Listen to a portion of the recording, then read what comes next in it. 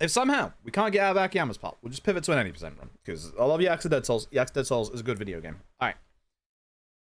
Also, for those who don't know, first time, I'm going to actually use a DualShock 4 with this run. I do not know whether or not it works properly with this game. It might not. I will know very quickly. If it doesn't, we'll switch back to the DualShock 3. And also, this is, yes, the bad DualShock that we were using before I replaced my DualShock with the really bad X button on it. Bodes well. 3, 2, 1, dead ass. Bodes well, chat. Bodes well. Why am I still using this one? I had it put away, but for some reason I decided to use this one for dead ass. I don't know why. Mostly because we don't... I was about to say we don't use the X button that much, but actually we kind of do. Like, we kind of do. It's for menuing. But this way, I stop dodging as much. That's not how this works. So, once again, hands up in chat. Who's never seen Yakuza Dead Souls before? Because this is a neat game despite what you're about to see. I love this game. Panda in chat earlier loves this game. Garlic, who will hopefully be around later, also loves this game. If you think the game looks a bit crunchy, any PS3 Yakuza runs at sub 720. So it is just a bit... My movement's fine. We'll see with the aiming. The aiming is the thing that I'm really curious about. But the movement so far is fine. There's no dead zones on the movement. So that's good. I love this game, Panda and Nodders. Panda, 8 bits. Yep, Panda does love this game. Panda's one of our really, really great runners of this game, actually. Panda and Garlic are absolutely fantastic at this run. Panda has an absolutely astounding Dead Souls difficulty any percent run. 0 deaths whatsoever. Took world record with it. Absolutely phenomenal run. Like, genuinely phenomenal run. Also helped push along, obviously, the any percent itself and all Substories. So, welcome to Yakuza Dead Souls. So, this is me trying to shoot every zombie. The guy in the back is...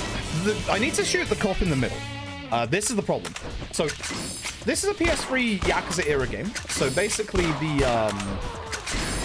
I'm gonna aim first person real quick, because I'm curious. Oh, I have to straight first.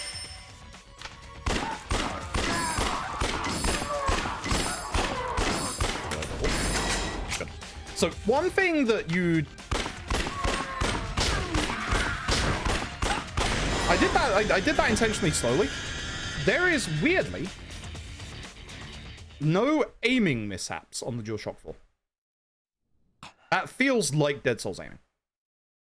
AK a bit crusty and a bit slow. That definitely felt like Dead Souls aiming. So I think we're good. I think we can do this run on DualShock 4, which makes me very happy. Apart from the fact that I'm using the broken controller, but why? So, it is a PS3 era game, as you can tell. It's a bit crunchy. We're panning the camera down to get rid of all the civilians out here, but we're also panning the camera down in Dead Souls for a separate reason. Dead Souls' frame rate, it's fucking bad. You'll see. You will have no choice but to see how bad this game runs. And yes, this is hardware. That's how you can tell that with all the lag. That's how you can tell it's hardware. I mean, the version doesn't exactly run much better, to be honest. Either way. Oh wait, I've lost where I am. Save my progress. No, carry on. Yes. Split! I just skipped my split. Alright, cool. You know what? That'll fucking do.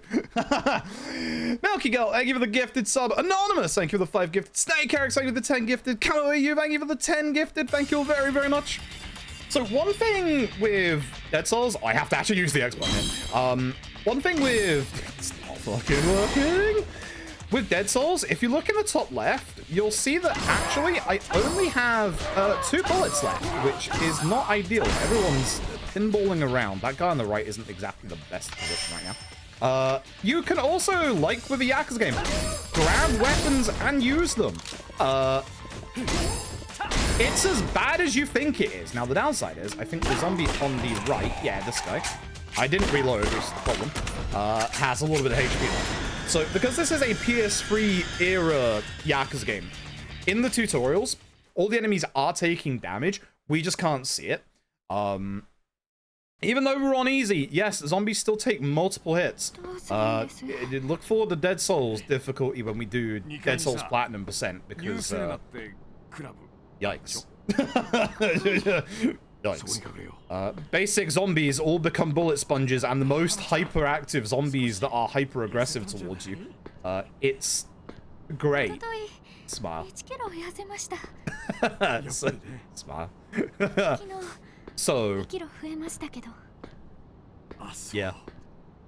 This hard mode. Dead Souls difficulty. Alright, so for Dead Souls difficulty, which again, you will see at some point.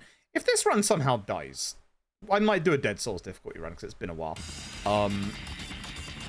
Dead Souls difficulty is genuinely, for me, harder than Judgment any percent legend. And you all know how much I talk about how hard Judgment any percent legend is. There is at least multiple rooms. Oh, damn it. That's not because of the DualShock 4. That's just Dead Souls aiming. That's just Dead Souls aiming. There are multiple rooms where literally... Oh man, menu is terrible. Multiple rooms where genuinely, you will die. You will get stun locked into infinity and just die. Now, if you're wondering why I'm going back here, anime. You'll understand soon. Anime. Anime is important. Chat, thank you for the new record hype train, level 12. Goodness gracious. Very, very much. I appreciate that a lot. Thank you very, very much. But one of the distinguishing features of Dead Souls difficulty is that every single zombie is like literally hyper aggressive. Man, you are moving a lot. So literally every zombie that you're seeing here would be rushing me instantly. I'm going here for anime. Not quite as good anime, but still anime. Now, when I said that Dead Souls has a frame rate problem, allow me to demonstrate. Any effects, like, you know, fire. Again, this is how you can tell I'm running on actual hardware. I always run all my games... the grab. I always run all my games on hardware. Weirdly enough, this is like one of the only bits where Dead Souls difficulty actually helps you out. We really want to go down the stairs to the right. There is a bunch of zombies here, which if they're hyper-aggressive on Dead Souls difficulty, they'll just like rush you out of the way. If you dodge roll, you actually lose your hitbox for a second, so you can get past everybody a bit quicker. It's weird. Don't worry about it. With this, we now need to kill these zombies, which we got a upgrade a little while ago, which tracks zombies' heads. So as you can see, if I just aim, I track zombies' heads. Here's one of the neat mechanics of Yakuza Dead Souls, by the way. You fire faster when you are aiming in third person. Like when you do the aim down crosshairs, the aim down sights, you fire faster. Told you, game's weird. Oh my. Oh my. Early anime drop? Well, I never. Well, I never. Thank you for the happy birthday and the good luck, Addy.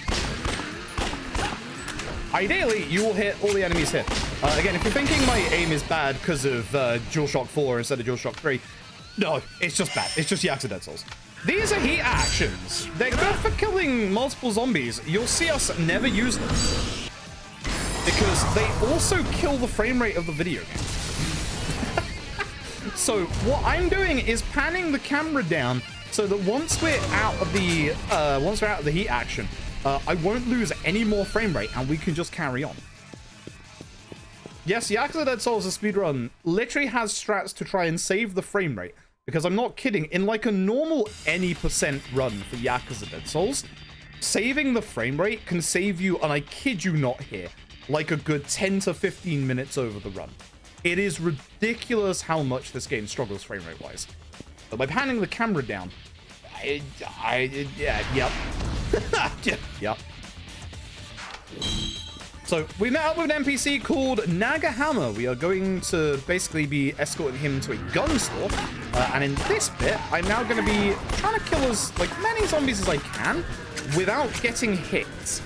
This is going to be important for later. It's not too bad on on all sub-stories because we have plenty of opportunity to fix if we get hit. But we do want to get at least one gold plate early.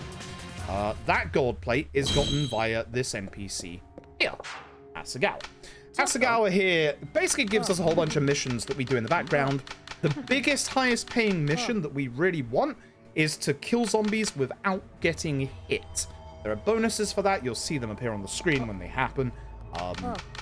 There's also like generic bonuses for like killing a certain amount of zombies, or, you know, killing a certain amount of zombies with like handguns, shotguns, all that jazz. But the big money maker is the no-hit one, and ideally I'd like at least one of those bonuses before we hit, I believe it's chapter 3 for Akiyama. I did think I was in chapter 3 for Akiyama, that's why I ran to the left. Got killed. Hey, you're gifting a sub stalker, I appreciate it. And yes, you do get graded at the end of every section with the results screen. You're probably wondering, why don't we use these like graded sections to, you know, time the run? It uses the same in-game time as the previous Yakuza games, and it's terrible. Pretty bad. Big Nono was telling me the other day about how terrible the Yakuza 01 was. And yeah, we were right in that it just doesn't track it properly. So we get given 2 guns that we're going to equip immediately. I'm going to go to our equipment. I'm going to equip the large automatic, which is Desert Eagle, and the new Balalaika, which is a submachine gun. Speak to Nagahama again, and we're going to leave. The funny thing is, I didn't hit X there. That was my controller. It doesn't feel good to be back on this controller, I'm not going to lie. So, you can tell your partner characters to do stuff. We're going to tell Nagahama to back us up. Your partners have a health bar as well. I switch to my Deagle, and the nice thing is, the Deagle kills zombies in one shot, mostly. It's also very good for heat generation if you manage to get headshots like you'll see me attempt to do here. So one really neat mechanic on Yakuza pistols is that any ammo you have in your guns carries over to the next chapter. So like a lot of what we're doing at the start here is going to be to try and attempt to see those 2 headshots. Beautiful. Like 2 headshots here, instant heat, and then partner heat co-op, which is exactly the same. It's just a normal heat action, just, you know, no partner character. We'll never use this ever again. There's one other, I don't know if I call it a neat mechanic to these QTEs. These QTEs speed is dependent on 50 in a row without being hit 500 points. Easy peasy. Ideally, I'd like to get 75, but I should be good even if we don't at this point. Also, yes, you can sideways shot like that. We're going to put on the new battle icon. You're going to get to see our first special infected. This is the meathead. Its head is the weak point. No, this is not a tank from Left 4 Dead. Oh, God.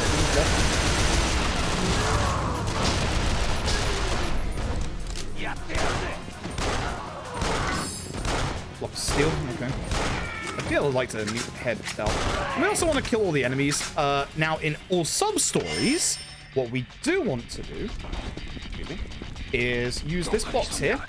This box, basically,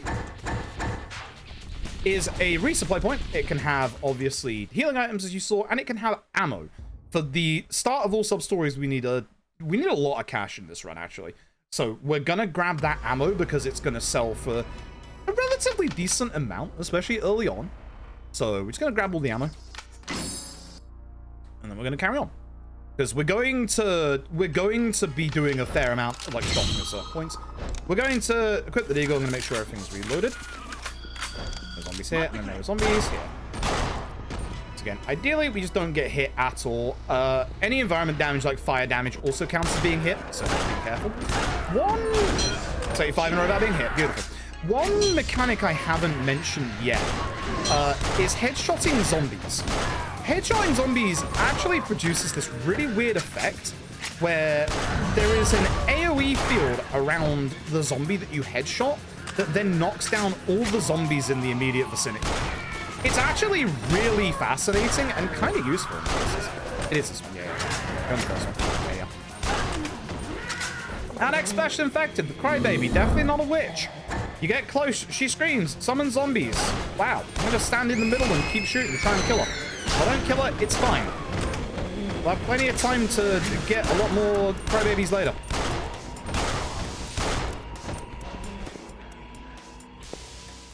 Good. Death Stranding 2 is one hell of a game. I almost speedran it. One hell of a game. I love it. Good ass video game. Good ass Kojimbo game.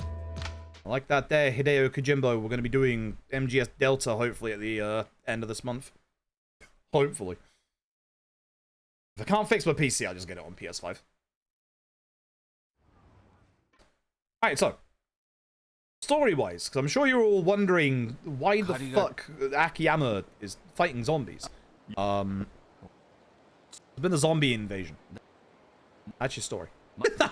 The long and short of it is basically, yeah, there's basically been Akiyama and Hana out on a money loan, trying to get some, like, obviously some money back from a client, and they came across a body that flew out of a window, and that body got reanimated, and all of a sudden there's zombies.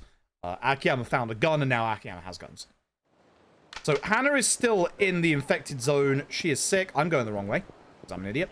In this bit, you're supposed to go to Dokimoto's to go and get medicine for Hana. However, here's Kamiyama. Now, here's the interesting thing. Kamiyama is here, and he's also not here. The game really wants you to do the story here. So, Kamiyama is outside of Dokimoto's, but Kamiyama is also right here. Because the game really wants you, to go to Kamiyama's. So we go this way because it's a lot quicker.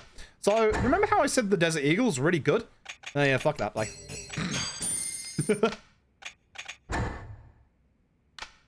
Sell items. We are going to sell the anime figures we got, all of the ammo, not the materials. All that money, you see, I told you, it's important. As well as buying, whoops, almost went a bit wild there. I want weapons. We want a sniper rifle and some grenades. And I also would like, because unfortunately the ammo is in its own separate thing for some reason, rifle ammo. Normal rifle ammo works in the sniper rifle. Don't ask. Don't ask. This is how this works. Yakuza Dead Souls is a fever dream.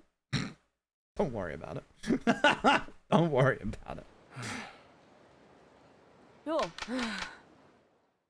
worry about it. So, this, so far, everything you've seen so far has been a 80% speedrun.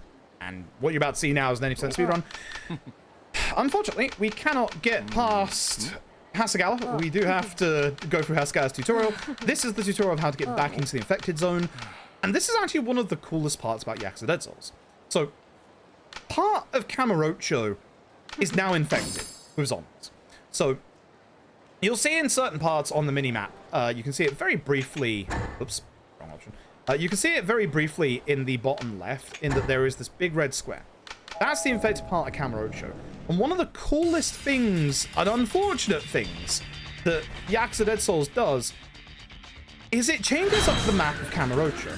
I should have actually equipped my, sniper. I don't think that's the button I use my sniper rifle on, but you know what? That's what we're going with. So, basically, over the course of this game, the infected zone is going to spread. So, as you can see, the sniper rifle's still pretty good in terms of damage. It still kills normal zombies in one hit. The pros that it has over the Deagle is that it has piercing effect. So it can hit multiple zombies. So shout out to the sniper rifle. Is it great? No. Do we like it? Yeah. You'll also see I am killing zombies on the way because I'm trying to build up that no-hit bonus. The earlier you can start building it up, the better, because you are getting hit at some point. Beautiful. Absolutely beautiful. We definitely have enough for at least one gold plate. Now, if you look at the middle of the screen, you'll see a shining marker, and it's not too easy to see because of the sub-resolution. There is a love heart coming off of that. It is one of the anime figures. The anime figures are either very, very rare drops from zombies, in which we got one of them before this bit, or during the story, they're actually in fixed locations, which is why we got the 2 in the first chapter and we got that one there. We know the location of all of the fixed story anime figures, and the easier ones to get are mostly on Akiyama.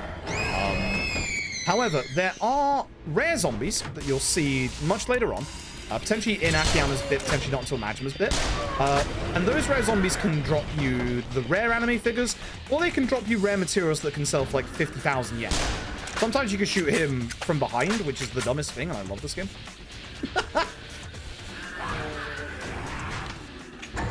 That's the first old entrance into your Yakuza Dead Souls.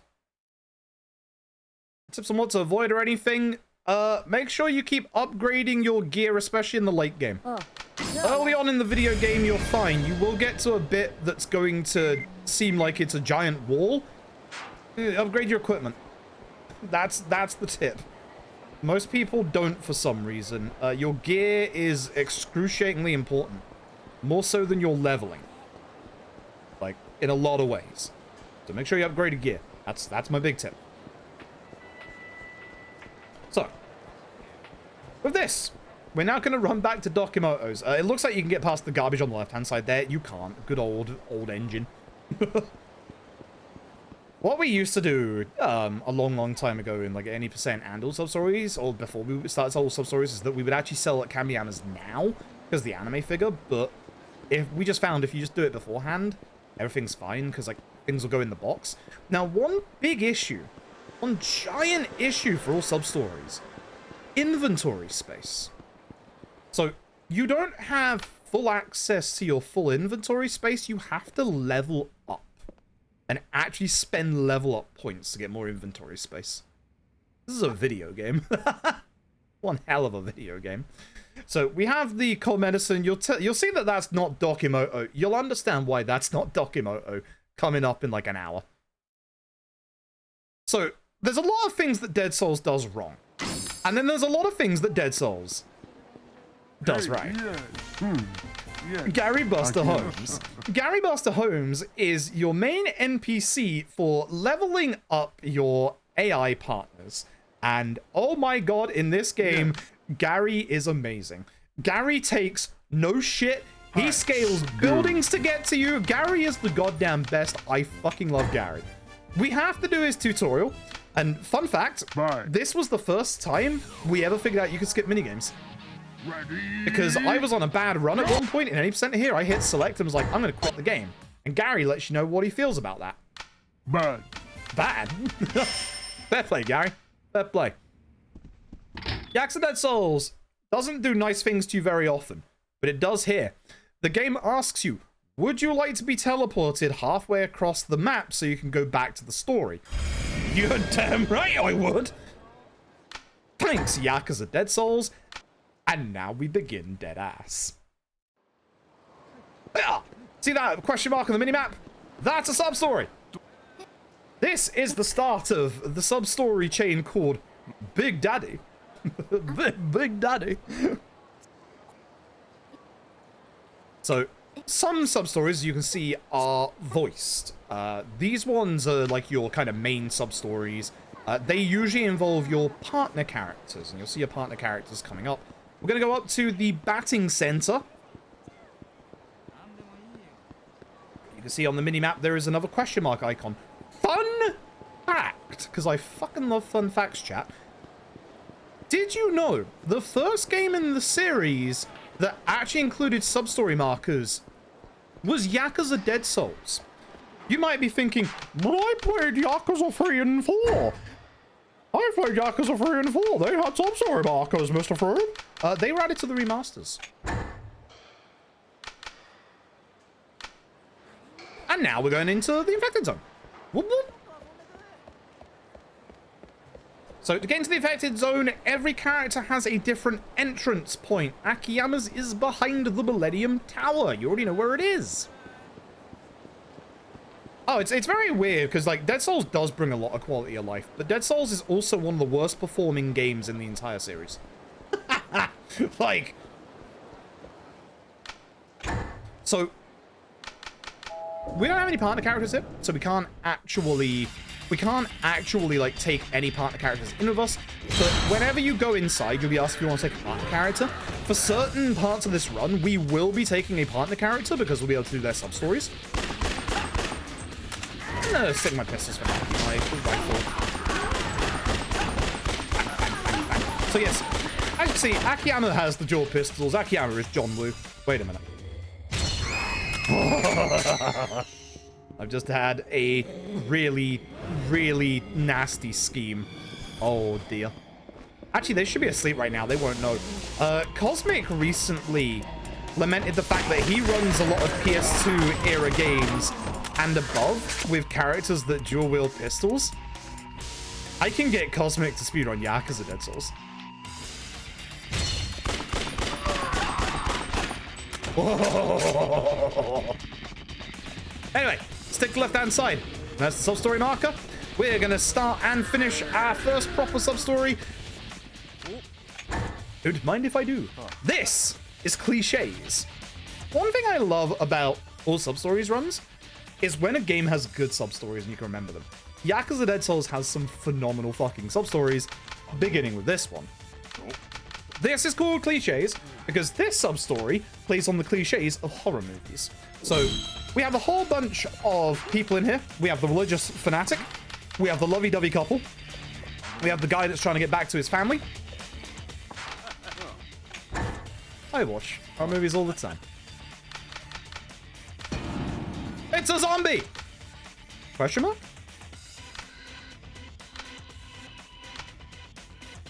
How'd you go in there? That animation is played so many times in the PS3 games. It's so good. How'd you go in there? So, the lovey-dovey couple are like, nah, heck this, I'm out. Peace. And then he's like, oh, this guy's at it again. No, these are actual zombies.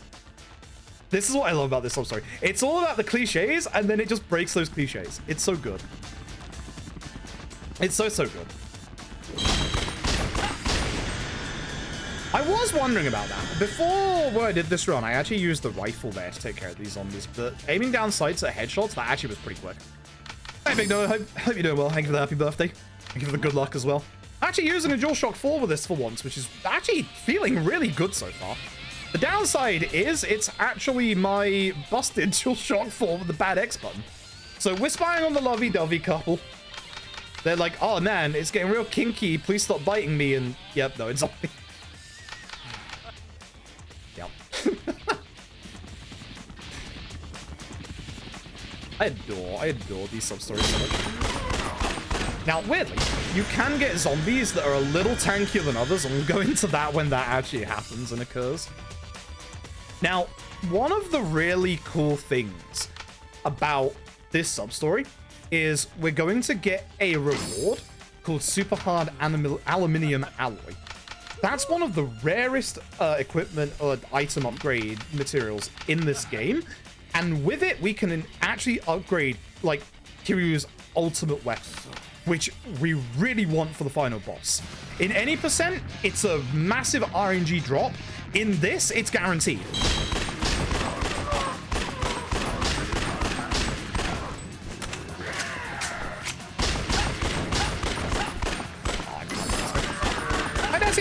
I do not believe we need that upgrade thing, apart from maybe a shotgun upgrade. Oh.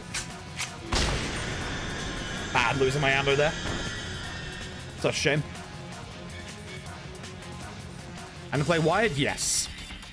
The nice thing is the USB wire I've got here goes across my entire room, so I've got so much slack for this. The DS3 I don't. So this guy stole the guy's bag that has a whole bunch of money in it. He's like, see ya, suckers. You're a whole bunch of movie cliches, by the way. He slipped on a banana peel. His leg's messed up, and now he's eaten by zombies. Cliches. Love this sub-story. It was a scam with the guy in like zombie makeup to try and get that money off the guy. It's so good. It's so, so good. Alright, so with that, we're going to carry on with our sub-stories while we're here in the quarantine zone, and we're going to go and carry on with Yaka, which is the one that we picked up back at the batting center. I love this game to bits. Like, it like actually like plays fun of like the actual zombie tropes in such a good way. I took damage. All right. So I know damage bonus is gone. So we just have to re-pick it up again. It's not like a surprise it goes here because the Molotov zombies are, as you can tell, really annoying. We do need to keep going. So, as I said earlier, there are rare zombies. Every character has a rare zombie spawn. Akiyama's rare zombie spawn is here. Now, you'll tell when the rare zombie turns up. They are yellow. They're wearing like a yellow jacket. They're very, very standout compared to normal zombies. Maybe using the rifle a little bit.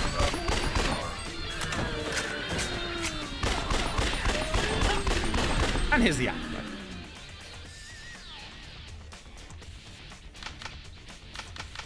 So basically they saw on Yaka, which is the Yakuza universe's Twitter before it goes to shit, a whole bunch of social media posts, this guy's found a gun, about a woman who's holed up in the infected zone. Oh no, they tore my clothes and my underwear. I'm so vulnerable.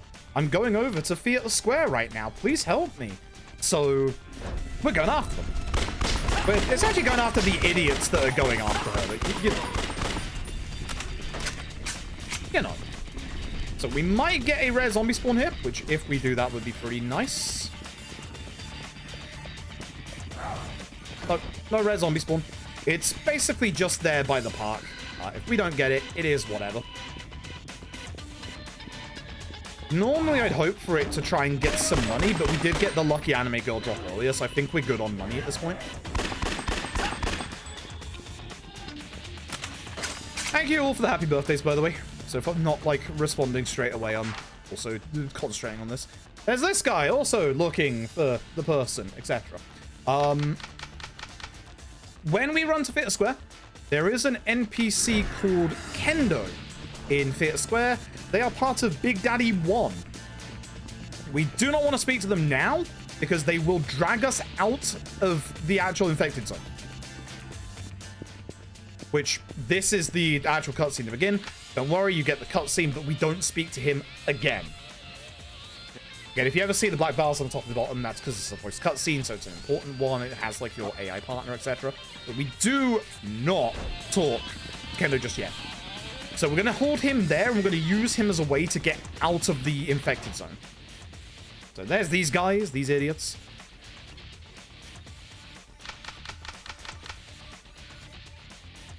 Off they go. So the woman who's making these posts on Yaka is in the DVD shop. One where we got our guns. So we're going to head over there. Once again, we're going to ignore Kendo. Basically, with Kendo, we're going to basically use him to get out of the quarantine zone, like, almost instantly, and then just, like, return when we have more sub-stories to do. We're essentially doing 5 sub-stories in this chapter, and then we're going to start doing the rest of them in the next chapter and the chapter after that. Because the next chapter is going to start us by 3 sub-stories. It's really good.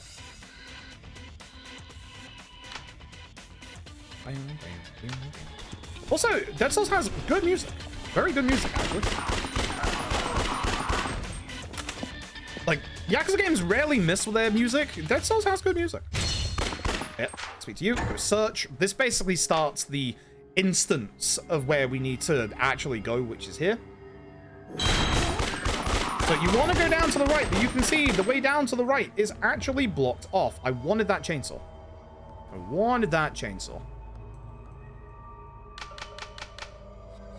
Because the chainsaw actually lets you run really fast. Wait, speak to you again? I don't. No. Can I have my chainsaw? The chainsaw is very good for killing special infected, but it also on, like, straight pathways like this just lets you run faster. And as stupid as that sounds, as you can see, I'm just charging. I'm just charging.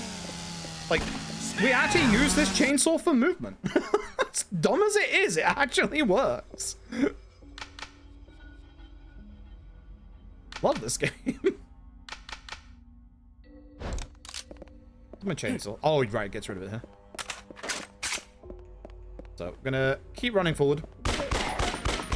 have to rifle out the close range stuff here. They're fighting the characters that are behind me. They're fine. Leave them alone. They're out of ammo, even though they're right next to the DVD shop and there's like one zombie in the way. Actually, I think there's more, right? There's like 20? Yeah.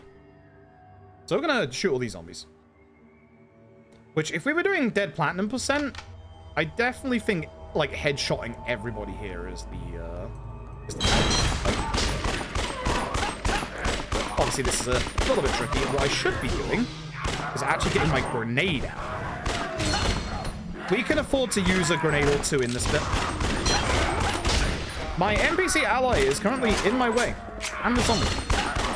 I'm gonna kick all of you. Get in the action. I should be using first person here. Basically, we have to kill all the zombies. There's gonna be like spawns from like the side like that. We also have to take care of. That was pretty slow. I should have used my grenades more. Oh. And now, we finally get to rescue the woman on social media. Who's gonna open the door. Hey, Garlic, thank you for the happy birthday. Appreciate it. And inside, we find the poor woman who has been attacked by zombies. It's some dude. Who is still naked, because that was real. And now there's somebody else posted on Yakuza that they're stuck in the quarantine zone and the zombies are attacking them. And there they go. And there they go. Akiyama's like, no. No. So with that, we are done with this sub-story, and we're going to head back up to the old quarantine zone, and we're going to go and find Kendo. Should definitely be using my rifle more. So by doing Kendo, this is going to end Big Daddy 1, and then we can start Big Daddy 2 immediately after this.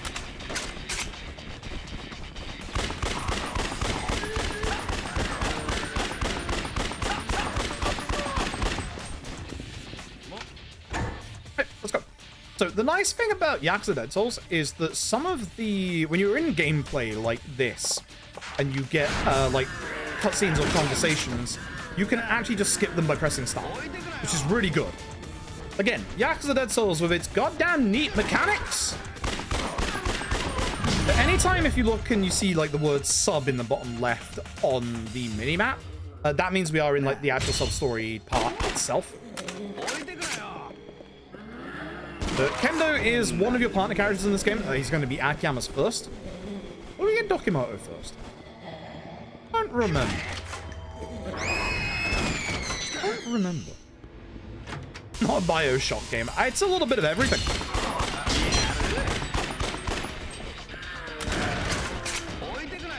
So the nice thing is, if you have to get into the exit, which you already know where the exit is, it's just over here. Easy. 222 kills. I start a guessing game as to like how many kills we'll have at the end of this run, but spoilers, it's a lot. But yeah, Big Daddy 2 starts immediately, which is really nice. We're going to drop off a couple of items in our save point over in the top left, because we basically, our inventory spaces are exceedingly limited right now. Like, exceedingly limited. So we're going to go and basically like put away everything that we don't need right now. Oh, it's Gary. Love Gary. I'll take this one off your hands. Gary also likes swearing at us a lot in this game. Gary takes his role as RB drill instructor exceedingly seriously. In Gary Buster Holmes' typical fashion. God, I love Gary Buster Holmes so much. So what we're going to do is going to go to the item box. As I said, I'm going to put away pretty much everything that isn't ammo. So, move items. So, you'll see I'm moving over a whole bunch of stuff, including, obviously, a whole bunch of, like, my materials and stuff. And then Nakamichi, which should be the top option, I believe. His broken Japanese. Yeah, I wonder. Alright. Donkey. It's donkey time, chat. We got a very important shop here. There are 2 items we need. 2 very important items. 1, any kind of food. I'm just going to take those noodles. And the Fizz-a-Magic jersey. Very, very important. We're now going to equip the Fizz-a-Magic jersey. So, the Fizz-a-Magic jersey is a very important piece of equipment, both in any percent and all Substories. In all Substories, we get it now. In any percent, we get it with the 3rd character. With the Fizz-a-Magic jersey, you can actually move faster in the quarantine zone by 5%, which doesn't sound like a lot, but when you hear that we can upgrade it and make it 10%, that's a big change.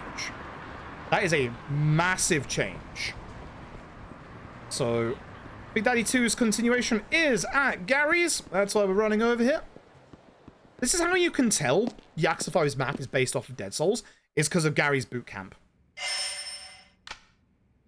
2, 3, 4, 5, 6. Kendo's here. Oh, whoops. Bad. Bad. Come on, let's go. So, he basically wants to do a little bit of training to get stronger. So we're going to do that. We're going to kill all the zombies in this room, which isn't the easiest thing, because sometimes they can go on the floor. We have to make sure we kill all of them. There are some that are on the floor already. These ones are alive.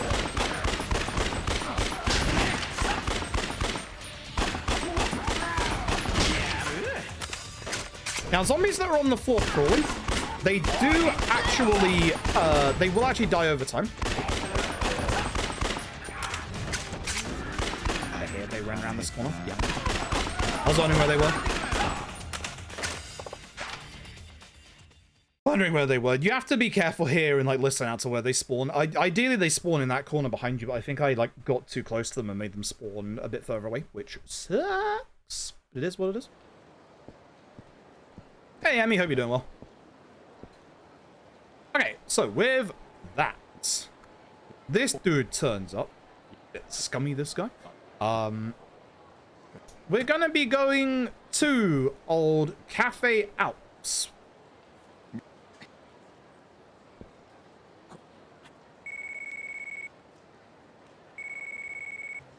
We've got a couple of things that we need to do. Usually, we wouldn't do what we're about to do in the any percent until we get to the 3rd character's 2nd chapter. But we're going to do that now. We're going to very much do it now. So let's head over there. I think running is a bit faster than taxiing here. I think. I might be wrong. It might be that taxiing is a little bit faster, but we'll see. It should be fine either way. Because, again, we do need to get to Cafe Alps, and Cafe Alps is right over here. Because I think the taxi isn't at the bottom of Nakamichi here. I think it's, like, at Pink Street entrance, so I think it just works out to just do this. But, as I said earlier, we are doing missions in the background for Hasegawa. Usually we wouldn't get the rewards from that until later, but we are going to do it right now. This is also why we cleared up our inventory, so we can get a couple of things. So we need to level up, and we are going to level up very specifically. In our abilities, Akiyama. Basic, we're going to go armor times 2. And inventory slots by 2. That's all our inventory. That's all our ability points. With Hasegawa, we get points for what we've done already, which should be a lot. Beautiful. I get 2 gold plates for now. Plasma battery and Sarge's unexpected gift. How much do I have left? 1 more? Yeah, 1 more. That's a lot more. That's a lot more gold plates than I usually get here, but that's pretty good. So, the gold plates we're going to use to sell. I didn't want to speak to you again. The plasma battery is an upgrade material for a certain character's weapon later on, and Sarge's unexpected gift is to upgrade the Fizz-a-Magic jersey. Now, gonna carry on. So we're gonna head across the street over to here, where Kendo and his girlfriend. As you can see, she's taken a bit of a nasty hit. It was the piece of shit that actually met us when we came out of the Millennium Tower. So we're gonna go and deal with that guy. Now here comes one of the most tragic, stupid bits in the entire run. I love my notes for this bit because my notes literally, my notes are the only like this. The notes of this are the only ones that actually say this. My notes for this bit say, where are we? Where am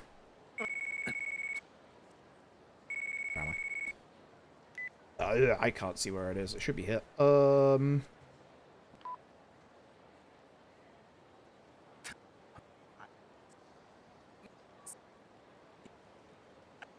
Run to Shichifuku. No, you cannot taxi LMAO in all caps. You would think that a taxi cab being able to hold multiple people, you could just taxi over there with Kendo here. No. Yakuza Dead Souls. Yakuza goddamn Dead Souls. And it's a few seconds faster you timed it, that's fair. Yeah. You also have to contend with good old loading times when you taxi, of course. Wonderful video game. Wonderful, wonderful video game. So the place we're going is up here to the parking lot over here. There you go. Okay, and then that should be the end of Big Daddy 2. So the nice thing about ending Big Daddy 2 is that we will get teleported to the quarantine zone, the entrance to the quarantine zone. There you go.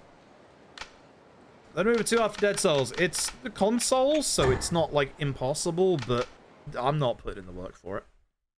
Remember, this game is not available on PC. Let's head this way.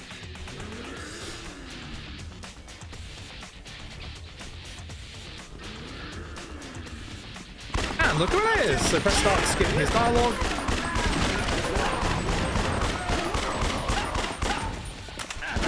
Kill the zombies here? No, we don't. We don't.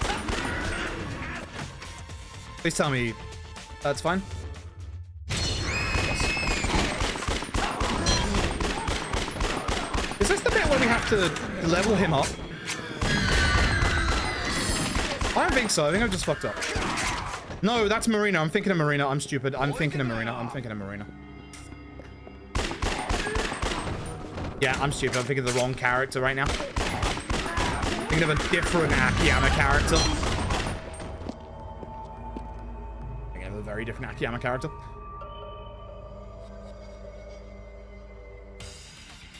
See how low to move time would be? Yeah, it'd be very interesting, wouldn't it? It'd be very, very interesting. I'd be curious about it as well. No gun for this jackass. Here's some zombies. we'll look after you, but no gun for you.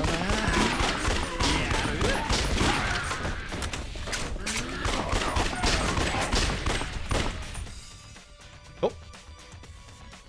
Breaks down for the goodness. It's true. The emulated version of Dead Souls, it doesn't run very well. It loves to crash. Not that the PS3 version doesn't either. And for those wondering, yes, I am on the PS3 version. I do all my runs on the hardware. Doesn't run very well, but it is what it is. It is what it is. Okay, and then that should be the end of Big Daddy 3. Okay, so at this point, we're off to Kamiyama's. Now, I'm a bit worried about having grabbed that crybaby barrette, but we should have enough space for what we need. We need 6 item slots, which with the stuff from Hasegawa and obviously everything else, we might not have the space, but we will be selling those gold plates. So we should have the space, hopefully. If I don't, I'm going to be mad at myself. But we'll see. Essentially, the goal of this menu is to grab ourselves the upgraded Fizzer Magic jersey, as well as grabbing the grenade launcher. So we basically need a whole bunch of money at this point. We've had a good set of anime figure drops, got a good amount of gold plates. I think we're completely fine on money. I'd be very shocked if we're not. It's just the space issue, but we'll see. Anyway. So, in the Kamiyama's. Get this tutorial now that we're back in here. I'm gonna sell Items. Where are you? Do not sell the money. Jesus Christ. The Eye of the Dragon. Any anime you've got. And where are my gold plates? I somehow went past them. What? Yes, rest off. Yes, thank you. Yes. No. We invest in the place ×2. Which, yeah, we got enough money. Oh, we've got way more than enough money. All right, money-wise, I think we're doing pretty good. Money-wise, I think we're very good. That looks like it's a lot of money. It's still not enough for the rest of the run, but for now, it's very good. We have to invest in Kamiyama's twice. So that's 300k. That's why we need a whole bunch of money. That's why you need, hopefully, 1 gold plate from Hasegawa. At this point, No. we're going to buy ourselves weapon. Said it earlier. The grenade launcher. We now have this as an option because obviously we've upgraded Kamiyama's. I'm going to begin by buying the items that I need, which is 1 of these now, 3 of these, good, and 2 of these. Is it 2? Yes. I got way more than enough space. Now we can modify the sprinter shirt, not weapon. Thank you, busted X button. Love you. I think I'd be using my good dual shot, but no, apparently not. That's everything. Okay. That. Equipment-wise, we put on the grenade launcher. We have the sprinter shirt on. So now when we're in the actual quarantine zone, you'll see how fast we go. And you'll see that beginning immediately. So watch our movement here. Look at like how fast our movement is. This is normal like Yakuza movement right here. And then as soon as we actually go into the manhole here, let me show you how fast the actual movement is. Thank you for the happy birthday, I appreciate it. Thank you very, very much. So I'm going to switch to my sniper rifle. Now look at how fast we're moving. This is the extra movement speed you get from having the Physimagic jersey upgraded into the sprinter shirt. As you can see, it's very fast. You lose that speed if you do anything. So if you reload, if you shoot, etc. So that's one of the reasons why we're not going to be shooting that many zombies right now. But we still want to get a couple more of the bonuses for killing zombies later on, because we are still going to need a bunch of money. This guy is normally in the way, which just dodge. Now, the Subterranea is usually randomized layouts. When we do the Amon % part of Dead Souls Platinum % coming up at some point in the next month, we have to do a metric fuck ton of Subterranea. All of the Subterranea itself is going to be randomized, but the story parts are not. We know exactly what to expect from these parts. We know the layout. It is a fixed layout, which is really good. I didn't get hit by that bike, because sometimes you can. That guy is a jackass. If there's a zombie in the way, sometimes you will have to obviously take a shot to be able to get past them. There are usually zombies here. Don't have to shoot. Oh. Usually they get in the way, that's why I shot there. I will reload for Serena.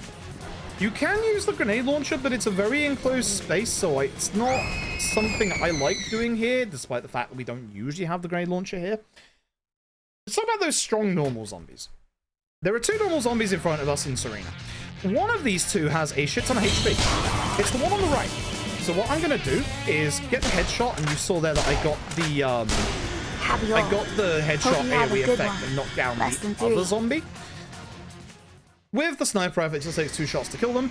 Usually with the sniper rifle, as you've seen, it takes 1 shot. So some zombies are just a bit tankier than others, which is a pain in the ass.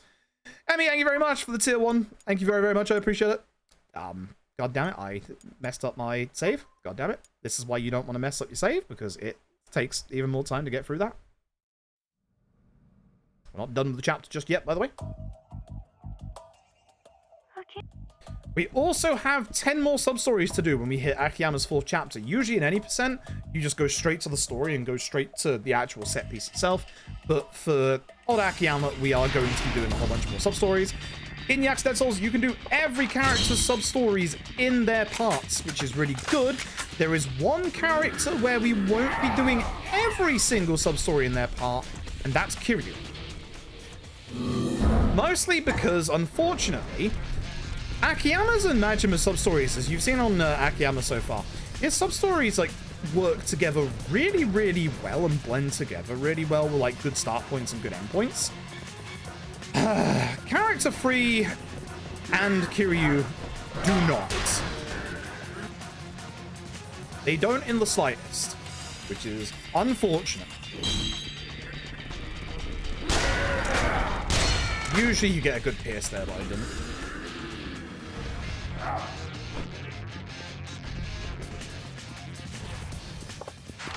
So here you're supposed to help out these army soldiers get on their emplacement gun, blah blah blah. It shows you how to use turrets and stuff.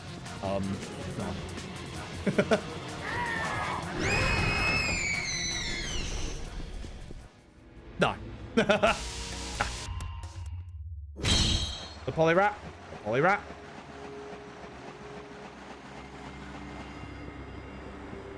We're going to use one of the grenades we've got here, because what we're going to do is explode this barricade here, and ideally this barricade. I'm going to get my pistols out.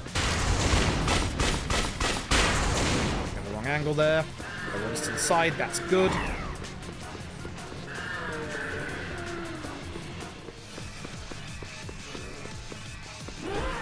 On my part.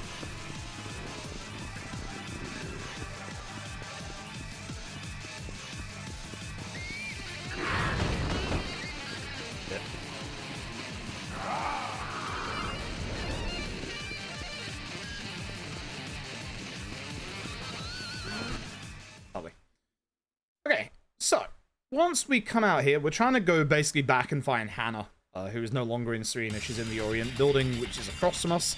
There's a bunch of zombies, and there's good old Nagahama. What we're going to do is head this way. I'm going to get out my sniper rifle for this guy. Sometimes you can actually just, like, walk past him. If you're on a harder difficulty, you absolutely can, but he's a giant pain in the ass. I would also like a whole bunch of these blocks of steel, so I don't actually mind killing this meathead for that. He can just be a giant pain to get past. Now, speaking of quotation marks, neat mechanics. Let's talk about Nagahama. Let's talk about Nagahama. This absolute jackass. So, I'm going to get him on back me up here so he doesn't like get stuck or anything. On Dead Souls difficulty, we have the suspicion that RGG might not have fully tested Dead Souls difficulty. Because here's a fun fact. On the next screen, which is going to be the big room we ran through earlier, you have to get Nagahama to a certain point because he's actually the cutscene trigger. Fun fact, his AI on Dead Souls difficulty is bugged from the very start. And if he has full HP and is not like hobbling and following behind you, he goes into a state as soon as you get into this room where he walks to an area to the right, make sure he can back you up, and just walks into a corner infinitely. His AI breaks. Now, ideally, he follows us around this corner and doesn't try and shoot any of these zombies. That's why we're holding this left-hand side, so that ideally he doesn't stop. Here's the cutscene trigger here.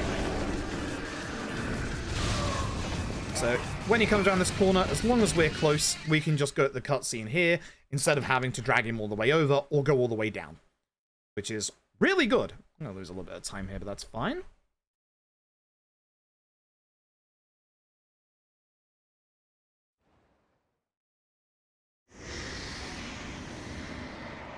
Okay. Also, ideally, as you probably tell, on the level up screens, we want as few level ups as possible because of the fact that obviously you can't skip through any of this, which is a giant shame. We actually golden. Never mind. That was a pretty bad chapter as well. Alright, so.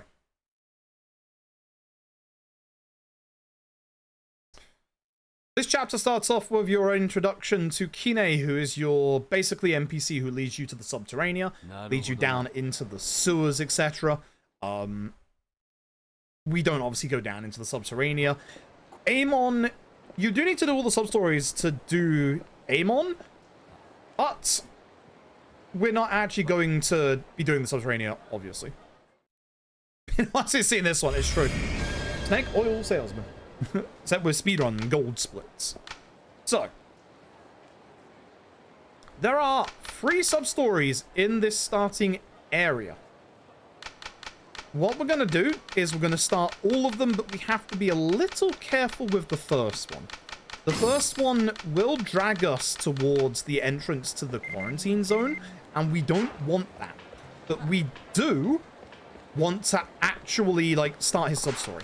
So, we're reminded of our collection point, and Akiyama's like, should I go in and find the, you know, our ledger? Now's not the time. Now is not the time. So, speak to this man. This guy's sub-stories are somewhat heartwarming and also sad tale.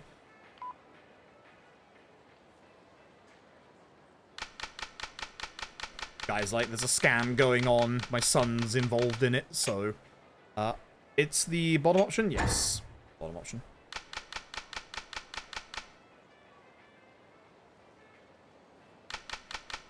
Because we don't actually get, like, sent into the actual place just yet.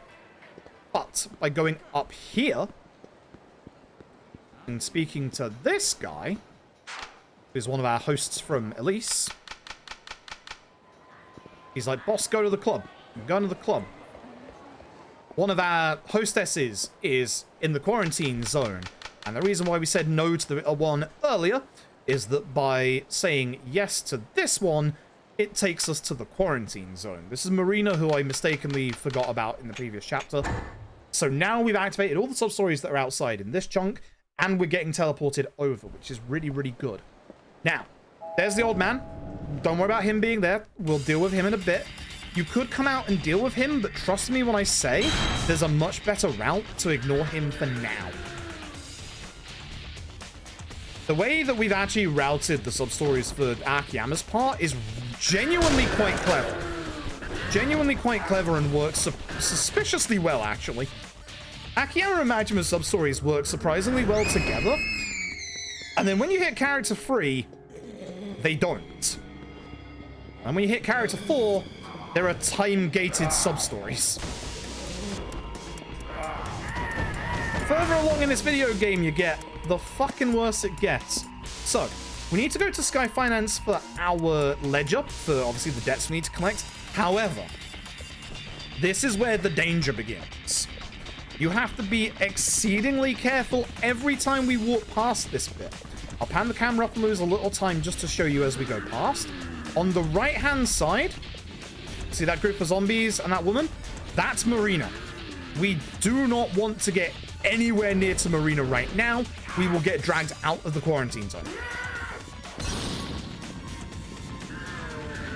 So for now, let's go back.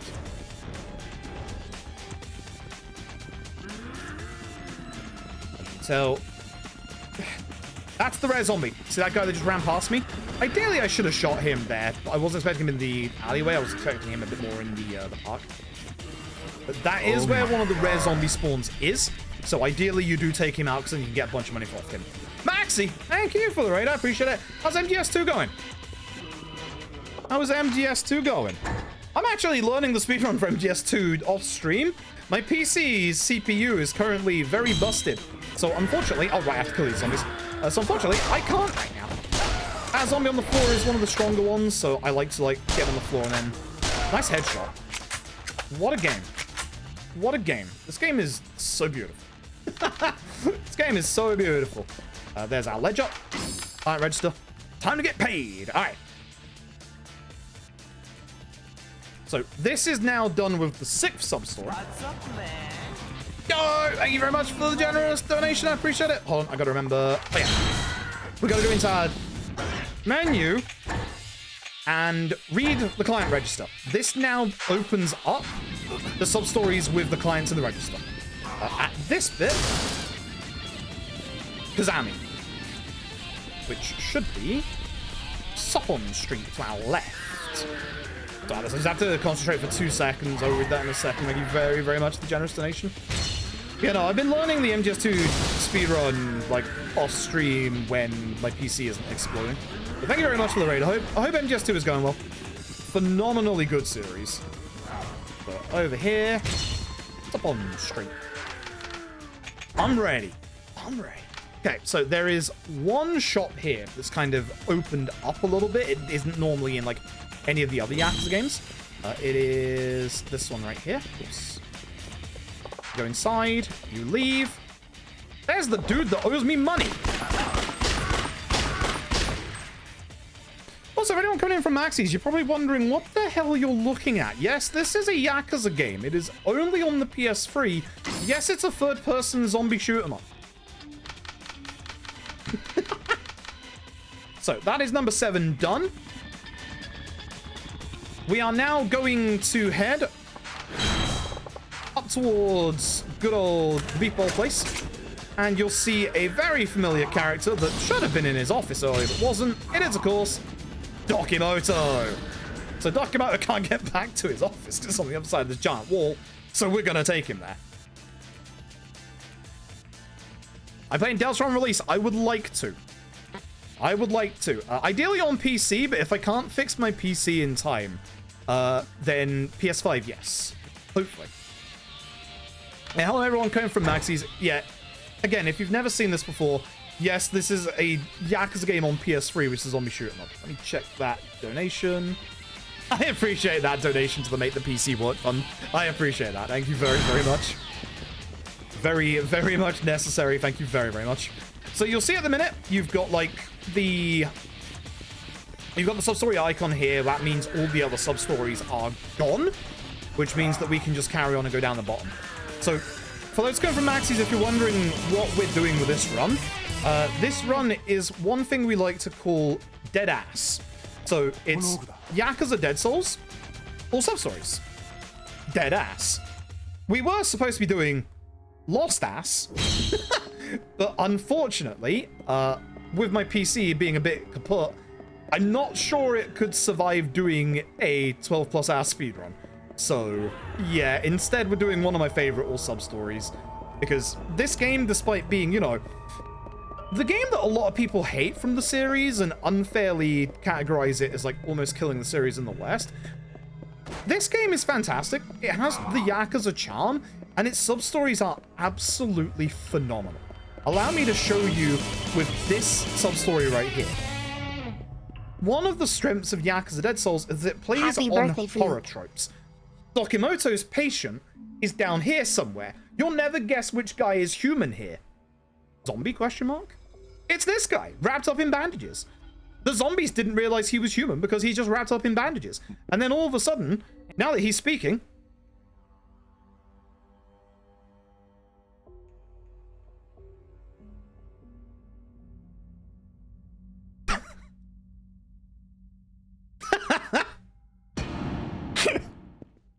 Fucking love this game to bits.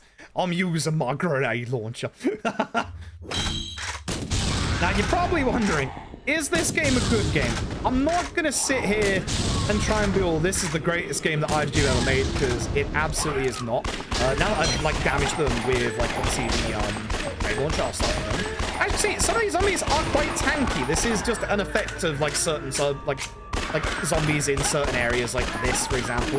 But that's the reason why I used the grenade launcher a couple of times, was to make them, like, somewhat weak so I can, like, start to kill the rest of them. Hi!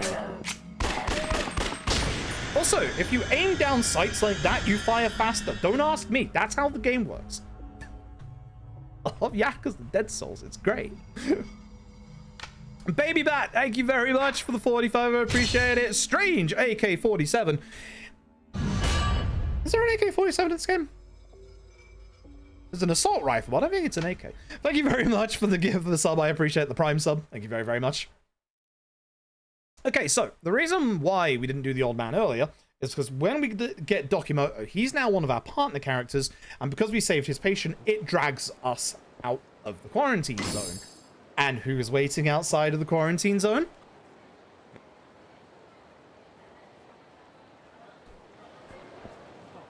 The old man. Simple as that. I'm good. Let's do this. So this old man, he knows his son is mixed up in a scam So we're going to go in there and basically try and get his son away from that scam. There's a bunch of zombies. Fun fact, we don't actually have to kill them for the old man here. You just have to run past them. The old man doesn't have a gun. He can't fight, unlike some of the other NPCs, like non-partner NPCs that we'll get. And even though he moves slowly, he will actually follow you through the loading zones. So you can just go. 20 points for making 200 handgun kills. Very nice, very nice. I shouldn't be shooting this much because, again, the way the Physimagic jersey works, excuse me, for the extra movement speed, is when you don't do anything. So no shooting, no reloading, none of that jazz. I'm just going to equip my rifle when we're here. I do need to reload this gun back. I'll do that now. So, every character has a special weapon. A unique weapon, I should say. Akiyama gets kind of the short end of the stick. His unique weapon is a set of pistols. Those pistols aren't bad when they're upgraded, but to begin with, they're basically kind of just basic pistols. Other characters get infinitely better unique weapons, especially at first. The next character, you can probably guess who they are. They get a shotgun.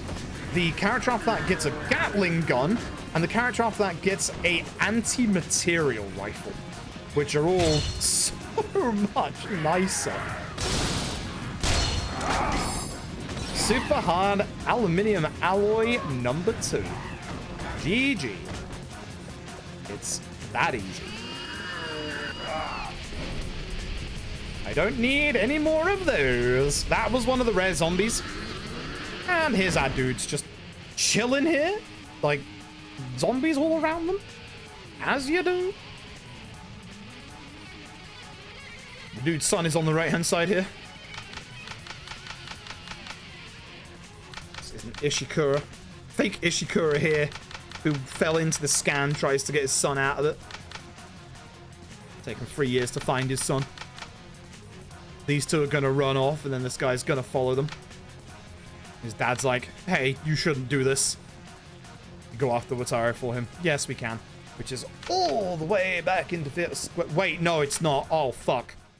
Oh, chat. Say hello to the worst part of Yakuza Dead Souls. Yes, this is a chase sequence. If you can probably guess, Yakuza Dead Souls chase sequences are ass. I am going to hopefully hit him as he goes around here.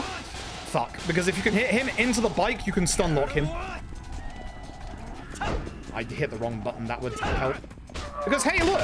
Your chase sequences have zombies as actual things. You also can't shoot the person you're chasing, which sucks. These chase sequences suck. I cannot begin to stress how awful Yakuza Dead Souls chase sequences are. Still someone down, but we still can't get him because the zombies are in the fucking way. Oh, right, you have to jump over those. No thanks. I'm waiting here specifically because I can hit him on the way through, then you can actually stop him and stun lock him, and it's really good. Fucking A. Damn. Also, you don't lock onto your chase target, unlike, for some reason, Yakuza 3 and 4 that came before this game.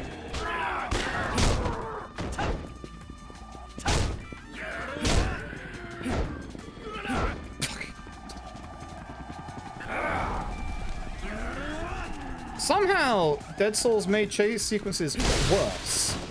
Yeah, hi. Fuck you. Are you shitting me? When I was practicing this, like when I first came up with this route, I managed to get him stuck in the alleyway with that bike.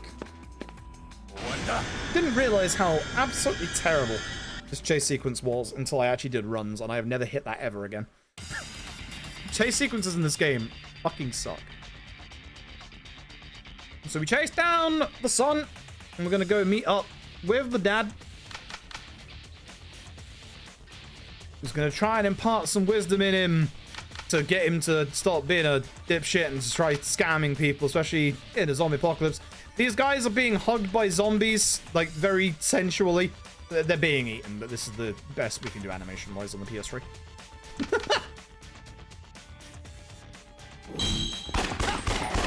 I think this is actually a Kamurocho fight.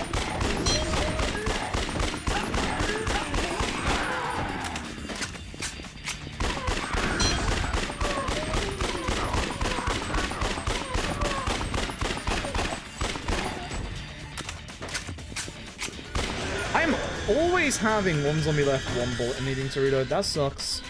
I'm doing really badly at this, actually. Fake Ishikura. He messed up. He's bleeding. He got bit. Poor guy.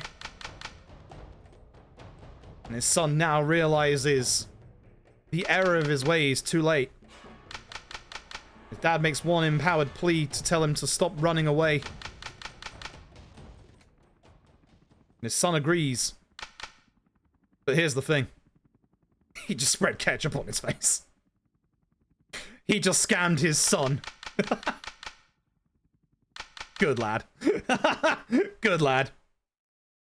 And collection time. This should be the hotel district because we're after the cat. Yes. Hotel district time. Just to a cinema. Yeah, it is. It's such a good game. Chat, actually, like, that's a good point. For those of you who have played Kojima games, I say this often with Suda, where for me, Suda's magnum opus is Killer 7. Chat, for you, which Kojima game is his magnum opus? Which one do you think is his actual magnum opus? Because for me, it's a hard toss-up between MGS's 1, 2, 3, and Snatcher. I'd probably have Policenauts up there if I'd done Policenauts, but I haven't done Policenauts. But Snatcher's so good. So this guy is... This guy is who we're getting our money back off of next. He won't give us back our money until he gets his cat. So we're going to go and get his cat. I want down by 1 here, right? Yes. DS2? DS2 is a good shout. God damn, I love DS2. DS2 is very, very good. I can understand why people don't like DS2. The more time I spend away from DS2, the more there's, like, certain parts of it that I'm just kind of like, without going into spoilers, I'm just kind of like, eh? But, like, despite that, the endgame stuff is, like, actually, it's this tree, right? It's, like, actually phenomenal. Yeah, that tree. Right behind us. All I'll say is that one scene with Charlie.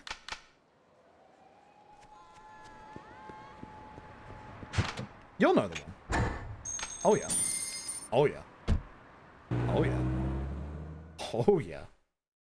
Oh, yeah. Oh, yeah. That bit was so goddamn good. I love that bit to bits. Ugh. Lots of MGS1, 3s, 2s, DS2s a lot. You like MGS4 a lot? I like MGS4. I really like... I know we've had the, you know, the website leak that 4 should be in, like, the Volume 2, but we don't know if Volume 2 is, like, when it's coming, where it is, etc. But, yeah, I hope that it gets off of the PS3. It's not my absolute favorite. Oh, wait. What about the guy? That guy. That guy's important. It's not my absolute favorite, but it doesn't deserve to be stuck on the PS3. Like, absolutely doesn't deserve to be stuck on the PS3. This should be Fiat Squared? Yeah, Fiat Squared. MGS1 is magnum opus. You like MGS3 and DS2 the most? Yeah. Yeah, I agree. I think I would very much agree with that. I love MGS2 for, obviously, like, how it really, like, pulled, like, real life and where we went in society, etc., etc. And I do genuinely think, like, both at the time and especially after the fact, it's an absolute masterpiece for that. But there's something about MGS3 with, obviously, you know, being able to see the start of Big Boss as, like, a bumbling rookie and humanizing him in a hell of a lot of ways. And I would also say that MGS3 is probably my favorite gameplay-wise.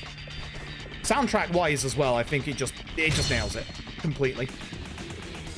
That cat should be at the back. Thanks. There it is. Lovely. Okay, now we go get Marina. My grenade launcher for? One button. Good. Got one to get my grenade launcher out.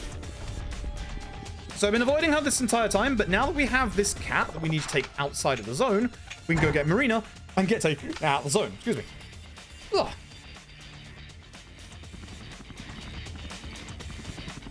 Yeah, my birthday is today. Okay, some of you jackasses are alive. That jackass is alive.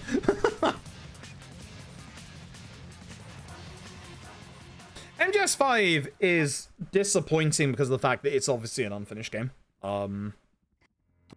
Gameplay-wise, it's obviously an evolution of what, like, he was trying to do with, like, Peace Walker and 4. And I think it, like, gets there. But for me, MGS5 has too many bits of openness. It makes sense in something like Death Stranding. But in, like, MGS2, just, I don't know, like, MGS2 and MGS5, it just feels a bit too empty at times. But the gameplay is absolutely fantastic. Like, it was nice to see a interview with David Hayter recently, who was like, I was being stuck up and not wanting to play it for, the obvious reasons. But then obviously he's like played it recently, and even he said, yeah, no, this is amazing. I see why, fans really love MGS5. Oh, poor little Lobster's great. Happy birthday. Please don't grab her. Come on, Marina. You need Marina close to you in this bit, otherwise you can't leave. Good enough. Spawn on the right-hand side. Come on. I don't remember where I need her for the end point. I don't think it's the cone, but I'm going to try it. It might be a bit more. Yep, there. Good. Fruitskin, thank you for the 333 bits. I appreciate it. Thank you for the happy birthday. Thank you very, very much. Yeah, I did say I managed to make it co-op, yeah.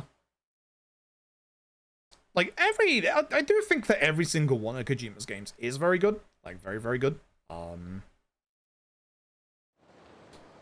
But, yeah, I would agree. Like, there's just... It's really hard to pick, like, one for me of Kojima's stuff that I really like. I think I've got rose-tinted glasses at the minute, definitely, for Death Stranding 2. I really... By the way, Gary, sir, I really wanted to do a speedrun of Death Stranding 2. I didn't in the end. Like, a lot of Death Stranding 2's run is using the Tri-Cruiser, which is what I expected, but just a little bit too much for my liking. Which is such a shame, because, like, the very, very, like, end, like, part of Death Stranding 2 is so good. So good. So good.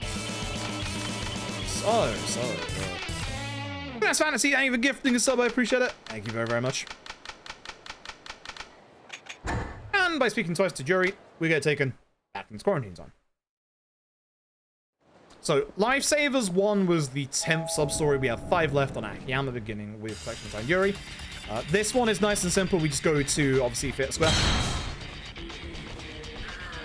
You can see now why I said, like, we leave certain sub-stories until a certain point, because all of these flow really well. Like, surprisingly well together. I shouldn't be shooting zombies, because, again, I lose my movement speed if I do that. And I can spawn in more zombies that block me. Little rat things here and there. Yeah, the movement stuff, like, off of the Tri-Cruiser is really fascinating. Genuinely really fascinating.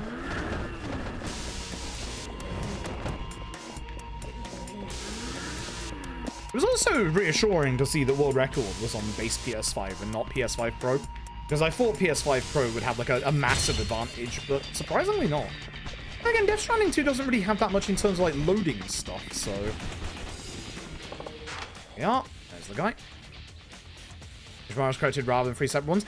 I understand why they did that. It's so that, you know, you still have a use for roads and stuff like that.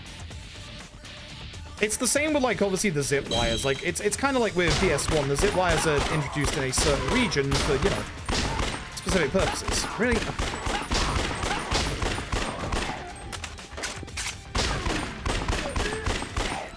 Sure. Yep, nice headshot. Okay, and that is collection time. Yuri almost done. Gonna drag us out.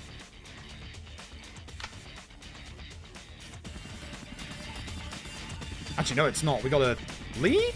Yeah, we gotta leave. Right.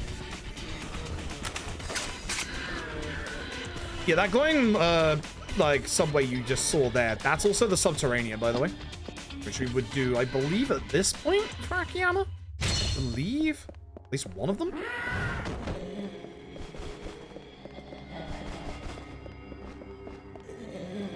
It's a shame for those who don't know, there was a very funny glitch with the early version of Death Stranding 1, where you could literally fly by doing the urination. So you could literally piss fly. It was great. It was very, very funny. Very, very funny. Oh, don't stay, idiot. Why did I do that? Norman Peters, exactly. It was very, very good. It was very, very good. Now, Death Stranding 2 is very, very good. I did it completely off stream, which is a shame, because I did the first one on stream, and I kind of wish I did the second one on stream. But the way that I played, everybody would have hated, because like for like 3/4 of the game, I was just 5-starring everybody when I found them. Like I wasn't getting on with the game like at all. I was enjoying myself. There was like a 6 to 8 hour period where I was like, right, I'm making zip lines. I'm making my zip lines now. I know exactly what I'm doing. This guy's cat back, and that gets us at completion. Here's your best performing video ever. Really? Wow, that's impressive. Also surprising, actually. I mean, I guess Death Stranding does have horror adjacent stuff. Nakamichi. Is this the Ebisu shop? In a second, yes. Okay, so this is a little awkward. We have to run to the Millennium Tower. Which obviously it's like a little cut off up here because of the quarantine zone. So we're gonna have to like cut through to the right and then go to the left. And then we come back for Ebisu because our last, that's right, our last collection is by Ebisu. That's why. This should be top option? Yes. Yeah, that's the reason why I'm like trying not to like go into like story stuff about Death Stranding. So I know there's a lot of people that are waiting on the PC version, which trust me, it is very much worth it. Very, very much worth it. Zipline saw the mountain area. Yeah, that's what I did. Same. That was my same strat with old PS1. The reason why we don't get the collection guy by Ebisu is because you have to finish off these previous 3. The one in the quarantine zone, these 2 that are out here in the, obviously in Kamurocho, before the last guy appears. Now he will appear and he's like right on the other side of Ebisu. We need to buy 2 things, but one of those we need 3 versions of. It's that guy right there. We need to buy, and this is very important for a later character. Where are we? Protective amulet and 3 sturdy springs. Now, this game is really weird. Some of your upgrade materials, like your sturdy springs there, go into like a stack in your inventory, and then some don't. The ones that don't are going to be a pain later on. But these items that we're buying now are vitally important, and this is like the only time that you are around Ebisu is to get to this guy. So you have to do this now. It's the same with getting the food for Date in about 5 hours, in the now is the only time we need Donkey. So we have to do all this now. This is the 13th sub-story, by the way.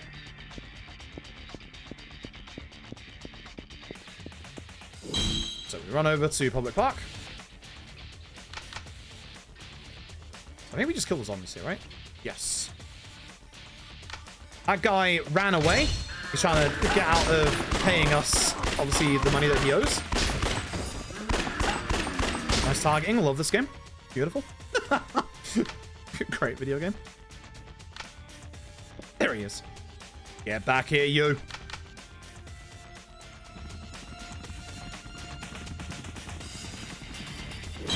Yeah, I do actually think we're going to lose time in this chapter, though. I haven't been playing super great. Been, like, running and shooting too much, and, you know, like now, I'm losing my actual speed. He's back here, right at our office. Absolute dipshit. Don't get hit by the mortal there, which is good. Come on, buddy. Help him, obviously. We do have to help him. I tried leaving him before, but no, you have to help him. So at this point, it is just running back to, obviously, the start.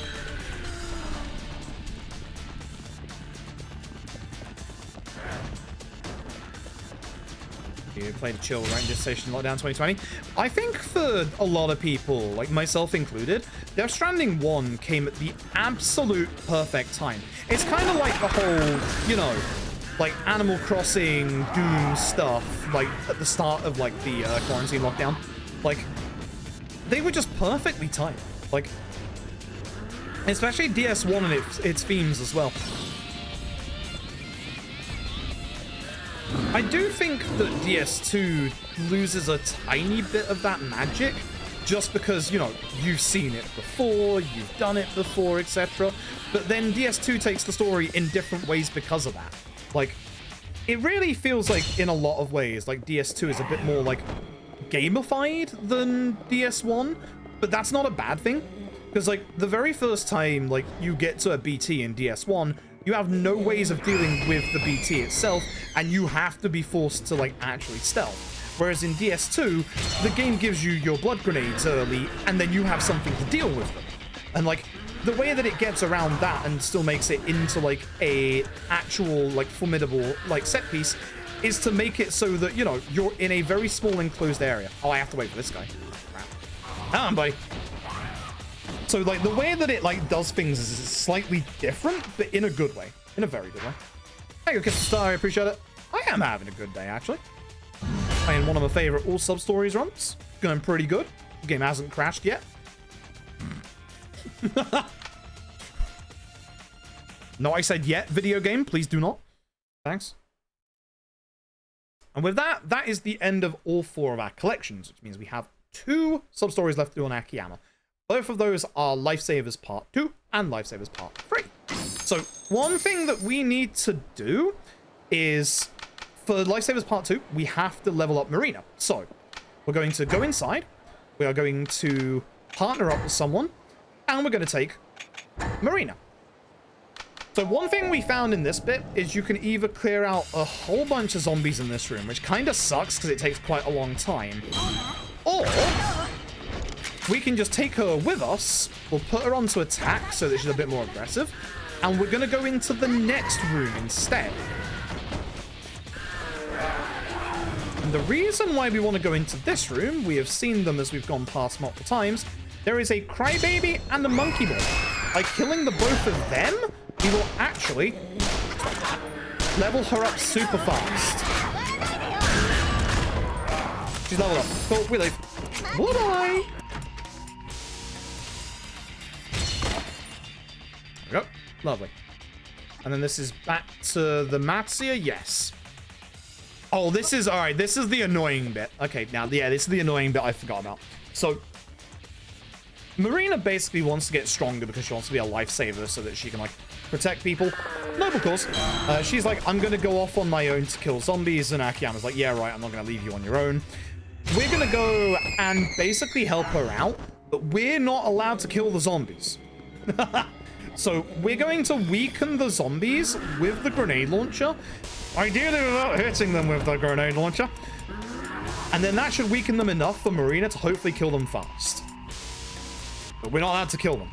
Otherwise, she doesn't like that. But she's back in the same place where we first found her.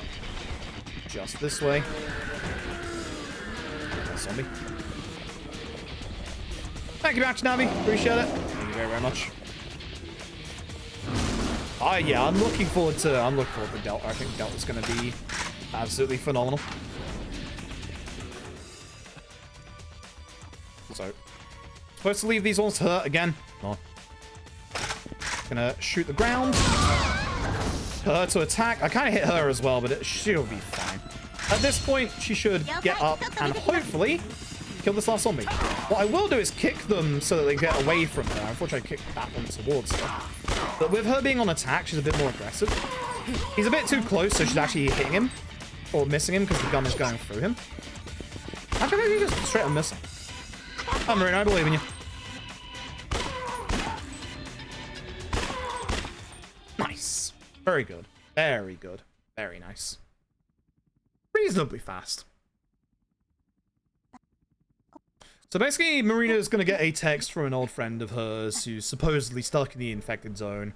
That's her on the right. We're going to go and try and find out if she's still alive and try and save her.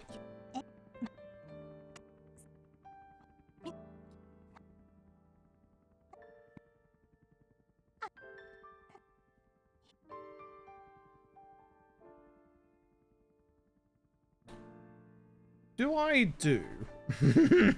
Do I do the, I think I should. I think I should do the crash rule at the end of Akiyama's part, just in case. So, for those of you who haven't seen old Yakuza Dead Souls,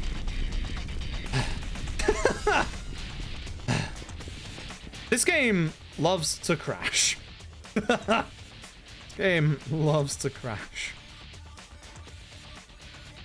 So, we have a crash rule for Kiwami 2 because of the fact that Kiwami 2 crashes on any CPU that has a quad core or more. So any CPU made in the last, like goddamn, 6 to 7 years. We back-ended that crash rule to Yakuza Dead Souls because, oh god, this game. So unfortunately, as you can see, there is a crybaby here. We think that that's Marina's friend. Someone's in a bunch of zombies. Which we're going to use the grenade launcher to try and deal with this. But no, she's still alive. There she is. She's just behind us. It's a lot of Yakuza Dead Souls as NPCs. Yeah, they're just there. So this is our last sub-story of Akiyama.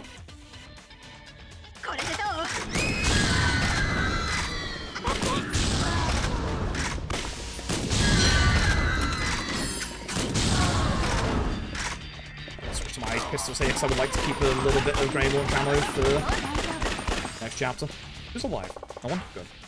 Okay. That's it. With that, we're done with Akiyama Substories. That's it. That's the last one. And level ups lose us a little bit of time at the end of these, but it is what it is. Congratulations, you have done the first character. So you can kind of see why we do the things in the order that we do. Everything kind of flows really nicely with Akiyama. And the nice thing is, most things flow quite nicely with the second playable character as well. When we hit the third playable character, that's when things start going to shit.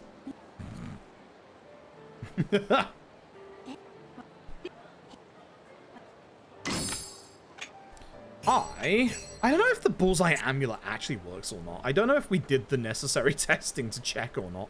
I really don't think it does. I really, really don't think it does. Anyway, GG. If we have done every single sub-story, we will get a text from Bob coming up here. If we haven't, I'm going to be upset. Akiyama's sub-stories reward. That's it. That is all of Akiyama's sub-stories completed. Very, very nice. Very, very nice. With that, we run back to... obviously good old Nakamichi, because it's right here. And it's time to go and save Hannah at last. So the rest of this is going to be just like it is in, obviously, the any percent. So now we have a grenade launcher. We don't speak to Kine, speak to Nagahama. I'm ready. At last. Sorry, Nagahama. Kept you waiting, huh?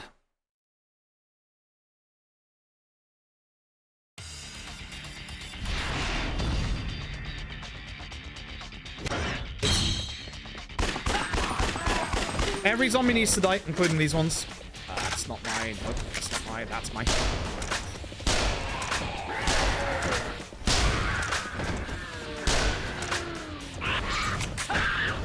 kick him so he doesn't hit me, and then I can reload in peace. And ideally shoot him as he gets up, but... Oh, that missed this guy. As you could probably guess, trying to aim down sights with a sniper rifle in this game. Okay. Bit futile. Especially against a relatively fast-moving target like this monkey boy. Ah, camera, why'd you turn around? Got the scrap iron. And we're going to go through these bits.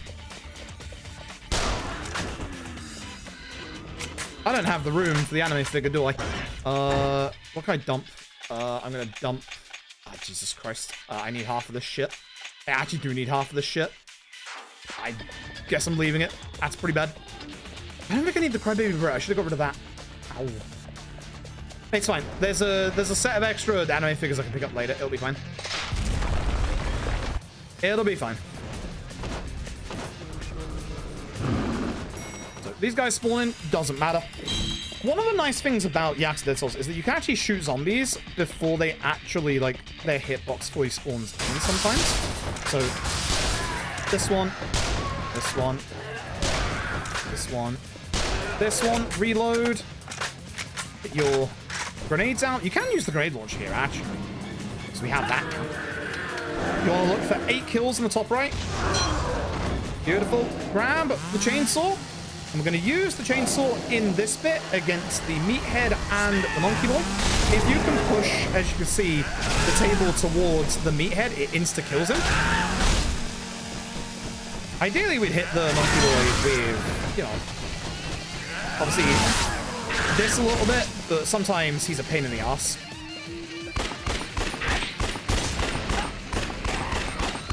You're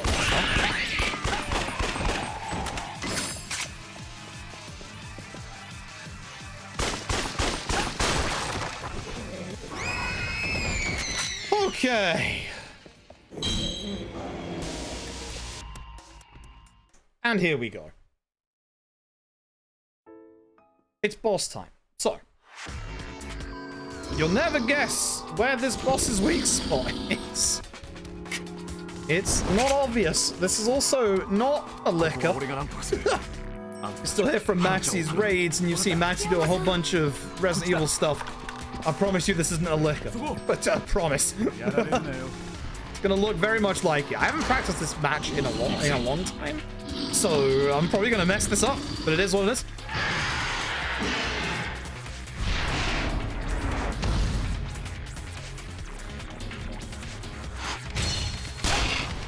Got one hit off, wasted.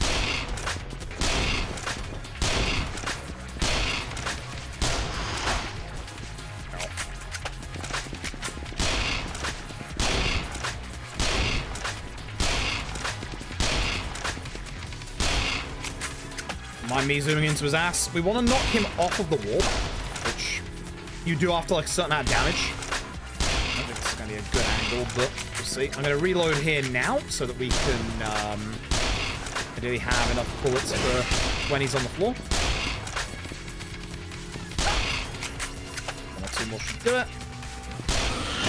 And there's the weak spot. Now, this is a really hard weak spot to hit. It's too close as well. Like, we are talking it, like, I hit it, but like we're talking the actual like weak spot itself. I'm not kidding. I don't know if it was Garlic or Panda who sent me the image file for the weak spot. We are talking the weak spot is like a centimeter big. Like it looks like it should be a lot bigger. It's not. Good spot.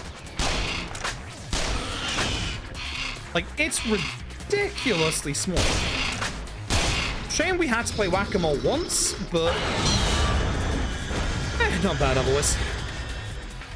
Alright. And with that, Akiyama. Good job. Good job. That's it.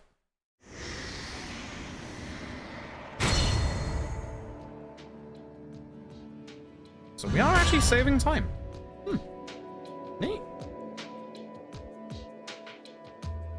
Weird, because I haven't done like all sub-stories in a very long time. God damn, that's a 2-minute time save.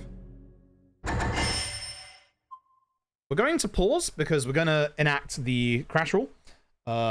Which one is the one I said earlier? It's you. Yes. So I'm going to overwrite this one because I would like a save at the end of this post completion so that I can practice Dead Souls Platinum %. So, oh, right, fuck. This is an issue with the DualShock. The PS button doesn't work, so I have to actually use my DualShock 3 to be able to quit Yakuza Dead Souls. Forgot about that. Whoops. It's gonna be a pain. You're gonna lose vision for a second because it's cycling back to the XMB at a different resolution. I'm just gonna turn off my controller. Thanks. No, I don't want to play OG 1 and 2 right now, controller. I do like those games. I do like those runs, but not right now. Not right now.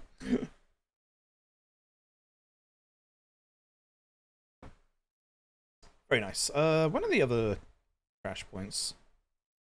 Yeah, just before Majima 2 and Ryuji 3. Yeah. That's a good idea, I think. Okay, so. Nice thing is, this character's, or the second character's first chapter is going to be exactly the same as in 80%.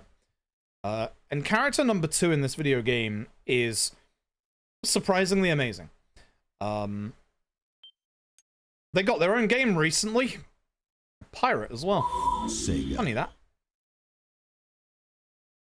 Very funny that. I hope you're all enjoying the run so far. We're still in the fun portion of the video game. Number 1. And go. So, welcome to the first playable instance of Majima Goro. And this is one of Dead Souls' absolute best. The one on the left is alive, so I need to come back for them in a second. So I'm keeping an eye on my kill counter here. There is a certain amount of kills you want, which is 15. And you're alive as well. The reason why I knew that they were alive is because the headshot rule applied, where they got knocked down to the ground, and my kill counter only went up by 1, despite 2 zombies going down. This is why for certain rooms like this, I'm keeping a very, very close eye on how many kills we get, because we know how many zombies are in these rooms. We know how many zombies we are supposed to get for all these kills. Ah. Rare zombie over there. Got a healing item. I'm okay with that. So Toughness Emperor is, it's not as useful as like some of the like actual materials we can get. But the nice thing is that healing item will sell for 50,000 if I need spare cash. So we're going to head to the storage room on floor 58, which is the one above. Got some Majima's theme in Dead Souls as well. It's really good.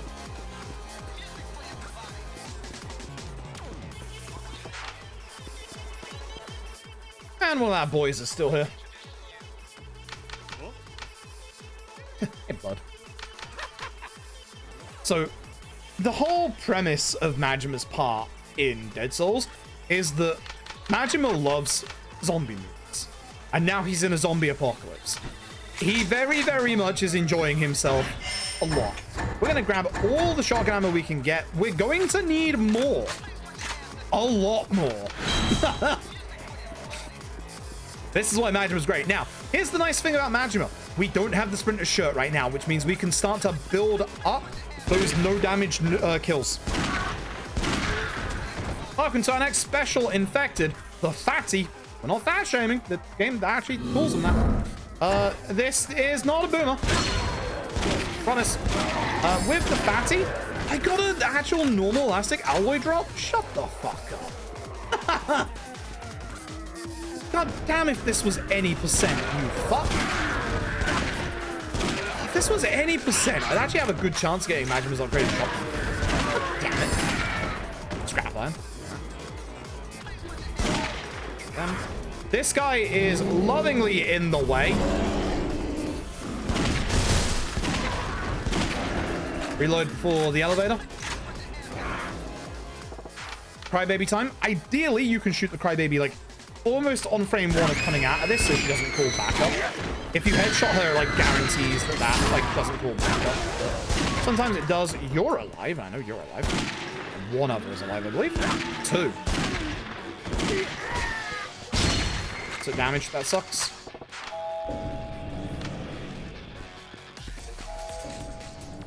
Alright, so we have the lobby here with a whole bunch of zombies. Now, it's very important that with Majima, we save 200,000 yen until we hit a certain substory. I am attempting to kill the fatties with headshots to stop them from ejecting a whole bunch of gas. Fatty force is bad. These two zombies next to me are alive. I can tell because the nice thing is if they get hit with the fatty juice, it's really easy to tell which ones are alive or dead.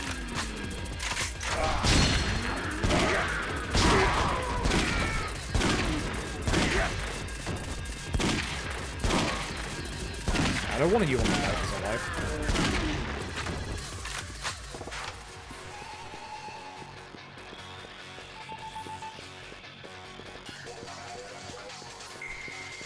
And then we immediately have a boss. But we have one rare zombie before that I will actually take care of real quick. I really don't think I need these rare zombies though is the thing. I really don't. I don't think I should be going after this rare zombie, but too late. Committed. Before it's even began. So there's only a couple of rare zombies in the any percent portion that we actually get or can get. This is one of them. I think that's the reason why I want to shoot it, even though I really shouldn't at this point. Let's go. Number 3. And then we head this way. It is boss time. So, we have a nickname for this boss. This is the Onraki. We call it the FPS Killer. Because this guy murders your FPS. So what we're going to attempt to do is find its weak spot, which you'll never guess where it is. No, it's not the head. So every time you break a piece of this guy's armor, the FPS drops. So I'm aiming down sights, jumping backwards, and then attempting to hit his chest. Now, obviously, with the shotgun, it spreads a bit. That's a good first 2 sets of moves because that's easy to dodge and keep shooting. There goes the frame rate. I got the other arm as well. There really goes the frame rate. And then we want to shoot the weak spot. Now, here's the fucked up part about this weak spot. You would think with the shotgun, the closer you are, the better, right? Incorrect. He's going to charge me. So I'm getting in the tank. I'm reloading and attempting to hit his weak spot. That's going to knock him down. And then I can get a certain distance away to hit, as you see the damage on the bottom right, his weak spot with more damage than if I was closer. It's really dumb. The hitbox for the weak spot is like a little bigger than the previous boss, but for some reason, the further you are away, the more pellets can actually hit the weak spot. Oh, he went insane. Oh, what a prick. Excuse my language.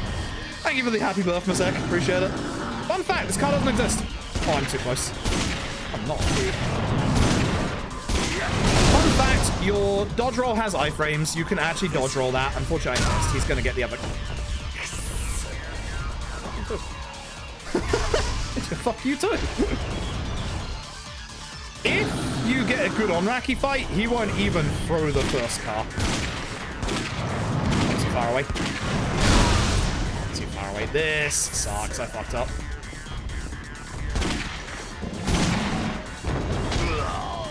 Yeah, this sucks.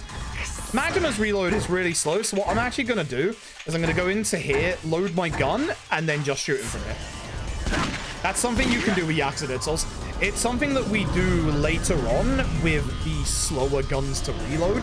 But here, when I'm on the ground, I need to reload anyway, and instead of getting up and reloading, I'm just going to do it on the ground. It's that simple. That was a bad fight. That was a very, very bad fight. The first phase was pretty good.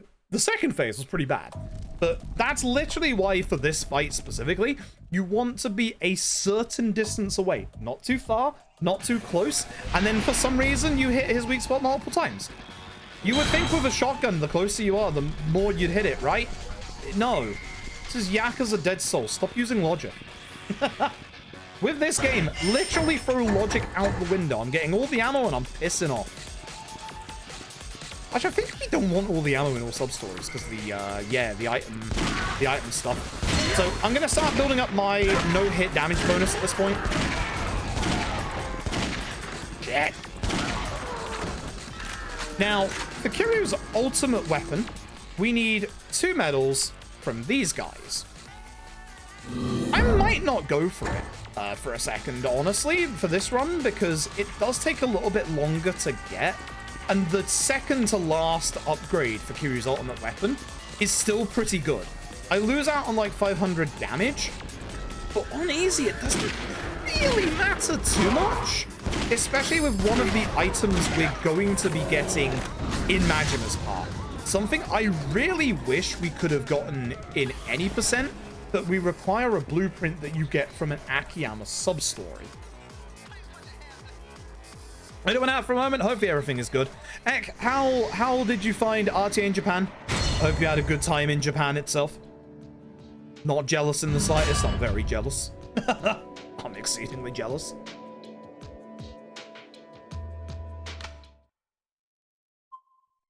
Alright, we're not going to save because we saved before this. I lost 20 seconds yet. Not surprised. Okay, so I'm going to have to put away a couple of like bits of ammo there. I should have got everything there, but it's fine. I think I only have one box of ammo for the grenade launcher, so that's a pain. But we need basically 2 slots. One for the sprinter shirt, one for the grenade launcher ammo. And then we have a good old, they're going to say, we have a good old sub-story here. I'm going to put you away, you away, you away, you away, you away. That'll be fine. We're going to go over here. We're going to grab ourselves, where are we? Sprinter shirt. We're going to grab ourselves the grenade launcher ammo. And then, as said, we're going to go to weapons, grab the grenade launcher. Good. We're obviously going to equip the grenade launcher immediately, as well as the sprinter shirt to make us go fast. And then we're going to start with House Unrest Part 1. Right there.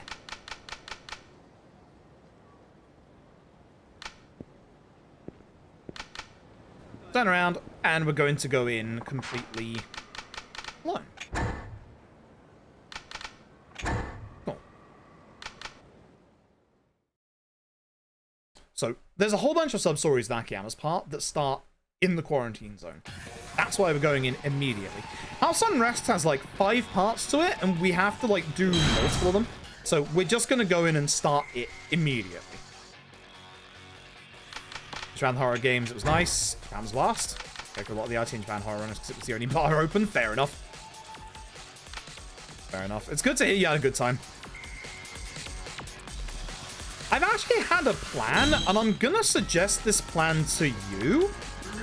You should submit Sleeping Dogs to RTA in Japan as well, with commentary by OP if they're up for it. Or you two could try and do a race. I forgot where I was going for a second there. Let him go. Just after that guy. Basically, there's a bunch of the whole House Unrest stuff is a whole bunch of Majima family members are up to no good or potentially like in trouble in like the quarantine zone. We're just gonna go and help all of them. There he goes. Yes, there will be a chase section eventually in Majima's part. Chase sections in this game suck. But now we've got the sprinter shirt on, we want to like shoot as little as possible. So we're just going to run around and chill. Now this is where Akiyama's rare zombie spawned in. Majima's rare zombie is actually at the top right part of the map. Not ideal. So there's where the dude is. Tukitoa and Zam? That's pretty good, actually. That's actually a good shout. It's a very, very good shout. 0Z rated games. That makes sense. I'm hoping that they can also get permissions that they need from Nintendo as well. Like, oh, it was so awful. Like just before the event started hearing, oh yeah, by the way, Nintendo's like cracking down on that stuff. It's like, fuck you. Like, just fuck you. I don't know what, like, I can imagine the blowback to that at RTA in Japan, like, wasn't super hot. But I'm hoping that, you know, there's a bit of blowback from, like, the community at large that likes watching the events. So, unfortunately, the Majima family member has transformed into a monkey boy, which, obviously, we're just gonna shoot him a couple of times. Getting him on the floor isn't actually too bad because you can just do that. Grab the item. And that's that. That is House Unrest Part 1. here's the guy of the family member who's actually here. Yes, he just dresses up like this. That's why they thought he was the skater boy. That's that. Alright, so for getting out of here, because it's going to keep us in the same room where we currently were at the end of House Unrest, we're actually going to go out the way that Akiyama busted out earlier. So out this way.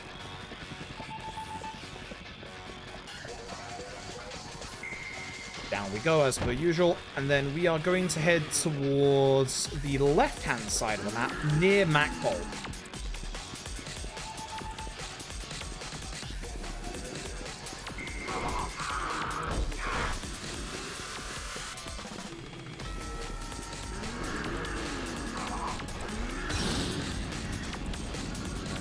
This way. So one of the things here in like Dead Souls Platinum Percent is I would probably like free them there so that we could like eat at that restaurant. You have to eat at every single restaurant in the run. They should be. Oh shit, are they at the entrance?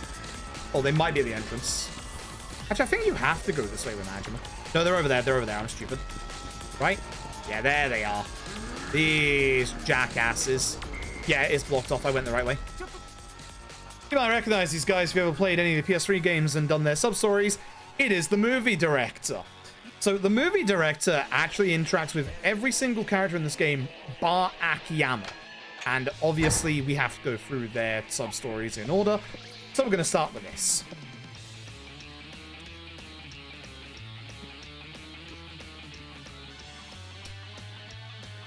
I love this soundtrack so much. You don't get to hear this in the 80%. So they're shooting a zombie movie, and they want Majima to star in their zombie movie. Obviously, sure, why the hell not? This should be the grenade launcher I need for this, if I remember rightly. We just need to kill zombies, so the quicker we can do it, the better. So grenade launcher it is. I don't know if I'm supposed to have... Demolition Man yet or not. I feel like no. It would help. Anyway, I'm gonna get my grenade launcher out. Oops, wrong button.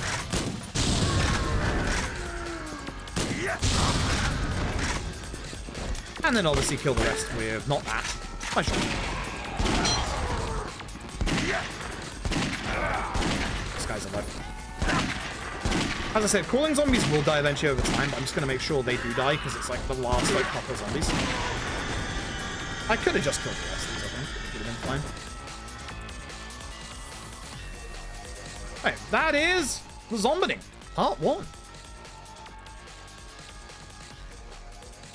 Grade A action. Scene 75, where we have to create an explosion to kill all the zombies, but unfortunately our grenade launcher doesn't count. This one is a bit rougher. We're going to set this up and do this the kind of slow way because this bit's kind of stupid.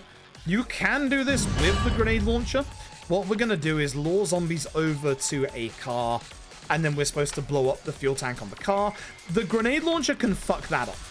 So we're just going to guarantee we get this with a heat snipe instead. I'm going to make sure all my stuff is reloaded. It is.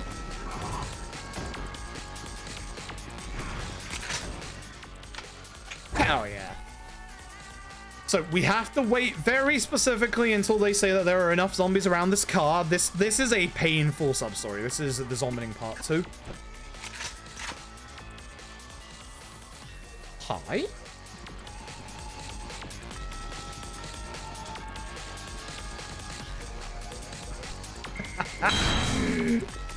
Simon, what have you done? So all these zombies that are coming in, we're kind of like trying to keep them here if possible. Trying to get like all the attention of any zombies that spawn in. Come on. Need these to come over if possible. Come on.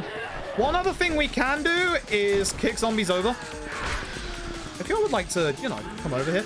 This is obviously a lot easier on harder difficulties because the zombies are all like hyper aggroed onto you. So one of the other good things about using the car itself, the action, the AoE is a lot bigger. So even though this doesn't look like it's killed enough zombies, has done. If you fail this, it is a game over.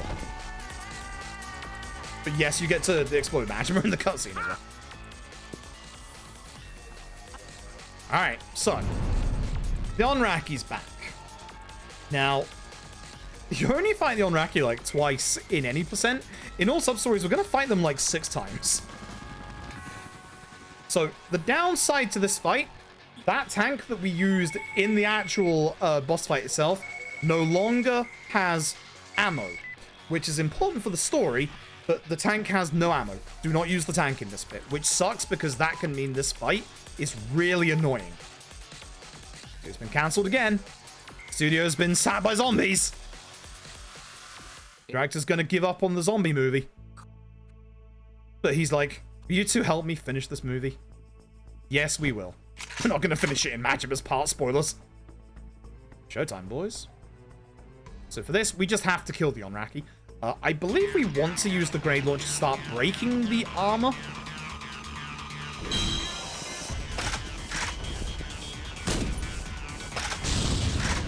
Might be wrong with this, but definitely not. Actually missing the chest piece, which is pretty bad. Okay, at this point, we're going to use the shotgun. Look at the frame rate. I'm doing that to not get hit by the AoE effect. I don't like this charge. The charge sucks. If we can get to the other side of this fence, we should be fine. He tries and gets you, which is fine. Too close to get the crit hit, so we're just gonna do this, jump back. Hopefully, I don't think it's far enough. Use the rest of the armor. 7 hours. What record's like a 640? I believe, like 6:45, something like that.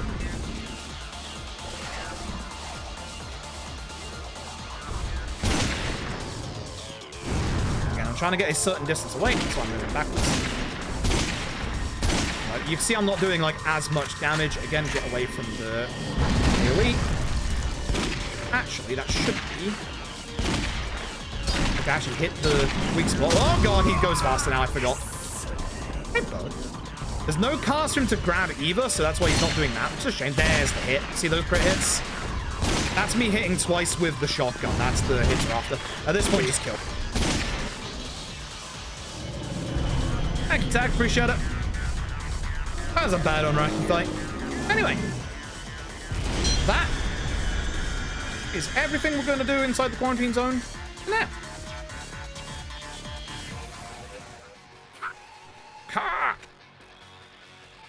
Kind of sad to see it end. Same.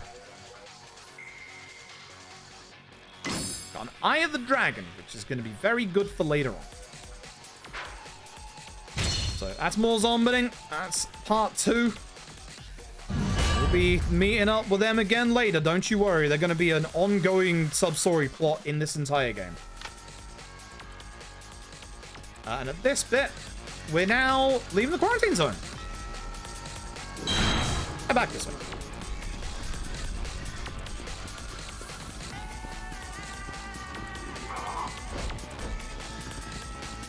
I think I'd open up the Galataria here as well, to be honest. Like, while going through this run right here, I am thinking ahead of time for places like now, where I could do some of the completion stuff for the Platinum Trophy.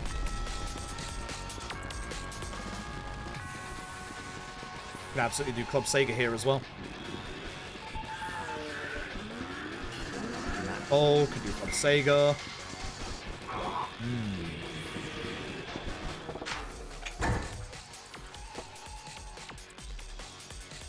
Okay, so very importantly, when we leave here, we want to go sharp right.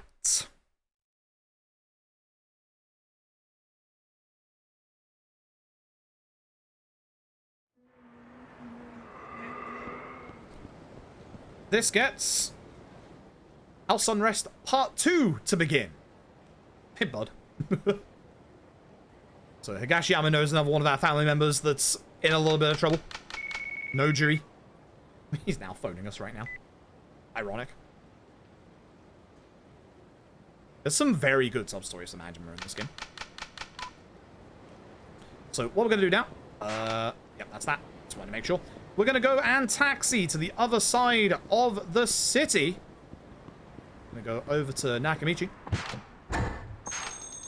So the nice thing is, well, the nice and not nice thing is that with Majima, or with like this entire game, your taxis stay in the same place, which is also a pain because that means when certain parts of Kamurocho become in quarantine, they're going to be basically we're not gonna be able to get to them. And we're gonna lose half of our taxis, which kind of sucks.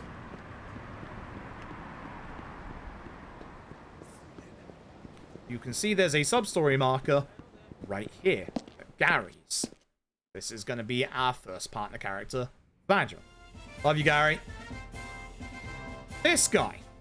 He's a bit of a jackass and he's a grizzled cop.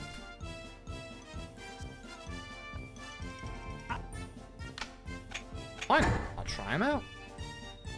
And funnily enough, that's Substory number 4. That's literally it. That is literally it. That's all you do. We're going to speak to him. Good. I thought I hit Marina there, but no, we got Kuretaka. As you can see, your partner characters also like transfer between like characters. So we're going to tell him to go on the attack, and we're just going to kill some zombies.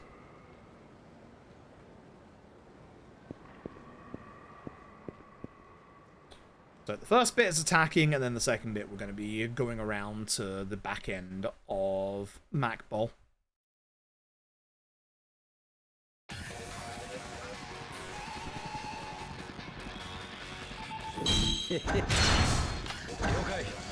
Beat the enemies in Fatal Square.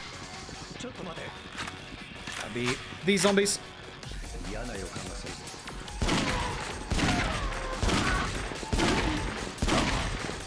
If you can see, I'm actually like trying not to intentionally hit multiple zombies to get the headshot stuff.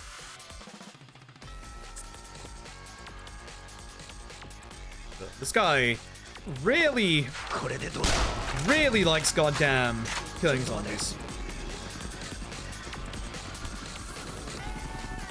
Yeah, the way through to the Millennium Tower the quick way is not open until we get to character number 3.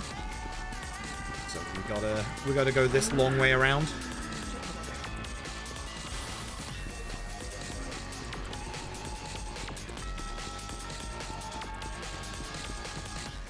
Okay.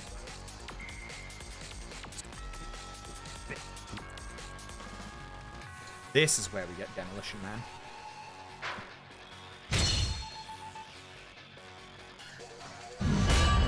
So remember what we did before we came in here? We triggered House Unrest 2, which is now actually active, and it's down the end of Tenkaichi. See when I said that a lot of like the sub-stories from Majima and Akiyama actually blend quite well together? We're grabbing this skill right here. We're 1 point off of the next one that we want. Demolition Man makes it so that every single explosive attack that we do does more damage, which obviously we have a grenade launcher.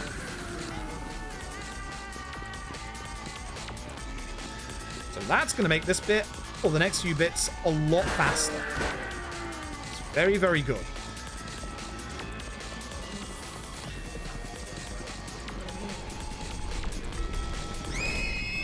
So we just need one more point, and then we can get rapid reload, which is going to help for all that stuff. Here's our dude. As you can see, he's a big hulking unit. It's gotta be Nishimori. Which, he's surrounded by zombies. He's like, you want a piece of this? Come and get it.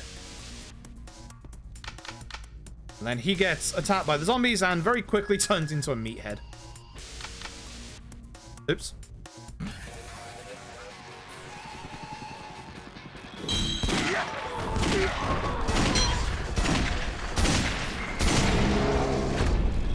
Grab a block of steel off a meathead. We do want a lot of stuff to upgrade weapons later, so it's important to grab stuff like this off the meathead when there's like slowdown and we have to wait for the end of the fight anyway.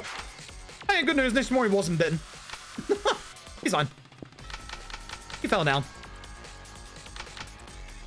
That's it. That's House Unrest Part 2. Right, we're now going to head back to Theatre Square.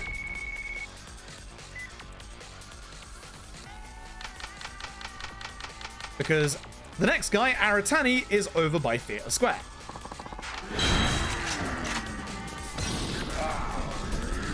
Basically, as you can probably guess, Majima's family are as unruly as he is. It's one of the things I like about, like, Dead Souls. You actually get to explore the Majima family.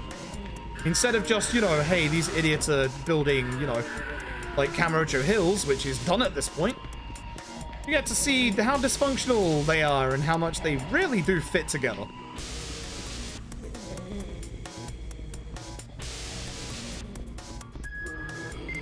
There's our email.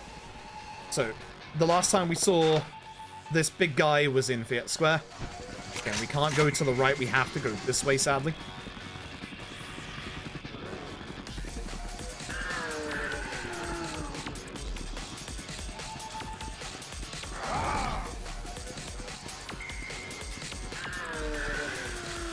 Dead Souls' soundtrack, it's really good.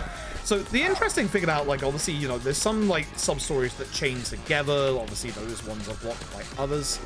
Hey, here's our big guy. Unfortunately, he's turned into fatty jackpot. God damn it, Majima. Are you... Wait. Which one of these guys is... Meow. Oh, we'll just kill all of them. Fucking fly sound effect. Meow, question mark? This is gonna suck. No, it's not. I'm gonna use my grenade launcher.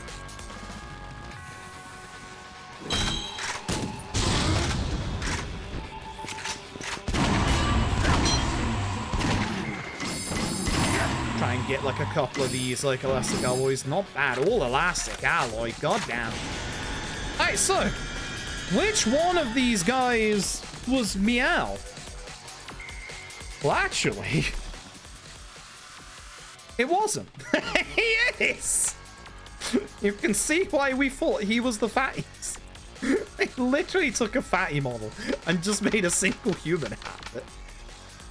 Poor guy. Poor guy. All right. We're going to leave the quarantine zone.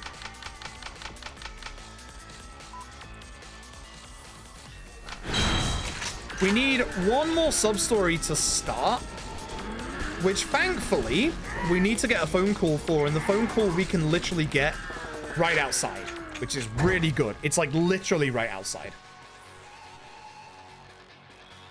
If you've never seen Yakuza Dead Souls before as well, there is a sub-story coming up in Majima's part. Everyone loves it. It's the only sub-story we do in Majima Part 3. We have to do it because it's the only time you can do it in the actual game. So I'm gonna sit here and take a drink real quick.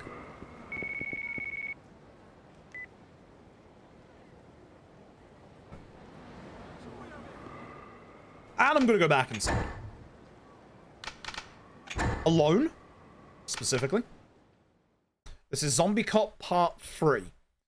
So obviously we've been going in with this guy that's a bit aggressive. He's whatever.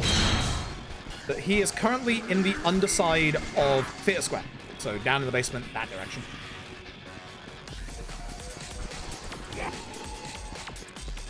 Again, we could do Club Sega here in Dead Souls Platinum %. It's not bad.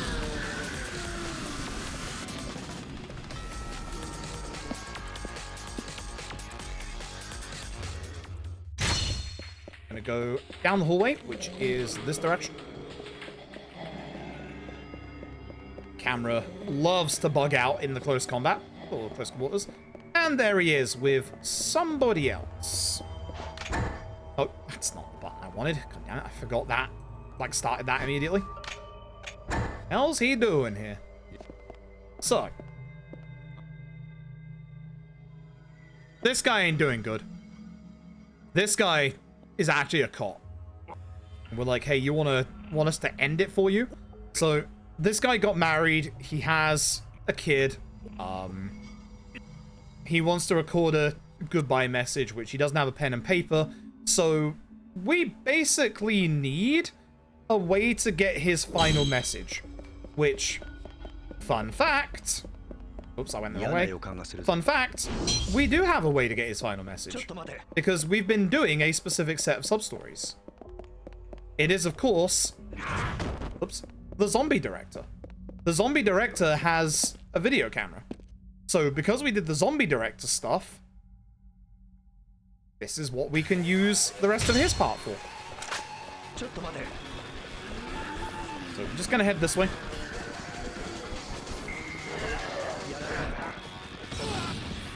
He's fine. We just got hit with a Molotov. We all do. Part and parcel of being in the quarantine zone. And... Oh, hey! Wait. There we are. Look who it is! Hey, bud.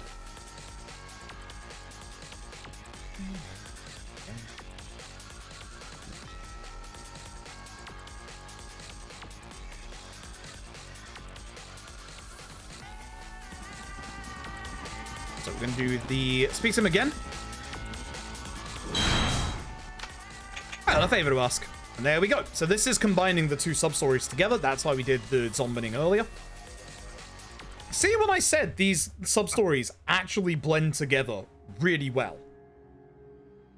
Like, there's a really very, like, neat little, like, sequence to a lot of, like, Akiyama and Majima's sub-stories. Wait till we get to character 3. Jesus Christ.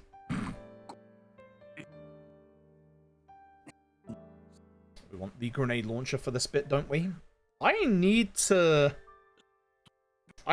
make sure I get in the next story sequence some grenade launcher rounds.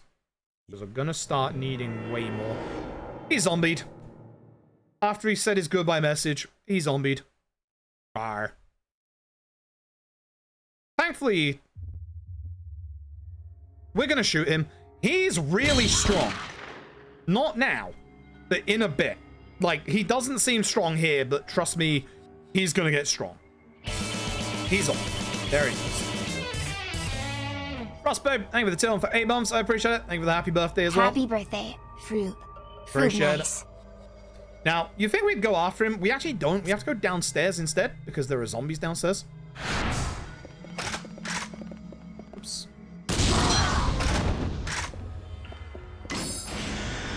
High density polymer I don't think we need, but I'll take it. Can be sold at the very least if we need the money later on, which we shouldn't. Thanks, Toby. Appreciate it.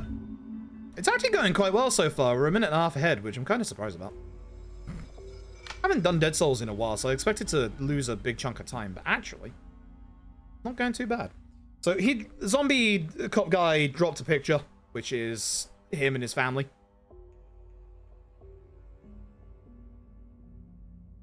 We're gonna do one more sub-story in this chapter, which is the final part of Zombie Cop.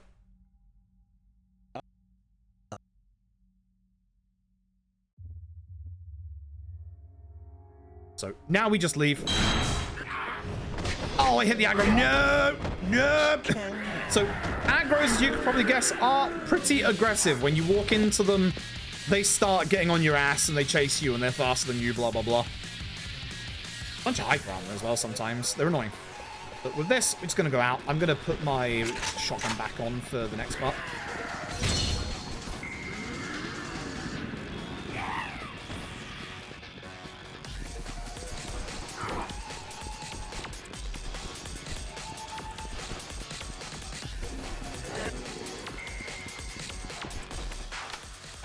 Okay, so once again, we're just going to wait for a phone call outside, so I'll take a drink.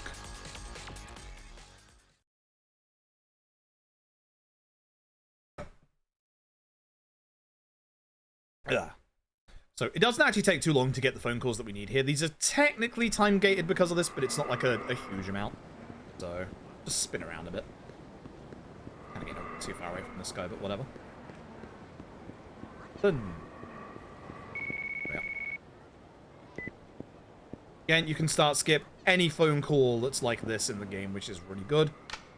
Go inside alone, because we do need to go in with Kurataka, but we need to speak to Kurataka inside the quarantine zone.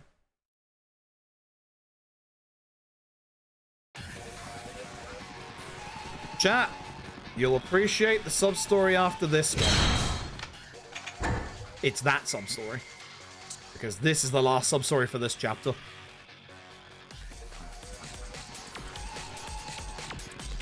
So, we're going to head towards Pit Square. Go back to the basement. Oh boy, oh boy.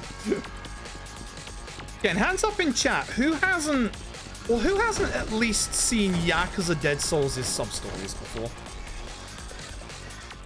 Because I can guarantee you're going to like the next one.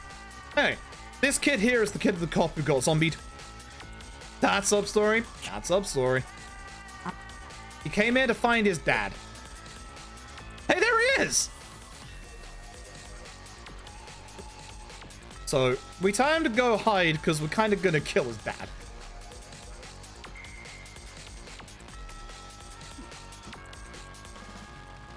So, this guy's fucking strong. It's going to sound stupid. This guy's fucking strong. So, we need to shoot him a lot. Knocking him down on the ground isn't the worst thing. It's not great because obviously he's going to fly off. But then we can get close to him and just start shooting. Like, when I say he's going to get shot a lot, I mean a lot.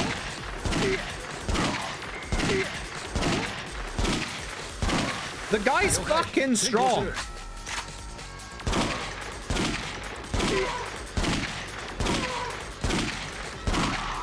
Just keep shooting. Just keep shooting. He just has a lot of HP. I don't know why he has that much HP. He has more HP than some bosses. And with that, that is 9 sub-stories completed with Majima. That is the end of this chapter.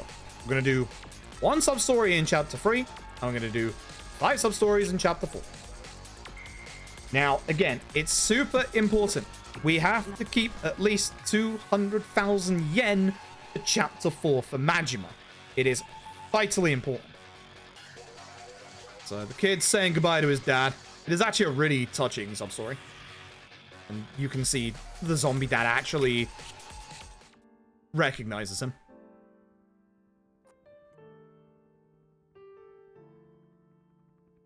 Poor kid.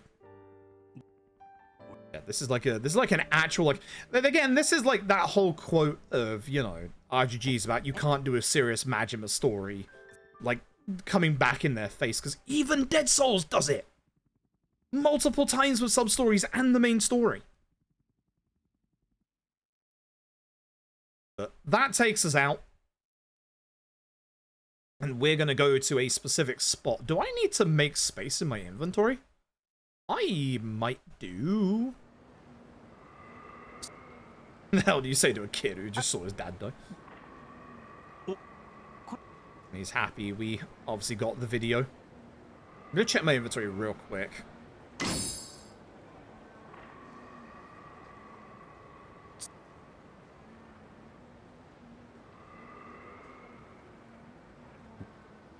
Reminds me of me.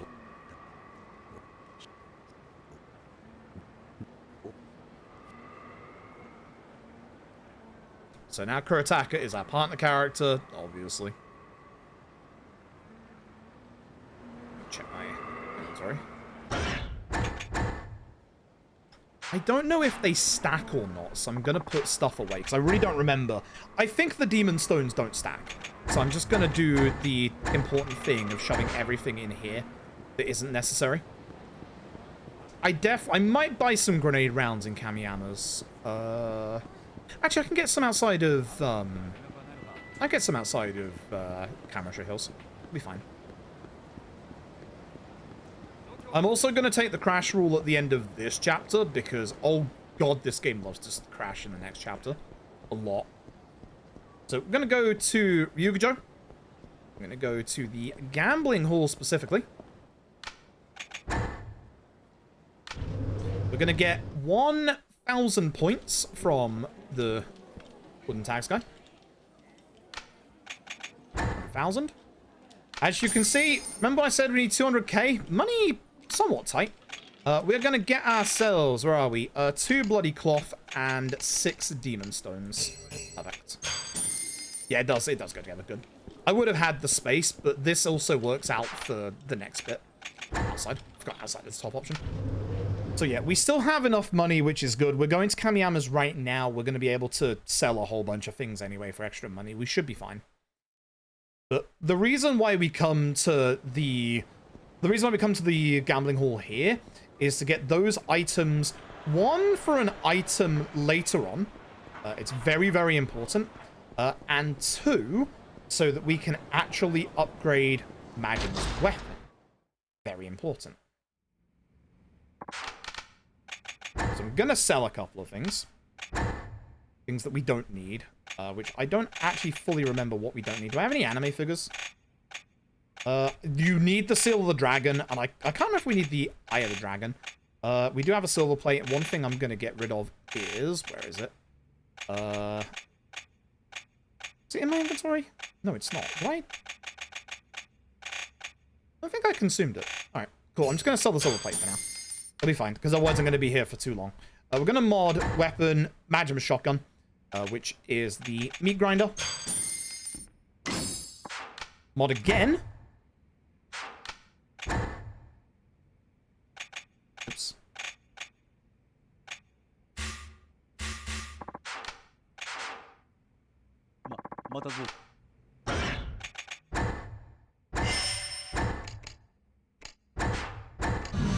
I think it's just the intermediate I need for this one. I might be wrong. Oops. I might only want to do this once, actually. This might be a mistake.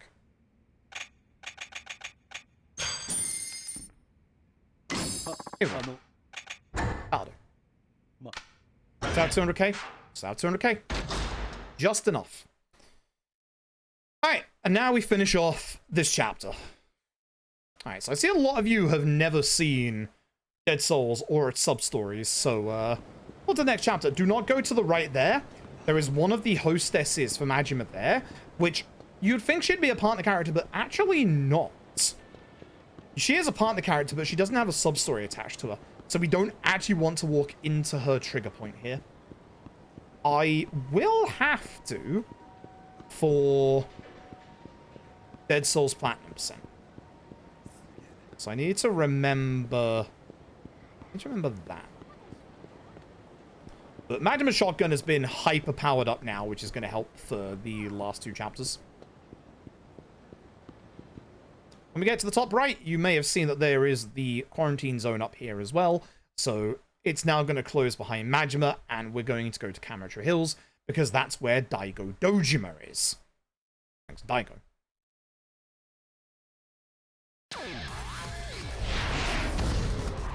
Oh shit. I might not have enough money.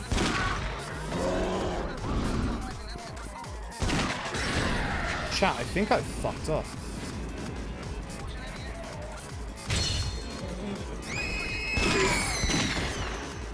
They don't sell. These ones don't sell. Give me a grenade launcher round or two. Because I need to do some shopping here, and I'm fairly certain I don't have enough. I think what I'm going to do is not do the casino straight away. We have to kill every enemy here. The nice thing is, with the shotgun, you can see it's faster firing. It also does way more damage. I'm just missing a lot. Those are still alive. Those are still alive. They'll get off in time, so I'm just going to back out and kill the rest of the zombies. Good, they're dead. What the? Hey! Still good. Who's alive? One behind me. I'm gonna grab this just in case. Yeah, elastic alloy. Okay. I don't think I need that. I need the elastic alloy from Majima's shotgun upgrade, which obviously we got. Which is nice. Hey, for the happy birthday, Farlight. Appreciate it. We're gonna save a shit ton of time in this chapter, by the way. How the hell? Like, we are saving multiple minutes. Excuse you. I'm walking. Yeah, we're taking the crash rule at the end of this chapter for sure. Like, the amount of times my PS3 loves to crash with the crying baby. The baby rage.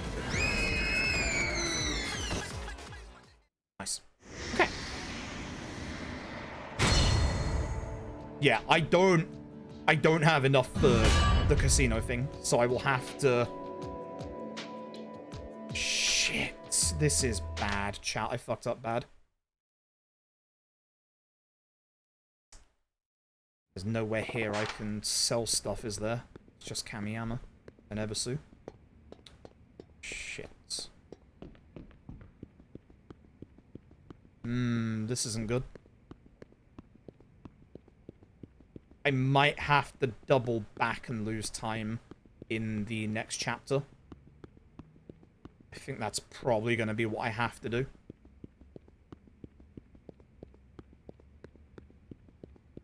I should have sold a couple of more things in Kamiyama's truck, but I forgot which things I needed to keep. Anyway, where the hell's Daigo Dojima? Hi, Daigo Dojima. There he is. He's just chilling.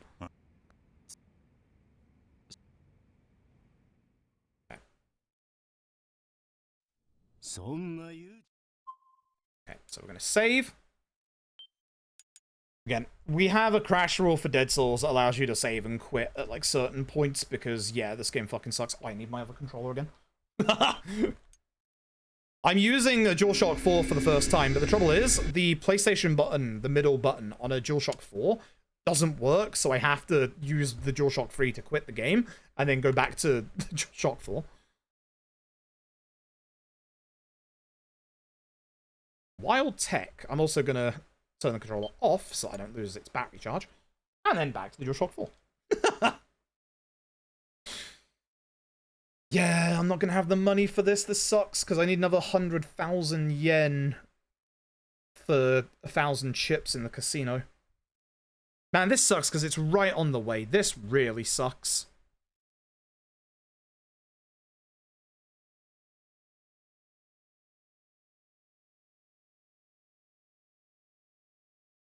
There isn't another way that we get back, is there? No, because I need the ruby and the hero cartridge.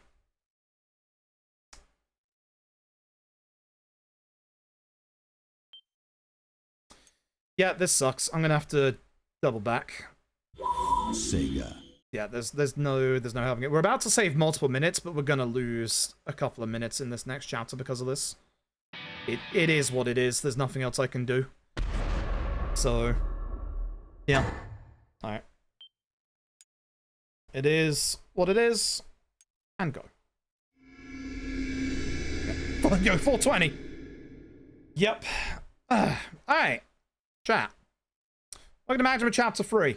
There is one sub-story in Kamurocho Hills that we have to do right now.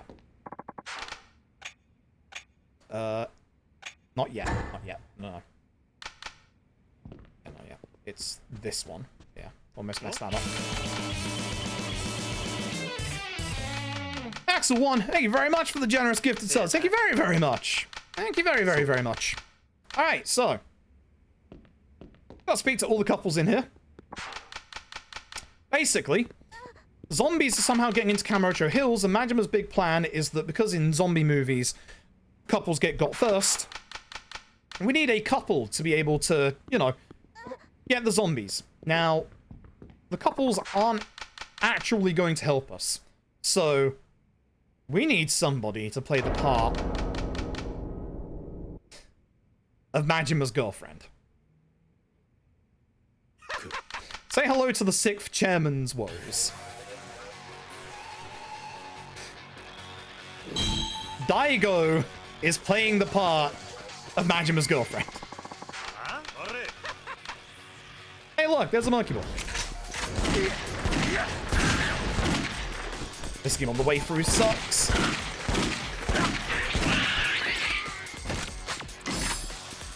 Good. Keep going. His face, yup.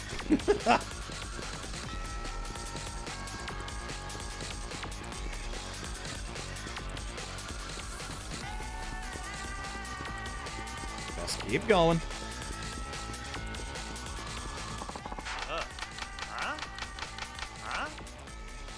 Complaining about the way that Daigo is speaking and that it's not very couple-like.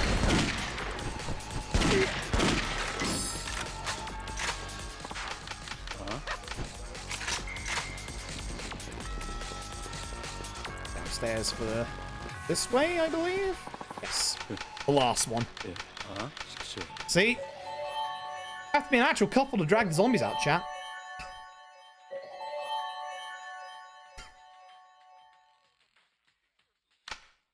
Daigo's like, no. Majima almost got Hong Kong, chat. Very nice. Block is still good. Yeah, I'll take that. Daigo does rock this outfit. You're not wrong. Bad Daigo did his makeup and hair as well.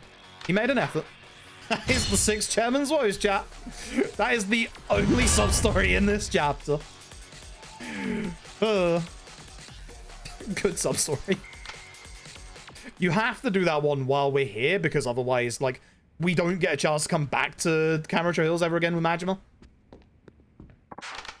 Hold on. Temporary store. Hold on.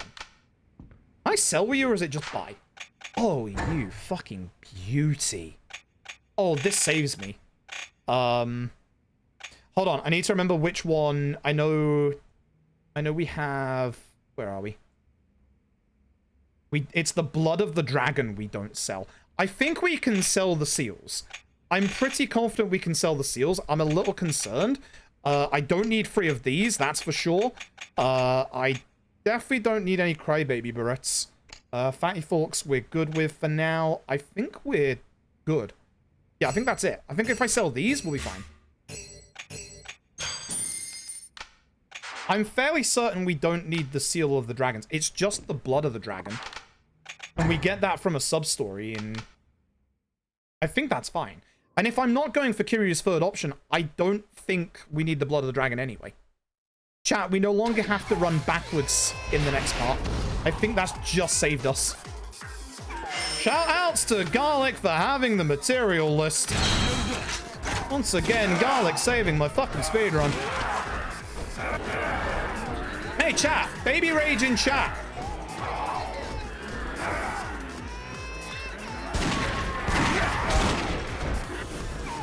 So we have to kill all the zombies in this bit. That one zombie could potentially be one of them, just ran past you that. Also includes this monkey boy. So I want to hit this monkey boy once to make sure I can differentiate which monkey boy it is, because there is a monkey boy that comes from behind us that is a pain to be able to discover which one it is to kill. I go, one of these is alive. Ow. But you don't have to kill, yeah, any of the zombies that come from behind. Just the ones by here. That would have been a very good clear if I hadn't got knocked down by the goddamn monkey boy that came from behind me. That cutscene, this cutscene right here, this is one of the big early crash points that it just doesn't load this cutscene. That's the reason why we have the crash rule here. Yeah. So, kill all zombies. Put Daigo back onto attack. We do need a bit more scrap iron. 6 zombies in this bit. Sometimes these zombies can survive, which is fine. Like, we'll be back to kill them in a second here, because there's going to be zombies that spawn in here. I do not trust this monkey boy.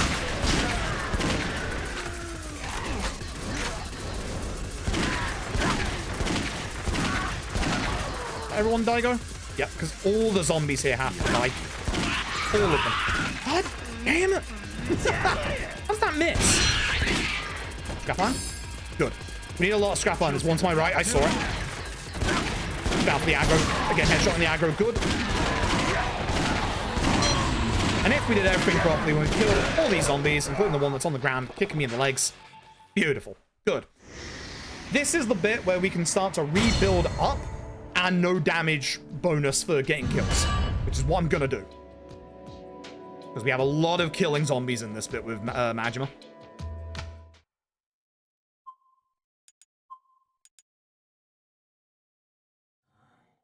Okay. I'm so happy I can now do the casino stuff. That's so nice. I got very worried for a second, but yeah, that temporary store is a godsend.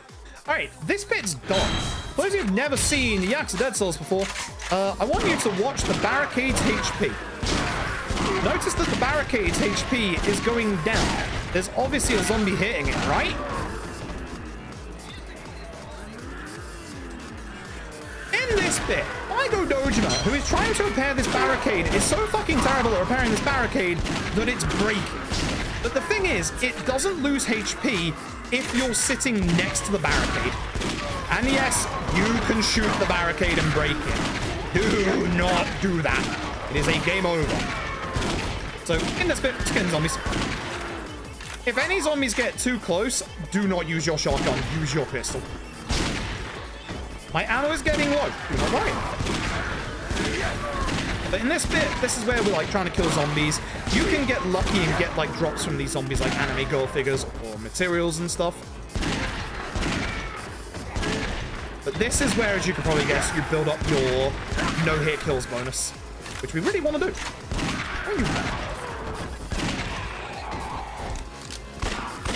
Across this angle.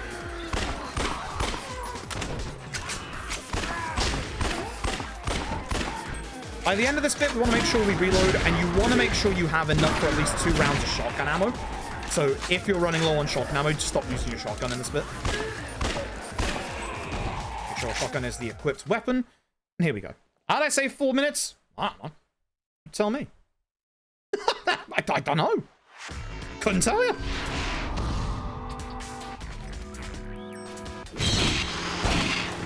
You tried it. Now, the nice thing is we have Magma's upgraded shotgun, which 1, fires faster, and 2, does enough damage to our new invisible acrobatic prototype that we should... he skipped his animation. Be able to just loop him in his invis lock, but unfortunately, as you saw there, he decided to just murder me, which that's rare and shouldn't be happening. You fucking mind? They're invisible. The nice thing is that at least we have a lot of damage so that we can just murder the guy, but goddamn, I skipped his animation. I should have rapid reload at this point, chat.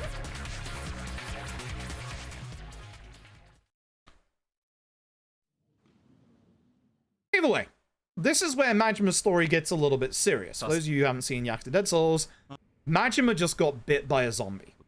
Majima is now infected. Nobody else noticed but Majima. I'm going to get my, as I said earlier, rapid reload. This makes it so that we do a quicker reload. We're going to get a bunch of shotgun rounds, a little bit of grenade launcher rounds. Tell Daigo to back me up so that he ideally doesn't, like, aggro these aggros. Pun not intended.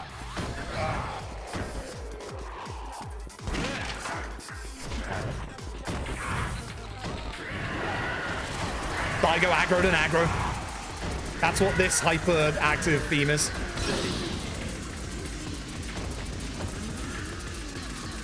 Thanks, Daigo. We don't need the Daigo or the homeless guy to get to us. And ideally, we need, like, the aggros to not aggro onto us because we have to kill every enemy in this bit. And it's easier to differentiate the enemies that we have to kill without having any run at us from behind and interrupt us, like the aggro that's going to do that in this section. I'm now going to put Daigo onto attack in case he gets close enough to help.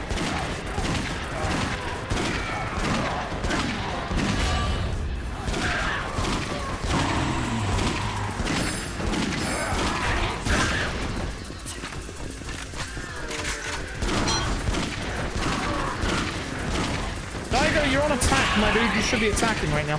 So the nice thing is I'm still in this bottom part, so all the zombies are spawning in down here. There's a group behind us here that we do have to kill. I think one of them is alive to the right. Yep, I'm right. Please? Thanks, Daigo. Video game, where are your manners? And you. So I said before, the timing in this bit is not like super accurate, but you can get a general read of my time. A 316 with Majima's upgraded shotgun is pretty decent. I will take that. Anyway, this is the way to Purgatory. Which Daigo says... Wait for it. So this is Purgatory. In a way that tries to hint that Daigo has never been here, to try and hide the fact that you came here in Yakuza 2 and Majima knows, Daigo.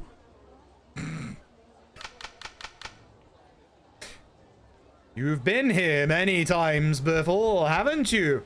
Daigo. Anyway, that guy's talking about zombie serum. It is a special serum to cure being infected, which is actually a sub-story for Majima. Please go in fucking purgatory.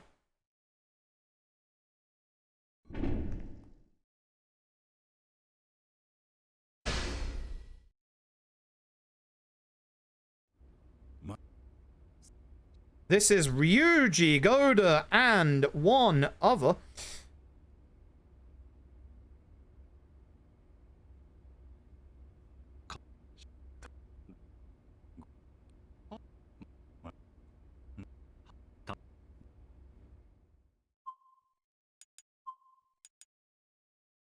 I saved 13 seconds. I was after going to that shop as well. Hell yeah. How the hell am I saving so much time in this run? Ridiculous. Anyway. Normally, if this was any percent, we would be going straight to the boss fight at this point. Unironically, like, if they do a Kiwami free, they need to do a Kiwami free properly, like they did with K1 and K2. But if there's any game in the series that a Lad Ishin style remake would work, it's this game. Yes, my hand is shaking. I don't know why. Alright, so because we got the extra money, I can actually go and do what we want to do here in the casino. Thankfully, we're not gambling like in Yakuza 3 or 4. Thank fuck for that.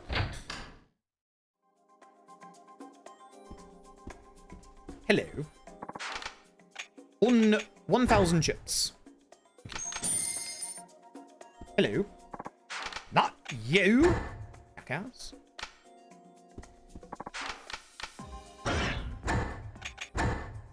Ah! Get rid of you. Get rid of you.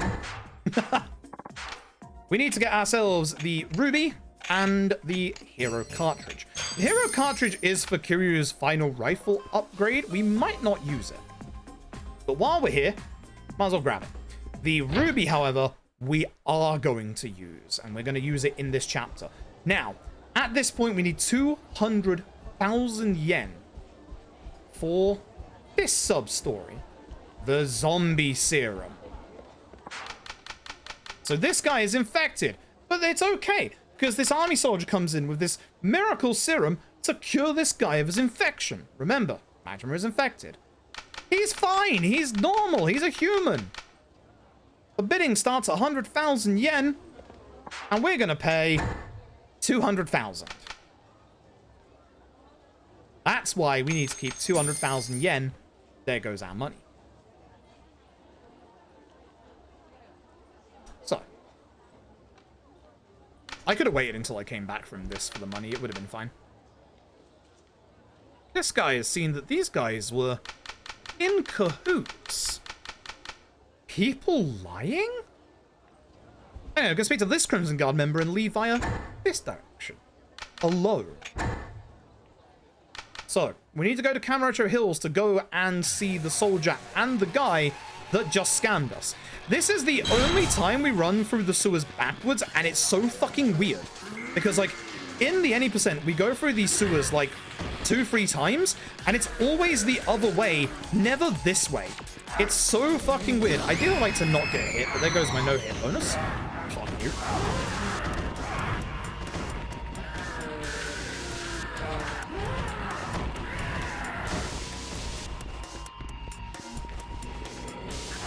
It's so weird. It's so weird going backwards. If you need more ammo, you can now get more ammo here. We should be fine for now. Go after them.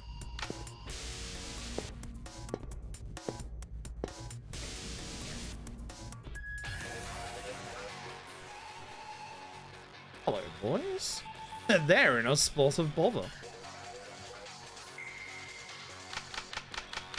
It's just vitamins. Fucking con artists. So, take care of all the zombies. Whoops, so lazy. Grenade launcher, very good for, obviously, the groups of zombies that are chilling around one another.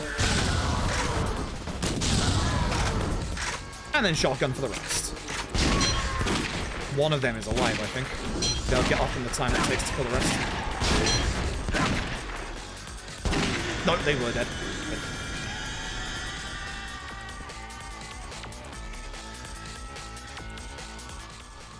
Done with the series. So they give us our money back and a platinum plate that also sells for a shit ton of money. And they're like, hey, Majima, save us from these zombies. And Majima commits murder because he doesn't save them.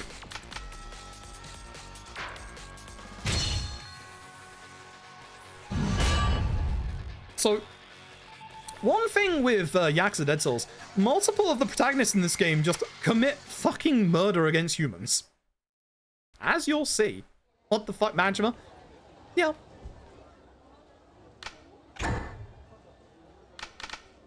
We're going in this direction again. This is the very clever bit for the routing for this bit. You technically have two exits. You have the main exit where the story is, or you have this direction. This was a part of the routing that I was really proud of. Because this actually gets us to House Unrest Part 4. Like, the routing for all sub-stories is actually, especially in Akiyama and Majima's parts, really fucking clever. Both from, like, the stuff that I did and all the optimization and improvements that Panda and Garlic did. Like, the routing for all sub-stories in this game is exceedingly fucking clever. Like, very fucking clever. Like, especially for the first half of all sub-stories. Because House Unrest is actually at the top right part of the map, and we can just leave via this direction.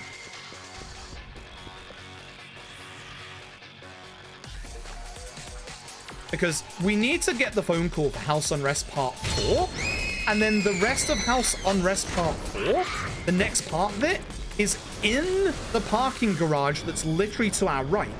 So the clever bit of routing here is, why don't we just leave via this exit, get the phone call here, and then go right back in and just finish off House Unrest. It's so clever. Like, it's so fucking clever. It's so well done.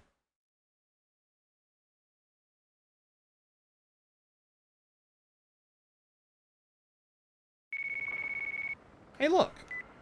There's our phone call. Simple as that. It's so clever. It's so good.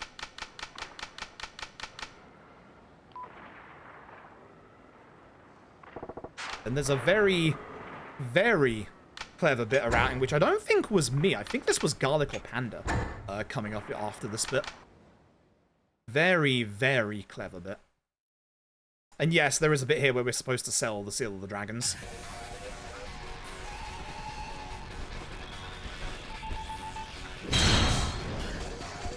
This aggro right here, the nice tall brooding aggro, this is our other Majima family member. Found you!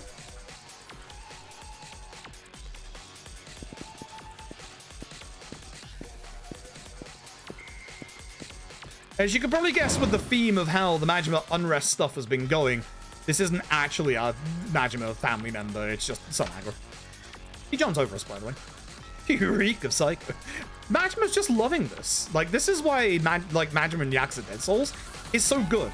He's literally just committed murder, but he's full-on mad dog. I missed the second headshot. Like, he's full-on mad dog in this game. Like, it's so good. Because, like, they felt they could tell a story with Mad Dog Majima because these aren't humans, these are zombies.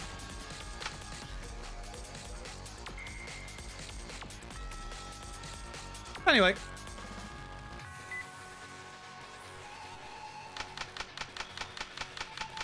Morisaki was outside the entire time. Fuck that shit.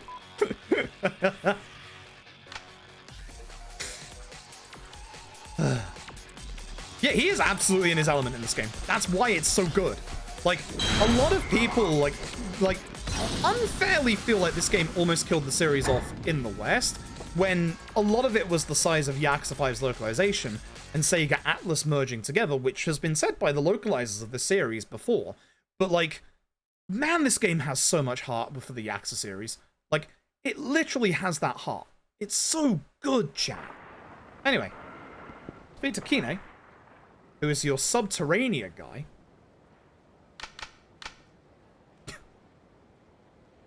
I don't think this was me that routed this. I think this was Panda or Garlic. I think this is a very, very clever bit of routing. Because as you'll see, we need to get now back to Kamiyama's. And that should be that. Because that actually, I think that sets up another sub-story. Now we run. Yeah, now we run. Now we run. But that sets up another sub-story. I'm very confident that's a sub-story it sets up. So very, very clever bit of routing from Garlic or Panda, whoever did this bit here. I don't think it was me. I'm pretty confident it wasn't me. And we can actually, in this part, sneak through this bit. You can't sneak through this bit later on, but you can during this part.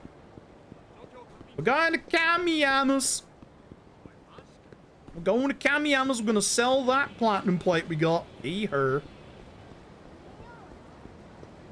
Sell a bunch of stuff, actually. Hey, bud. Gonna sell.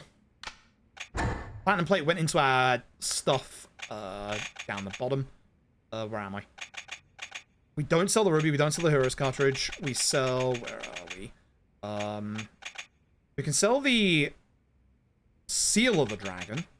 I think we can sell the eye of the dragon. It's just the blood of the dragon we don't want to sell. And I think that's yes, that's everything that we need.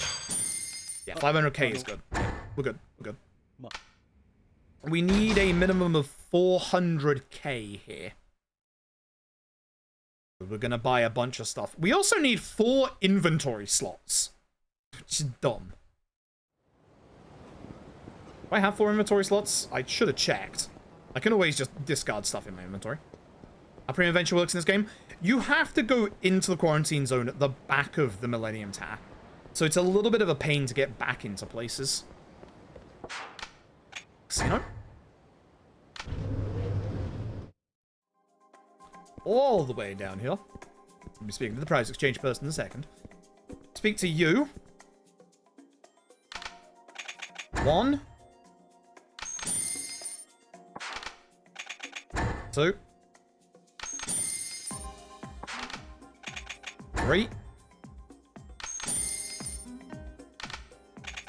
4.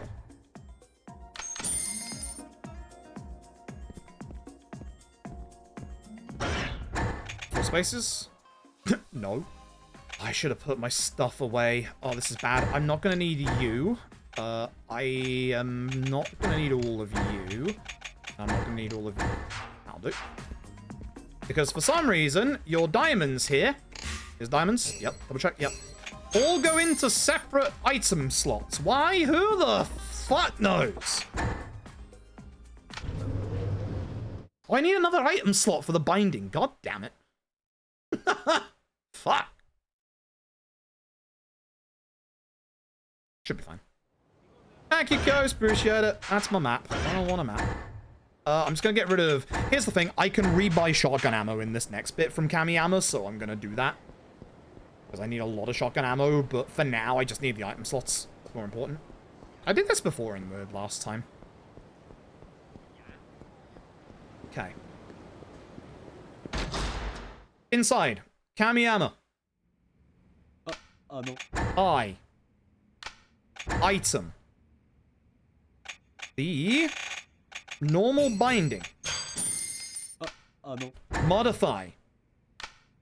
Gear. Where are we? It's here. The improved. Modify. Gear. Oh, it's right there. Ultimate. Modify. Gear. The bloody binding. This is the thing. I'm going to buy some ammo now. This is the thing I wish we could actually get in... Do you have 2 slots? Yeah, that works. In thingy. I don't need any spaces anymore, do I? No. This is the item I wish we could get in all sub-stories. Not in all sub-stories, in any percent. The bloody binding drops your defense dramatically. It drops your defensive stats by like -60 and everything for one good reason. It ups your attack significantly. And I mean fucking significantly. Anyway.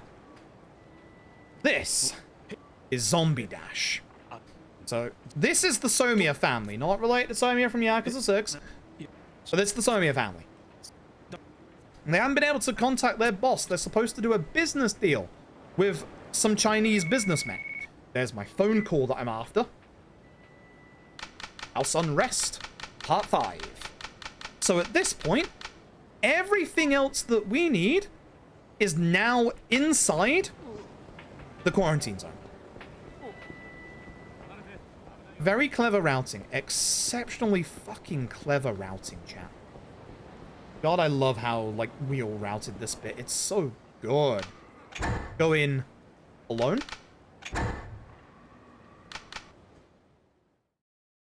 And we can now go... Well, we need to come outside once, which we'll do after House Unrest. So what we're going to do is we're going to do Zombie Dash first. Now, as you could probably guess from the name...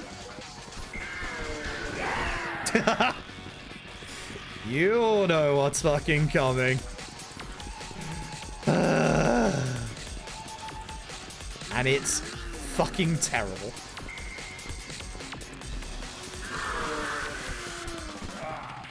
My grenade launcher for this bit. Oops.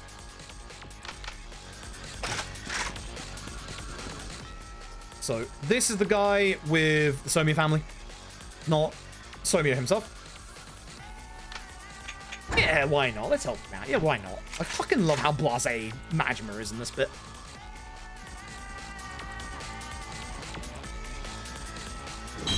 Oops. Hey, where's my grenade launcher? Majima. The fuck?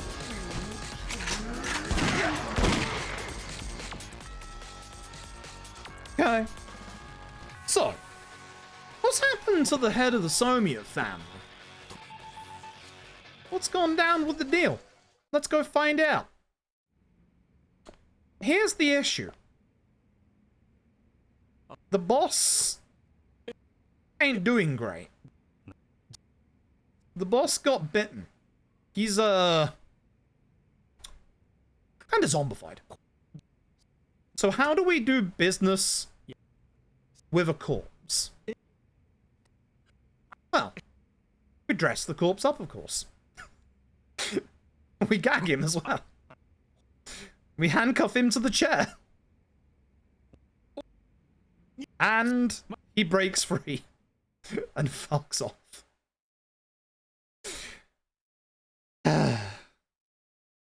Thank you for the happy birthday, I appreciate it.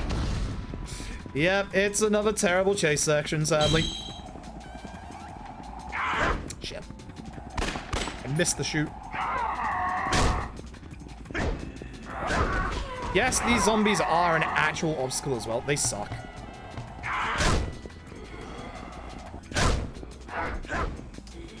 God, I hate the chase sections in Yakuza Dead Souls. They are absolutely terrible. How does that miss? Your tackle doesn't, like, target, like, the actual person you're going after, by the way. I mean, that would hit, so... That wasn't too bad. It is usually a lot worse than that. Still terrible. Thank you, Keybo. I appreciate it. Yeah, I'm doing the crash rule at certain points. Anyway, we now have sunglasses as well. So, hard to account for a zombie invasion. That's why they're not here yet. Alright, so. We're now going to do House Unrest Part 5. We need to go to Volcano, which is the pachinko parlor, which is not to the right. So you would think it would be down that way. It's not. For some reason, wait, it is this way. You'd think it'd be to the right here, but it's not. We want to go to the left. Because remember, you can't skip forward through the middle part until we hit Ryuji's section.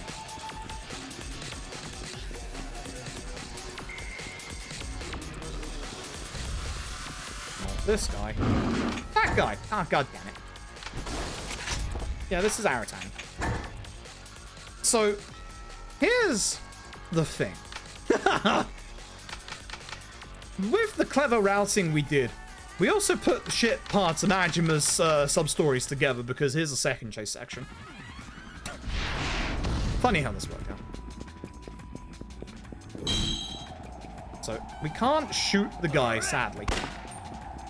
There is a barrel up ahead. We can actually hit. I didn't want to hit that one. I want to hit the one on the right.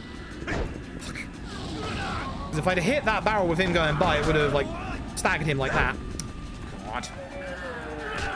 Dead Souls' chase sections fucking suck. I'm trying to shoot the barrel video game. What is this? Oh, shit.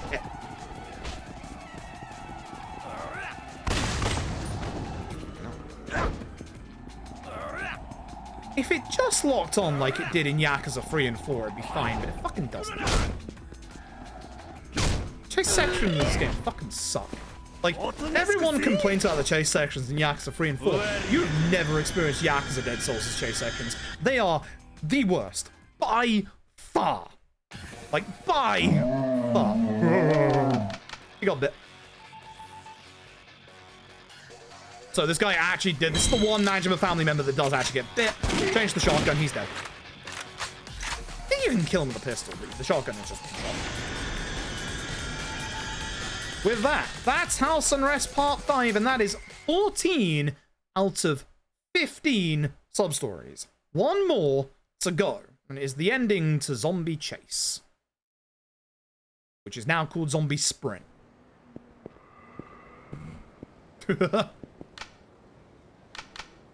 Smart.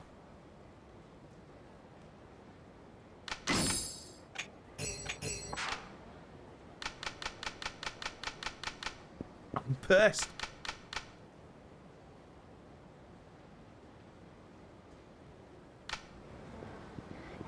Can't go straight back in.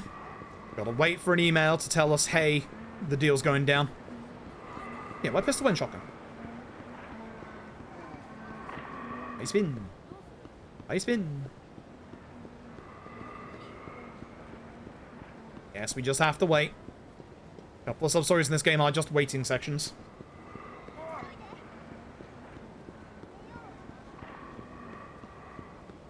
Come on, game. There it is. Check your emails. They're coming. Now we go inside. You have to trigger that out here before you go back inside. Otherwise, it doesn't count. Found that out the hard way.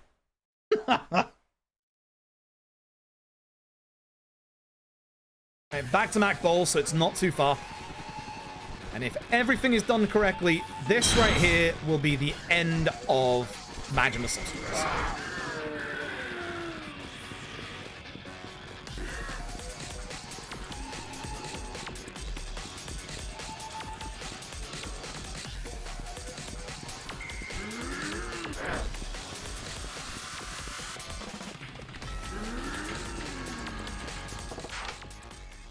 So, what happens when we try to have the deal go down? Well, here's the Chinese clients. It's all fully voiced here as well, which is really funny. And they're like, so, what's up with the bull gag? It doesn't matter what options you do here. It's a joke. So, how will he speak? That's what you got us here for. Easy peasy. So, they got the money for the stuff. And they're like, so what's up with the handcuffs? It's a weight loss tactic. Obviously, it's all the rage. Very funny man, Majima. Why is there red light coming from behind the glasses? Oh boy, deal went south. The boss somehow breaks out of the chair again.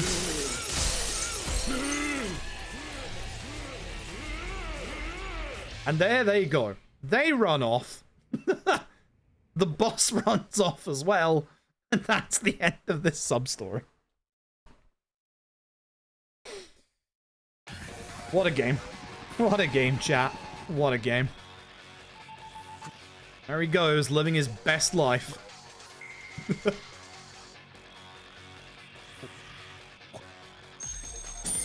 We get a bunch of money. There he goes. Bumps the camera on the way through. Oh, RGG. And once we leave, we should get the email saying that we have done all of Majima's sub-stories. If we haven't, I'm fucking shitting myself because I don't remember what I haven't done.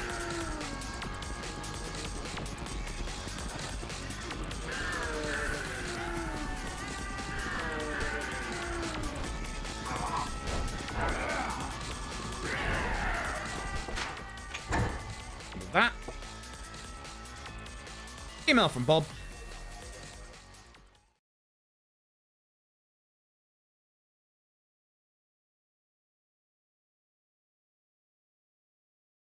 Wait for the loading screen. It's Yakuza Dead Souls. Majima Substories rewards. That is every substory done on Majima Goro. We have one thing left to do in this chapter. Chat, we're about to save a fuck ton of time somehow. Like, holy shit, the time save we're about to get. Before we speak to Akiyama, equipment, the Bloody Binding. So, as I said, the Bloody Binding gives you a hell of a lot of extra attack. Normally in the any %, we don't have Majima's maxed out shotgun, and we don't have the Bloody Binding. So, watch this damage. You don't even have to put Akiyama onto attack. Try and guess where its weak spot is, by the way. You'll never guess. Anyway.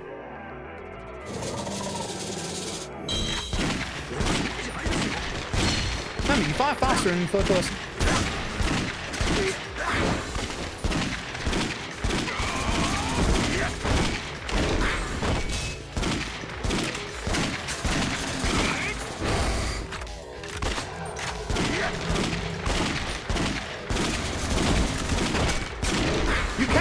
The Tsuchigumo here and have it like on the floor, but you know,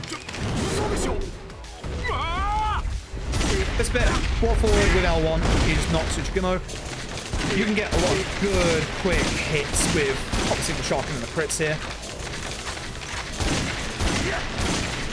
Look at how much faster that is than any %. If you've never seen Yakuza Dead Souls, it's look at one of the greatest QTEs in Yakuza history. This is baseball.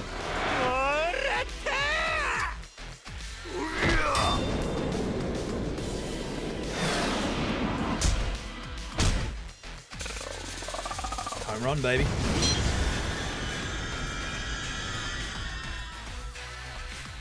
So we're about to save a couple of minutes. I don't know how the fuck this pace is so good. Because the last time I did this run was not the first time I did all Substories, it was the second. So we'd already done like a lot of extra, you know, quality of life stuff and like, you know, optimizing. So I shouldn't be saving this much time. No, the PB is on SSD. No, it is. I've never done dead ass on hard drive. Never. What the hell? I could not tell you. And I'm doing everything. Like, we're getting the Substory clear rewards. You can see it. Like, you can see the emails coming through.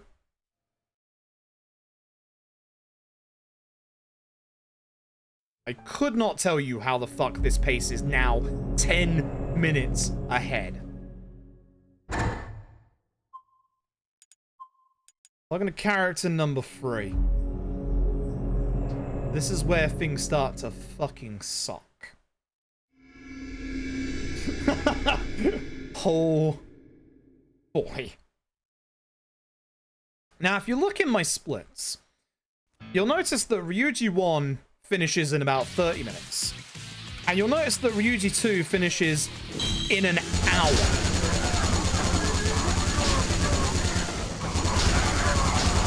One next to me is alive. Who else is alive? You? That is because for Ryuji Chapter 2, we do all 15 of his sub-stories. And it's not by choice. Ryuji 2 fucking sucks. Ryuji in general, unfortunately, fucking sucks. Yeah, I have no idea. The only thing I can think of is that I accidentally, when I was making my splits earlier, the only thing I can think of is I've accidentally, like, written the wrong time for one of my splits. So, at some point, it will, like, catch up. I have one more. I'm gonna read it. So, I'm keeping an eye on the kill count here. I think everyone's dead. No, one's alive behind me. It's 15. I should know it's 15. thankfully, that's me reloaded for this bit, I guess. And yeah, no, normally you can't bring like 10 minutes out. And like, I know the Garlic and Panda have made a lot of optimizations to this run, but not 10 minutes at this point. That's everybody. The nice thing is, Ryuji 1, completely the same. I shouldn't need at this point any extra money. I think we should be good. Like, when we get the gold plates from Hasegawa, I think we're gonna have all the money we need. I think we're good. This run got very lucky with that one anime girl drop on Akiyama earlier. Which, weirdly, I think in my PB I had way more. I had like 3 anime girl drops, I think. So, the downside to Ryuji, we don't have anywhere near enough ammo. So we're gonna get a whole shit ton. It's really weird to think there's still like 4 hours of this run left because we've just hit, obviously, Ryuji's part. I'm gonna... Oh, I should have shot the rest of the squad first, that's right.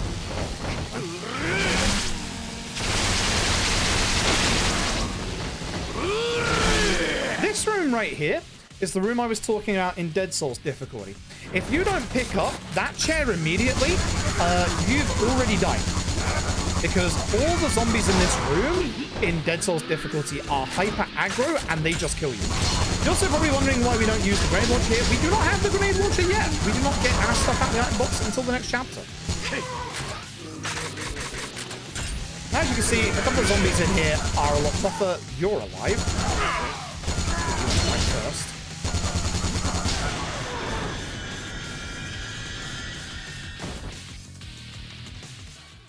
And yes, this is going up to my most up-to-date splits as well. It might not be up-to-date on SRC, but I did actually highlight my most up-to-date Yakuza Dead Souls one.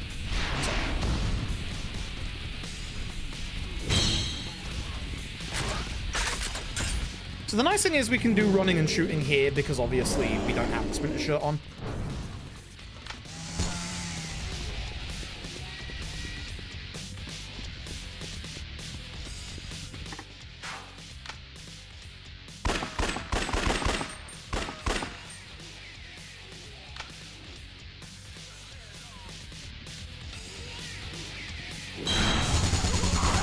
Got 6 kills here, but the issue is these guys can actually get your kills, so you have to pay attention to like any kills they make. Yeah, that's, if you look at Rosa's clip there, that's the one we're talking about. You can just get fucking infinited in Dead Souls difficulty in multiple places, but this is like the big one. So, this bit sucks. We have to clear the entire Ifit square, and it's a pain to do. There's going to be zombies that spawn like next to us here that we have to make sure we kill. I'm going to come back in a second. Nice lag.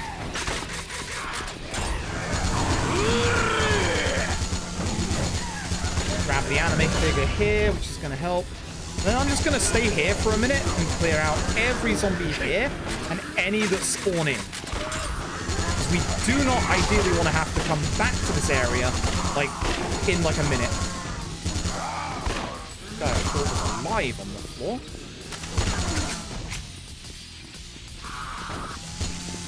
Nice late spawn, jackass.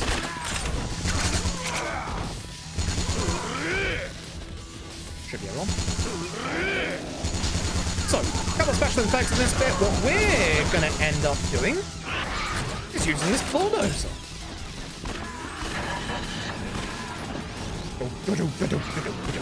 Yes, the bulldozer works, and it does a lot of damage. Look at the damage we do. We've just killed that fatty. Just kind of hoping to hit this tank on the way through. The important kills are the crybabies, because they summon enemies. This time I'm going to kill the rest of the enemies.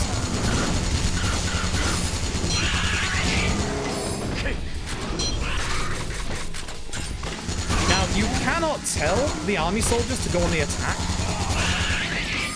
Any zombies? No? Good. Okay, we can just go to the right. Holy shit, this is actually really good. Holy shit, this is actually nice. Down. Don't worry about our ammo count. As I said, we're going to need a lot of it. We have a chance to get some in a minute. There are no zombies. Check inside here. The inside of here is a spawn spot. Oh, look, there's the last zombie. There's one outside. Beautiful clear. Beautiful clear. Very good. Very, very good. Very clean. Very happy with that. Now, normally we wouldn't have this many inventory slots in any percent, so what we're going to do is just grab as much ammo as we can in terms of Gatling gun. That'll do for now. We're going to need a bit more than this, but this should be fine for now. And we're next to the tank. All right, that's the end of the first part for this chapter. Essentially, this basically boils down to 3 parts.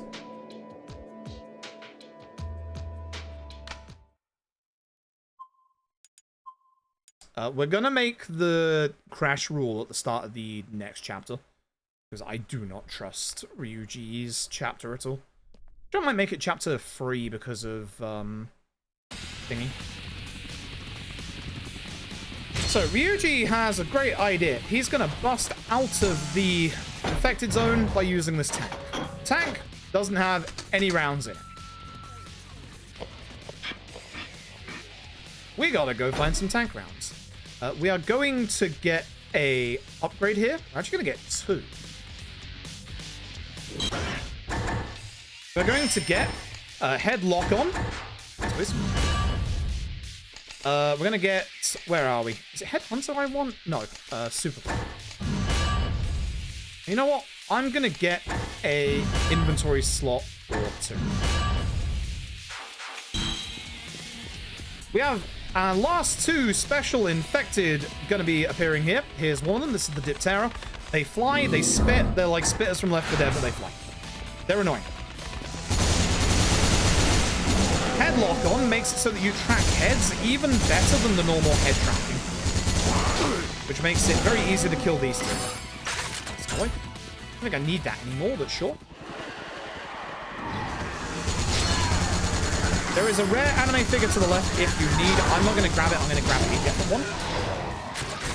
By getting super grip earlier, that allows us to pick up heavier objects like the explosive barrels, which is very good for the very final special infected, the hermit, hikikomoris that stayed at home so long, they basically crossed it over. Good. And then we run forward. Absolutely beautiful. I remember the HLA from Yakuza 3 and 4. Yep, it's back. So, that's essentially the end, or almost the end of part 2. This is the last part. We gotta go and get these definite Yakuza-looking types and escort them over here. So, you don't have to kill the first group of enemies, nor the second group. Just anyone in this alleyway. Might be alive. They are. Should have aimed. It's just this last guy. Damn it. Dang.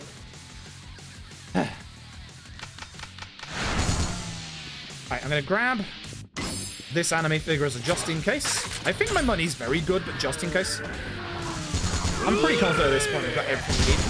I'm gonna run through here, shooting a few zombies on the way through, so hopefully we can just get past. I don't need to for this bit, because for this escort, you can just go straight back in, even if you're upside down like that.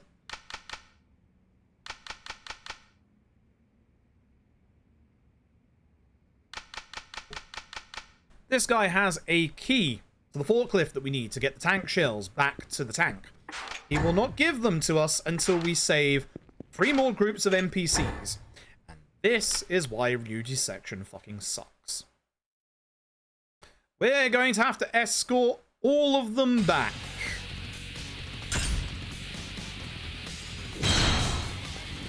And unfortunately, one by one. Which sucks because there's 2 groups that are very close together, very far away. Push that out of the way. Push you a little bit out of the way. I'm actually going to grab you, I think. One of which is coming up right here. Out of the way. There's a group that's even further down there. Now, I'm going to run backwards really quickly and hope that, yeah, they don't attack, which they are doing. If they attack, they can get grabbed and also just waste a whole bunch of time. Fuck this guy, come on. Really aggressive today. Fuck that.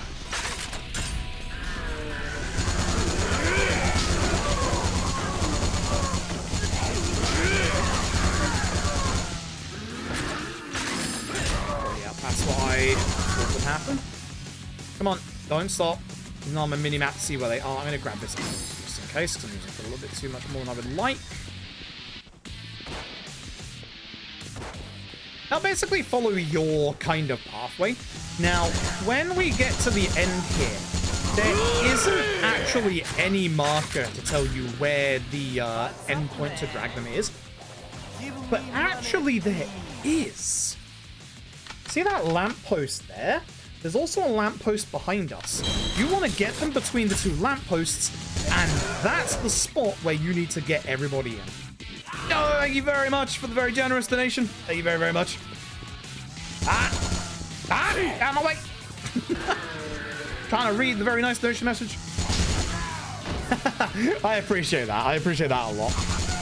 That will be absolutely going towards the CPU, the fixed CPU fund. Thank you very, very much. Yeah, for those who don't know, chat, if you haven't been here for a couple of days, for the past month, my PC's been a bit weird, randomly closing games with memory errors. It's been getting way, way worse in the last week. And we did some tests and figured out my CPU is busted. It is 13th gen Intel, so you know. Play, which does delay me too much. I have to kill these zombies as well. Or you keep running and that'd be perfect. Come on, come on, come on, come on. Beautiful. Don't trust that zombie either. They're all spawning in really bad spots. So I take a weird route through this bit. Like, you should take the right, but I like taking the left because it gives me enough time for them to get through and for me to basically kill these zombies. I don't know where the monkey boy went. One NPC is currently stuck. What are you doing? Oh, he's been grabbed, that's why. Anyway, this route is pretty bad, by the way, chat. The monkey boy will grab an NPC as well here. Happy birthday, food. Hope this year is a great one, food hype. So do I. Here's hoping this next year, less time in hospital. We sit here for a second because there's a lot of like zombie spawns here that are gonna like, oh, I hit the gas pipes. Let's go stop the other NPCs. You go away, monkey boy. Okay, shouts to the army guy who actually just helped me there. I'm sorry for saying you were crap. So you'll see it here. See this green lamppost on the right, and then see this green lamppost here. That's the point where you have to get them in between. If you go to the back exit, it's pretty much just the, like, perfect point for them. Danny Man, thank you for the tail on 31 months and the kind messages. Could you fucking move forward?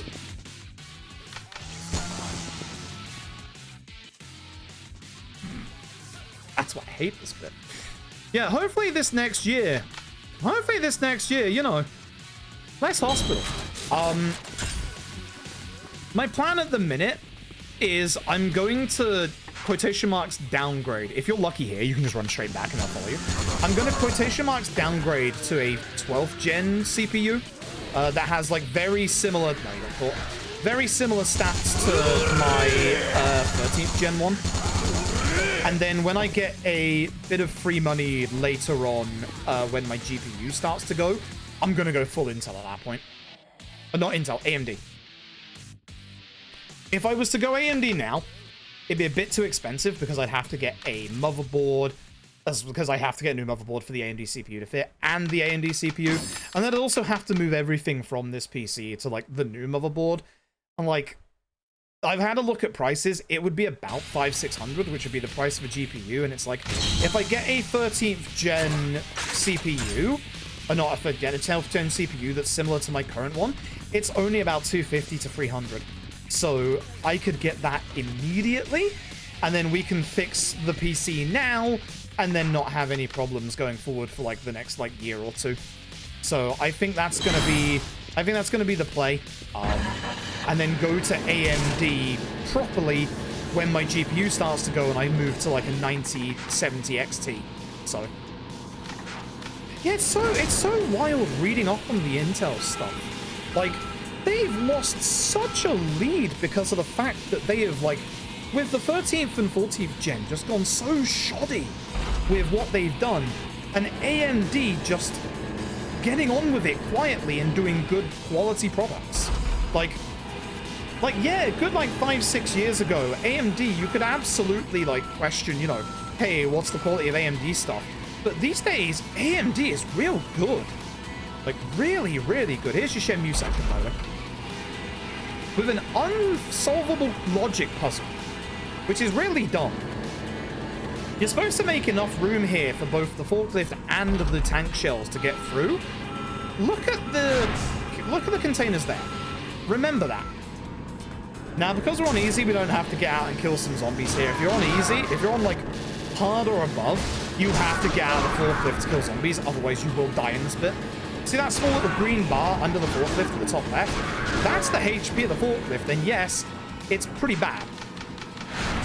Love this track, by the way.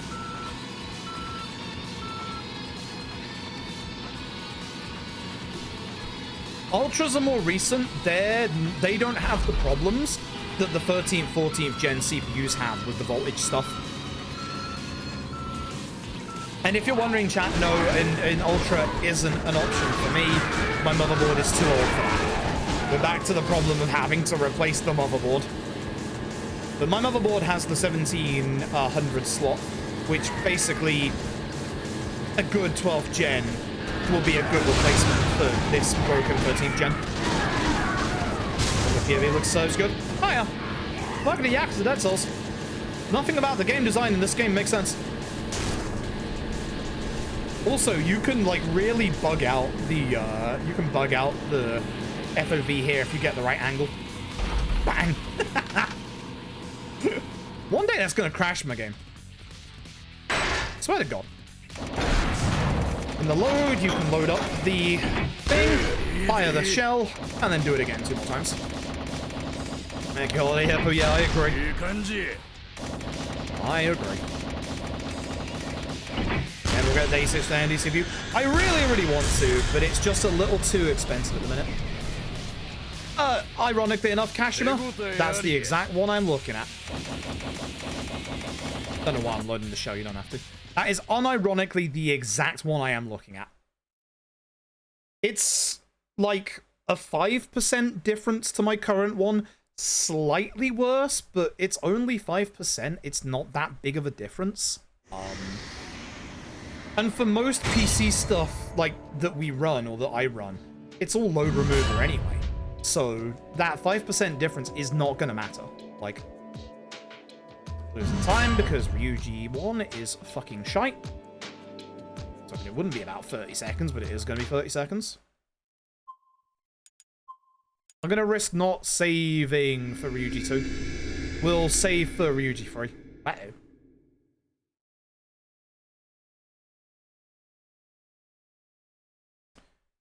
Asagawa. Asagawa. If that crashed in that load screen, I was going to go so mad. I was going to be so mad. Asagawa. Asagawa. Need more gold plates. Asagawa. Asagawa. Hello. Thank you. Gold plates. I get 6 for now. I need, what am I after? The super coolant in case we go for Kiryu's. Another plasma battery. We have Sergeant left a gift. Yeah, we'll do. That'll do. Goodbye, how's it go? Goodbye. Thank you. The super coolant is just in case we go for Kiryu's ultimate weapon. Which we might not do, because that would actually save me a little bit more time. Where are we going? Kamiyama first. Yes, we don't deal with the sub-story that's behind us yet. It's Kamiyama first. Wait, no, it's not. Fuck, fuck, fuck! I'm stupid. It's these idiots. Don't speak to that guy on the right. It's these idiots! It's these idiots! We gotta do these guys. It's these idiots. All right, so let's talk about why this split is gonna take me an hour. Ryuji Goda has a problem. His sub-stories fucking suck. So, why do Ryuji's sub-stories suck? Every character has 15 sub-stories. Of Ryuji's 15 sub-stories, 11 of them force you out of the quarantine zone. 11 of them. Unlike Akiyama and Majima's sub-stories that you saw that, like, really blend together really well and actually have, like, good synergy, Ryuji's fucking don't. They are awful. Now, in Kamiyama's, whenever we do any percent, we just tell this guy to piss off. But we need to buy him a piece this time. And I've always said, you know, you don't see why we do this, you'll understand. You will understand in a second. I've actually kind of fucked up here, because I should have, like, got my stuff out of the thing. Get my anime figures out here, get the gold plates out of here. I don't think I've got any more anime figures, do I? Nope. That'll do for now. We are going to buy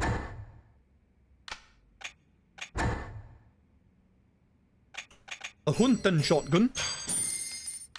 I'm gonna modify weapon. Ryuji ×2. This is why we got all of that stuff earlier. I might need another weapon upgrade for Ryuji's final. I can't remember. Where are we? Gun. Nope, we're good. But Demon Slayer! That's an anime chat. And then I need to purchase myself... This is very important. 1 Stam XX and 1 light breastplate.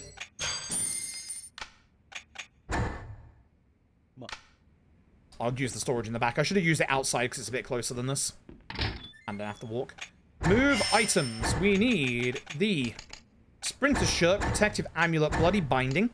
Shotgun rounds? We need some grenade launcher rounds, that's for sure. I think we need a couple of shotgun rounds. And then, obviously, the grenade launcher. Sprinter Shirt, Protective Amulet, Stam XX. Did I get the Stam XX? I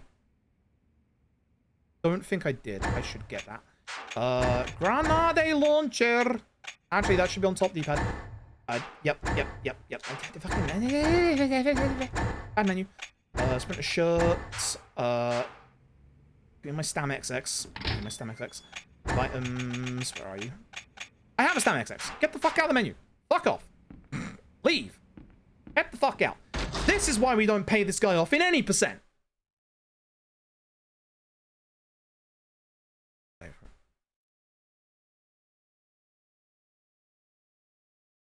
This cutscene.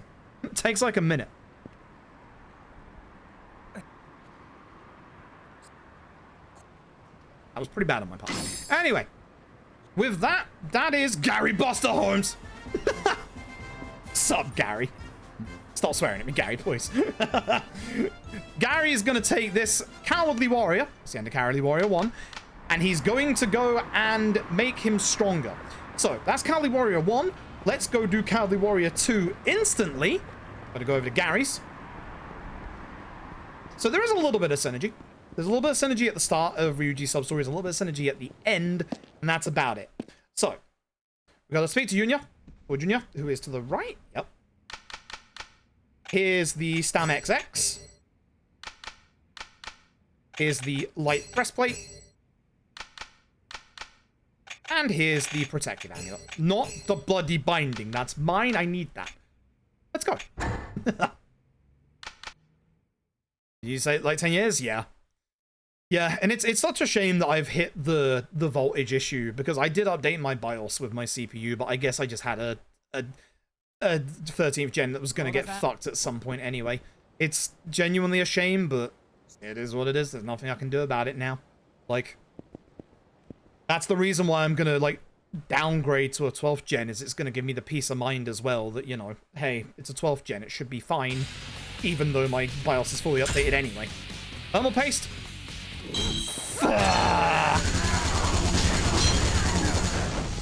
knew I forgot to buy something. Shit. Oh, is it? Mans needs to buy thermal paste. So yeah, this guy, he's trying to get stronger to go and help his friend. As you probably guess. That guy died on the floor, that's wild. As you probably guess, he can't. That's the end of Cowboy Warrior number 2. How much I'll run his loads? Oh yeah, same. Now let's do Cowboy Warrior number 3. The first 3 Cowboy Warriors, as you can see, they're really fast. Thank God. Because everything else after this fucking sucks. So getting thermal paste right now so I can get the CPU as well. Because the thermal paste that I have, which is about 4 to 5 years old, has been sitting on my windowsill this entire time where the sun has been glaring on it. So, I'm gonna get some new thermal paste. Just in case. Like, just in case. Thermal paste only costs £5. It's nice and cheap. Like, I think you mean Ryuji 2. Ryuji 2 takes like an hour. It's the longest chapter in all Substories. It sucks.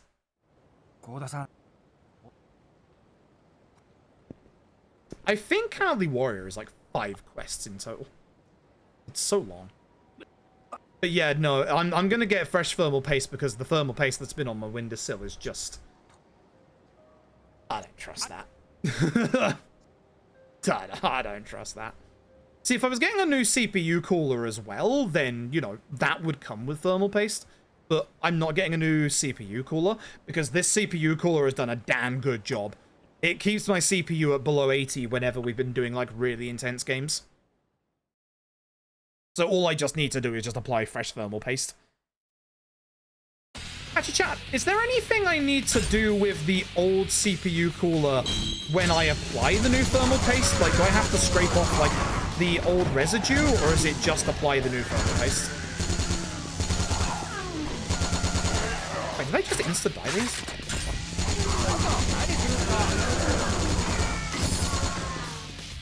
You're alive.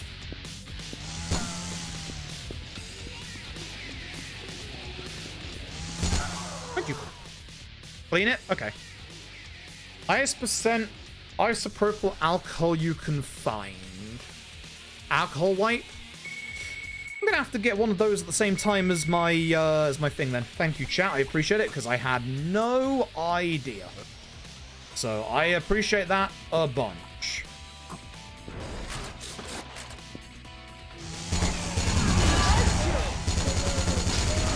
If anyone could find something like that on Amazon UK or something and link that in the Discord, I would appreciate that.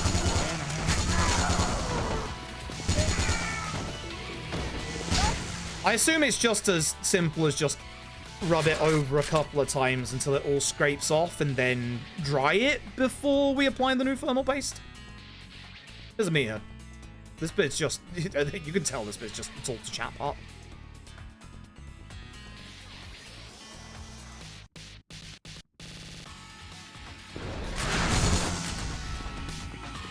I'm saying it's for dissolving, so it's dissipating.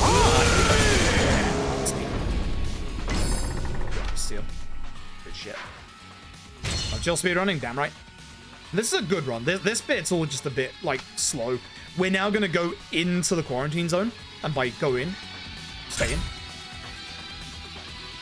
It's time to go and do I forgot to get ammo on Ryuji. Oh, fucking piss. Uh-oh. That's... Well, thankfully, I'm going to get taken out of the quarantine zone at some point. I can just go buy some more fucking ammo. I'm checking out. Oh, this is grenade launcher anyway. So yeah, I assume just, like, make sure all the old stuff is scrubbed off and then either clean it or dry it and then apply the new thermal paste. Hey, someone's making takoyaki out here with our takoyaki stand. This jackass of a gun. And wildly blue hair. It's hard to see in the capture, but it is blue. We're trying to find where Pops is, the owner of the takoyaki stuff. We'll find him eventually, just not yet.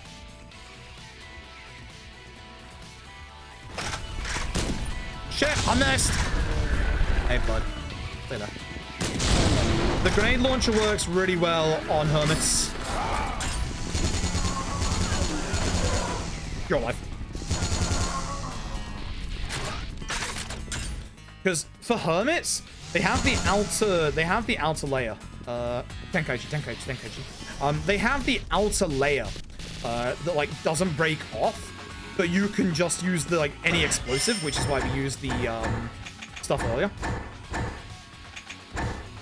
I do want more. I'm gonna put you away. Nice acros. What the fuck? Aggro convention party all of a sudden.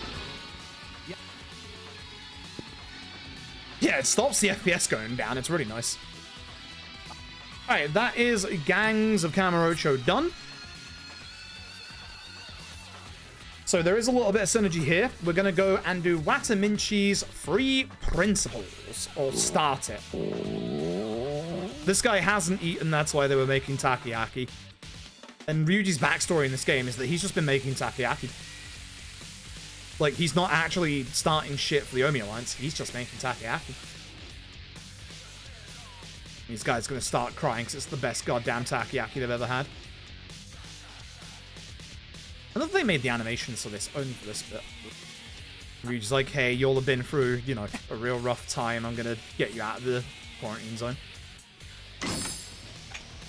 So, Golem. Wait, we get free Super Golem? Why do we buy it at Hasegawa? Do we need 2? Why do I buy the Super Golem? Also, I hope you're ready to hear this background track a lot, because you're going to be hearing it for the next hour. At the square for Wataminchi. Oh, this way. We have the sprinter shirt on, so the less shooting we do, the better. Shoot me. Nice. Hey, boys. So, these guys run the restaurant chain Wataminchi. One of these zombies in here has stolen this guy's advertising sign. Gotta go get it back.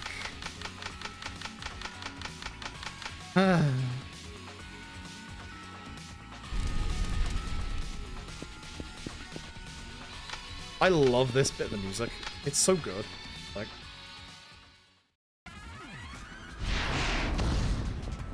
chase this guy. The shooting go off straight away. If the shoot goes off straight away, you can actually like stop him immediately.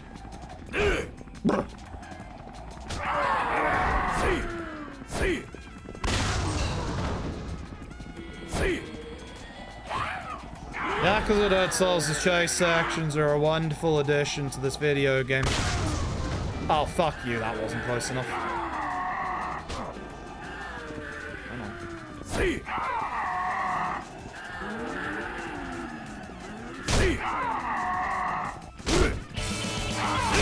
I am having so much fun with Yakuza Dead Souls when we have to chase the zombies and shoot them and then hit them. And even though this is a zombie instead of a person, shooting them doesn't actually work. I'm having so much fun. I love this video game. Boom. Nanotech, thank you for the 251 months and the 200 bits. I appreciate it. Thank you very much. 200 bits for how old I am. 200. I certainly feel it. I don't usually say, you know, how old I am. For those who are wondering, I am 38. I am that old. I'm actually that old. I speak to these guys again, don't I? Yes, I do. Yeah, it's very important to trigger the next part of this. So, these guys basically tell us that their ingredients truck is in here somewhere. We gotta go and basically find it. Thank you, Vera, I appreciate it. So, we need to go towards Tenkaichi. There's going to be an area trigger that starts or is the start for brother and sister, and then we have to avoid it. Because there is a sub-story here that's going to drag us out of the quarantine zone that we really don't want to do yet. So what we're going to do is we're going to find the van that they have crashed, which is right next to that trigger that I was talking about. There's the trigger for brother and sister. I am definitely one of, like, when you think of Twitch streamers, like, it is definitely a lot of, like, younger dudes, especially in speedrunning. But, like, I should be, you know, a good example for anyone that it doesn't matter what age you are, you can get into speedrunning. I have world records. I have a world record for Yakuza 4. No one else wants it. So, for here, you want rice, and that bit to the left of the screen, hook wide. That's the sub-story you want to avoid, because going this way... Wait for it. Hello, boys! Let's do it. Toe Knifer, thank you very much for the 5 gifted. I feel like a knife went into my toe, like, last month with how much it was hurting, but... Alright, so... We're doing action shots. Remember with Akiyama where we dropped down and killed the zombies? Yeah, that's what we're doing again. Easy peasy. Thank you very much, Toe Knifer, for the gifted subs. Thank you very, very much. Thank you for the happy birthday as well. Thank you for all the happy birthdays. Yeah, I think that the fact that I'm, like, a little older, I definitely don't act my age all the time, but I think the fact that I'm a little older gives my community a bit more of an older feel, which is nice. I've never been, like, more, like, actually thankful for my community than the fact that, like, a lot of the time people are, like, very respectful and, like, you know, obviously quite cultured as well, especially with, like, their love of, like, video game stuff. Life. They just keep spawning, and you have to wait for them to spawn, and unfortunately, that's why I move around a bit. Robin, the Cat and the Merchant, thank you for the 5 gifted subs. Thank you very, very much. Thank you, Psycho, for the happy birthday. I appreciate it. Thank you as well, everybody who said, you know, thank you for the gifted subs as well. You don't have to. Like, I obviously like people being able to lurk, but I do appreciate everyone who has said thank you. That is the Zombiding. Starring Ryuji Goda. We're gonna, once again, avoid the trigger for brother and sister.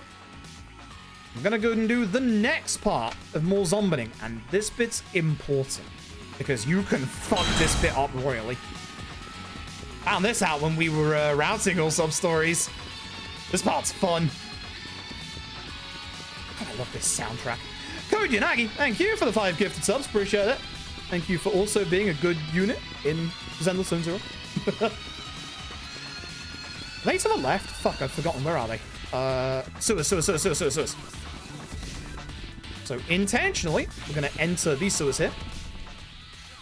Forgot they're in the sewers. I was thinking of Majima's bit. Oh, hey, there they are. Might have to deal with these two. These two are just fucking... They're here. Bye. Bye. Alright, this bit, super easy. Kill all the zombies in the first room. Nice and simple. Don't think about anything. Trying to make sure Ryuji's alive. Listen, with Gaiden, you know they think Ryuji's alive. I'd have a Dead Souls 2 with Ryuji Goda. Nice and easy. No headshots. Everybody died. Simple. By the way, chat, one of my birthday presents today. This is the reason why we hadn't started it yet. Zero Director's Cut on the Switch 2, baby. My parents, I know it's a game key card. I'm not a fan of game key cards myself, but my parents wanted something for my birthday, and it's not a full price release like a lot of things. So I was like, hey, here's Zero Director's Cut. Easy peasy. So there is an A-list actress currently being stalked by these old tanks here. So we're going to run forward, start killing zombies, at which point we're going to be interrupted. These two are filming for their movie, and this is where the director becomes a bit of a scumbag. So he says, don't kill the zombies until his negotiation is complete. You can kill 2 of the meatheads, but not the 3rd. So be very careful here. This is you have to be careful there. If you kill all 3 meatheads, you will get a game over. So I'm gonna just kill this meathead down for a little bit. I can't see his HP. I'm not gonna shoot anymore. I'm gonna wait. We have to wait. Pan the camera down so that we don't lose FPS. Conquil, thank you for the 5 gifted subs. I appreciate it. And no, this isn't start skippable. This is the one cutscene that's not start skippable with the black bars. Yeah, like, I would buy Cyberpunk on PC when my PC is, like, actually fixed. But, like, the fact that they managed to get the game running that well on Switch 2, and the entirety of the game, and, forgive me if I'm wrong, the expansion as well, onto a game keycard, that's impressive. I'm gonna just turn it around here. We have no budget, we can't pay you! Director, you're a fucking scumbag! You fucking mind back there? Stop yelling.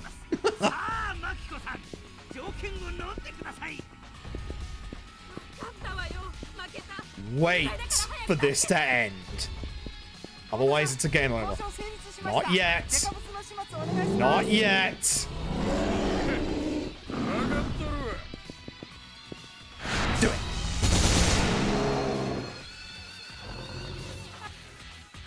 You have to wait. If you do not, it's a pure game over. That is Substory number 6. Going pretty fast. Not too bad. I mean, yeah, don't ask me how many times I own Yakuza 0. Because I have it on Japanese PS3 physically, Western PS4, PS4 or PlayStation digitally, PC digitally, Switch 2 game keycard. It's a good game, alright? And obviously, as I said, we need to do our casual playthrough on Switch 2, and then I need to start speedrunning. So, at some point this week, would you like to see the start of our... Would you like me to start playing Yakuza 0 on Switch 2? For anyone who has done, please do not talk about the new stuff they added, because I've intentionally not looked at it yet. We're going to see it together on stream. Cutscenes and all, yes. Now, people aren't going to like this. I want to do a run with the English dub. I know. I feel the same way about a certain dub actor. But I want to hear Kaiji Tang as Nishiki. I really want to hear Kaiji Tang as Nishiki. So, we're doing the English dub. I also want to hear David Hayter as the, Oh, wait, sorry, no, he's not a bartender. He's a Kashiwagi, thank you very much. Weird how they have David Hayter as Kashiwagi and a bartender. That's really, really weird. I don't know. Why did they do that? That's really... Why did they do that? That's really weird. Like, I can't believe RGG reusing voice actors. That's so bizarre. David Hayter is Kashiwagi. Yep. That's another reason I want to do the dub. And it's a full-length Matt Mercer alongside, like, Pirate Yakuza. Full-length Matt Mercer Majima game again. Yes, please. Yes, please. I'm genuinely so excited for the actual English dub for when we do our playthrough. And there will be some bitching about it, and, like, yeah, I get it. There's some actors, I feel the same. But there's a lot of, like, good actors I want to, like, actually, like, listen to in that dub. So, I'm excited. I'm, like, massively, massively excited. And we'll get to check out the red light zone district, red riot mode. Like, I'm excited. I'm really excited, chat. Zero is a fucking phenomenal game. Okay, and this is... this way? Yes, this way. And then this way. Next one, next one, next one. There it is. See what I said? The Ryuji's not, like, Substories have, like, really bad kind of, like, synergy with one another. Say something, and then they're behind us. So this is Junior, Kali Warrior number 4. He's finally grown a spine to try and help his friend who is actually back here. I think I used the grenade launcher in this bit, but it's a bit weird. I think. Yeah, like, a lot of people gave Matt a hard time for his voice in LAD when, one, it's a 10 fucking minute cameo, and it's the first time he's actually in the role of Majima. That's not fair. You're, like, literally, like, comparing it to his voice actor in Japanese, who's had literally, like, 12 to 15 games at that point, and not a, like, 10, 15 minute cameo. Like, him in Pirate Yakuza as like, and even in Infinite Wealth, after having had a bit more time, a bit more direction, but having a full game under his belt, that's how you do it. And like him in Pirate Yakuza, chef's kiss. Like, he got the two different Majimas, the serious Majima and the Mad Dog Majima, perfectly. I tell you what I was also surprised at. We need to do a full playthrough with it, but the other one I was really surprised at, Chinese dub Majima. Chinese dub Majima is fucking good. And not only is Chinese dub Majima and Matt Mercer good in actual speaking dub, they're really good in the karaoke as well. They actually both nail Majima. You know what, Kyos? Fucking same. I'll say it. We don't speak to the guy on the floor. Trust me. He is the next Wataminchi bit, but just trust me. We have to keep doing this bit. We've got a sub-story that we have to go a long way to do that brings us outside of the quarantine zone again. You're beginning to see it. There's like a couple of sub-stories that are just... There's no good times to do them. This sub-story is a very unique one. Very fun one as well. Fuck you. Ah, he's put me in the corner. What is happening? Piss off. Better go all the way back to Macball. Alright, so go to the English dub. Yup. Yup. Majima is a fantastically deep character throughout the series, and it's why a couple of us are like... I feel like RGG made a mistake with that quote of, you can't do a serious Majima game. You'll forget that the serious Majima game is one of your most popular. Like, but even in Yakuza Dead Souls, you have the serious Majima section. Like, Pirate Yakuza has the serious Majima sections. You can do a serious... I tell you what it's like. It's like Capcom saying you can't do a horror game with Leon S. Kennedy. That's a load of horse bollocks. Anyway, it's the Mars Fighters. It's the comedy duo. So, these guys need to go get their biggest fan, chat. Their biggest fan. It's in the sewers. I don't know why it's... Why is it... Why did they... What? Yakuza Dead Souls.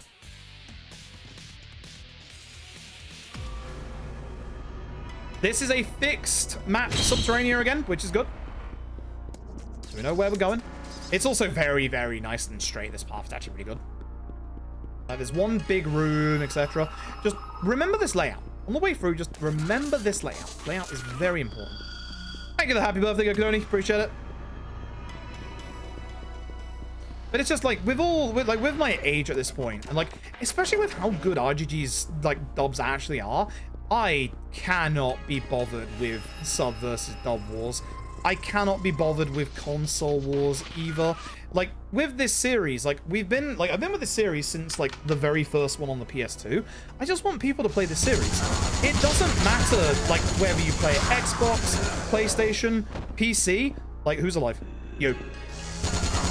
Doesn't matter, like, how you play these games. Play these games in the way that's most comfortable to you. Either on a couch, on a console, handheld on, like, Steam Deck or Nintendo Switch, on a PC. Play these games.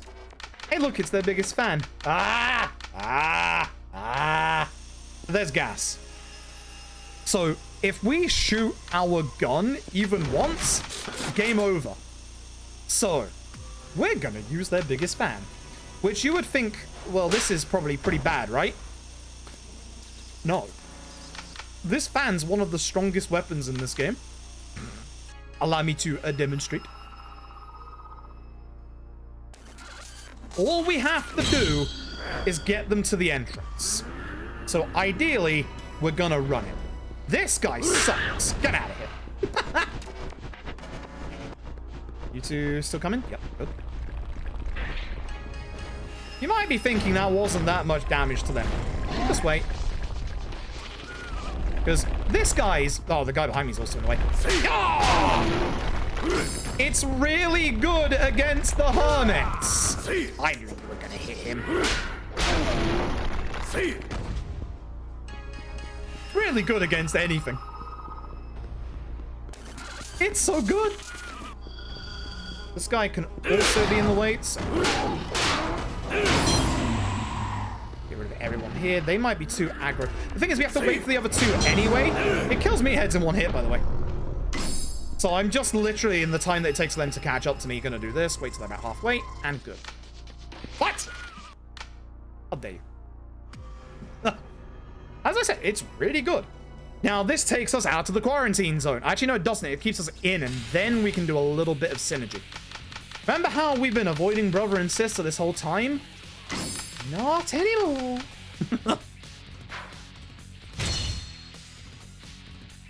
Shenmue 3 got an enhanced edition announced.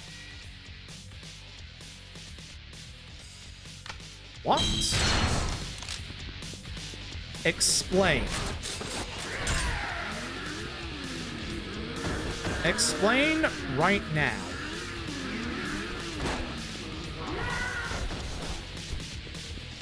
Chat. One of the charity rewards is a casual playthrough of Shenmue 3. Explain thyself right now, please. What is in said enhanced edition?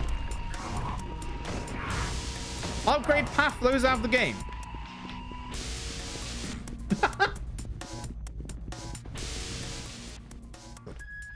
Enhanced graphics performance, 4K textures.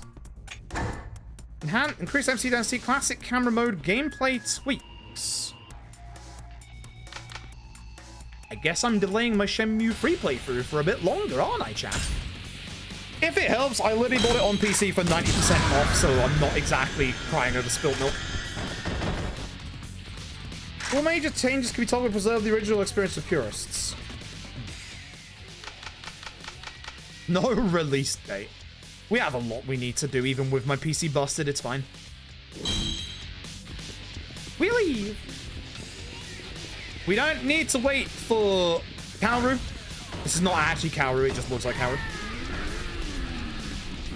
Down patching stream games. Yeah.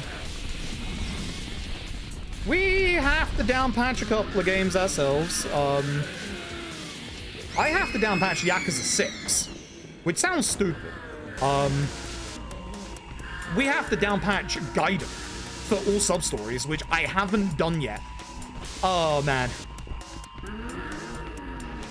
Chat, we need to have a conversation. Thank you all for the support today, but I got some bad news. I've got some very bad news. Some very, very bad news. So, might as well just come out with it, because, yeah, it's pretty bad. We're currently doing Deadass. Now, usually, chat, as you know, 2 times during the year, we do either the week, or, in May, the double week of ass. So, usually, the second week of ass is in October. And it's usually the first week of October. That's when I'm going on holiday. So I've got some bad news, chat. We're not going to have another week of ass this year. Usually we would have it the first week of October. Usually we would then go and do charity fundraising at the end of October. We're also not doing that because of the fact that we've done so much charity fundraising this year already. So, I'm afraid we're going to do other stuff in October. Don't worry about that. I got plans for October. But I'm afraid the week of ass that we would usually do in October is not going to happen this year. So I do apologize. In September, cannot. Do not have the time.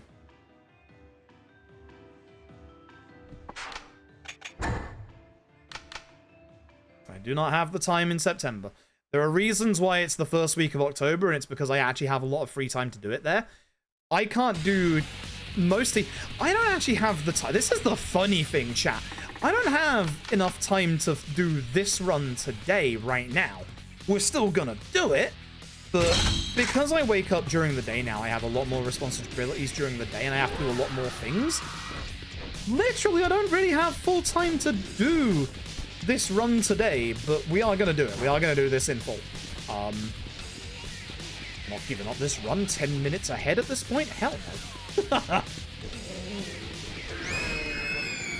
So, yeah, unfortunately, chat, we aren't going to get the other week of Ass this year. Doesn't mean we won't do other All Substories runs. I still owe Lost Ass. That was supposed to be today. I am going to find a day in the next month where we can still do Lost Ass. This is Theatre Square, yes. Hello, Mr. Meathead. You're not the meathead I would like to kill. It's over here, isn't it? Yes. That is the meathead I would like to kill. Bad, I've got my rocket launcher? Grenade launcher equipped. You can get a rocket launcher in this game. It sucks.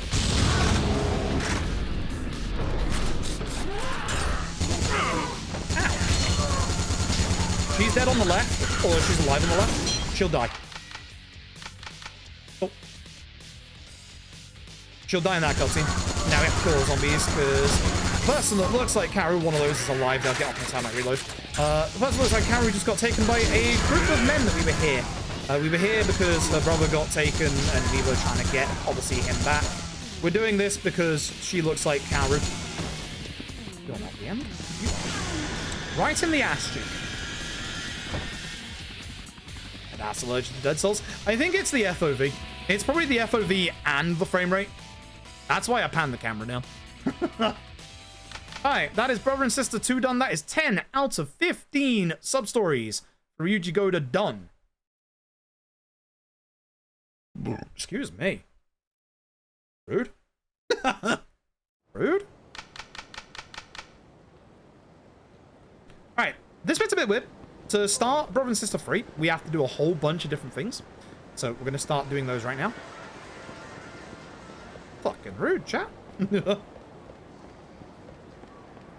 An absolute... I walk past this jackass. This is one of the people we saved in the previous chapter who gives us Toughness Affinity. It's good healing I am, I guess, but it's like, it's a waste of time. I'm absolutely doing the crash rule at the start of the next chapter, chat. Absolutely don't want to lose my run. We know how volatile Ryuji's part is. So speak to this guy, and then the next bit, this is a little bit of a chain that we're doing together. There is one sub-story we started called The Dragon of Kansai. The phone call to carry it on is right here. There it is. It's around here somewhere. And this also spawns in the NPC that we need to speak to.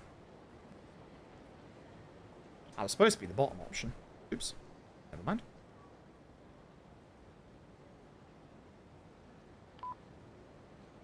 It's fine because that won't take me downstairs. It just skips a bit of dialogue. I love the guy who dances outside of the karaoke place in this game. That's that guy. He knows what he wants in life. I also know what I want in life. Thermal paste. Don't speak to him just yet. Not that guy.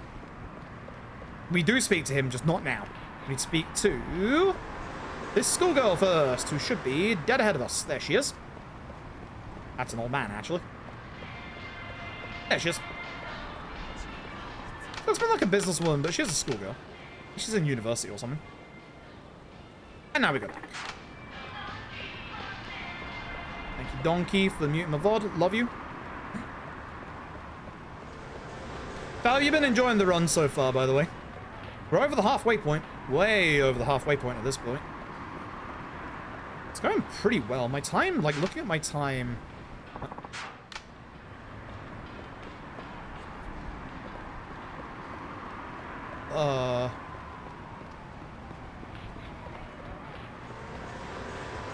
Did I fuck up? Or am I going back in? I think I'm just going back inside. I think... I think I go inside now. I thought that he had... We're just going to carry on. I feel like I've missed something. No, we're not speaking to Wataminchi yet. Soon.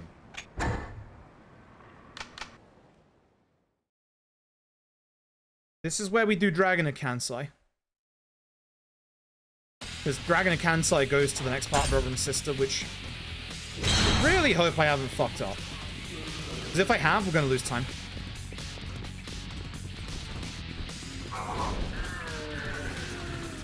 I don't think I have.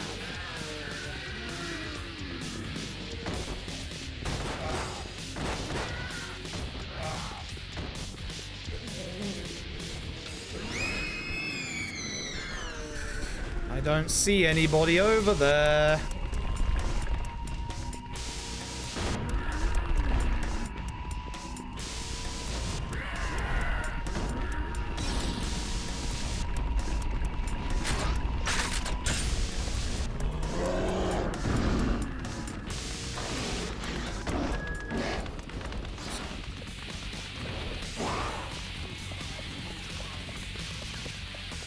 Very, very, very concerned right now.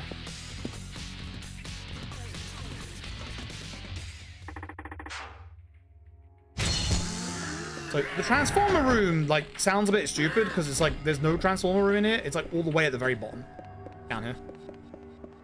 Excuse me.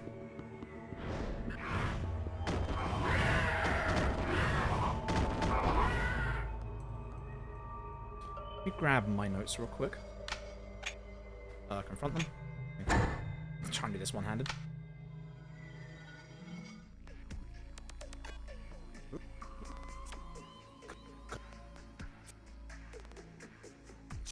Run to the marsh. Speak to guide. Did that. Run north of karaoke. Phone call is dragging the Kansai bottom. Run north of karaoke to the lady. Back to... Did I not speak to the lady?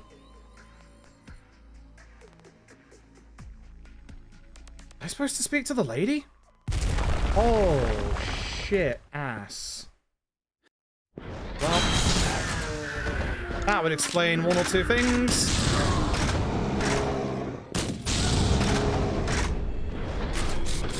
I think I forgot to speak to the lady outside the karaoke place. Yeah, I think that's it. I think I forgot to speak to the lady outside the karaoke place. Shit, that's gonna lose me a chunk of time. Aw, man. That's a shame. This run was going really well. I'll run to the Millennium Tower and see if it does still work. I don't think it's going to, but I'll have a look. Oh, pain in the arse.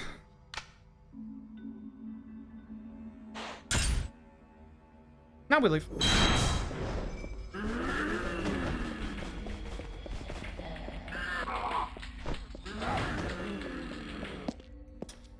Pain in the arse, pain in the arse, pain in the arse. No, is what it is. Is what it is. If we lose time here, we lose time here. I just have to, you know, tank the loss. We're minutes ahead, but man, this is going to lose me like a minute and a half to 2 minutes. That sucks. So hopefully we'll just save time elsewhere in this chapter. I definitely have the propensity to save a bunch of time in Ryuji's part. And especially Kiryu's part.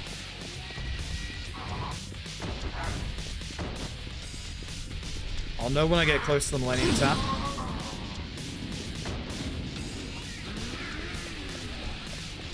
They're not here. Yeah, they're not here. Fuck. Fuck, fuck, fuck. Ah, I forgot to speak to her. God damn it. At the very least, when I leave the quarantine area, the two people I need to speak to are very close to the door.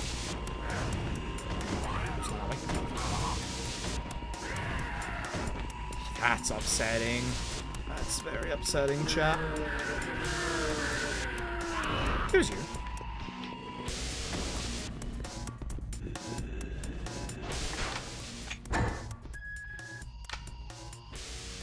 Oh, here's what it is. This run is still good. Run is still strong.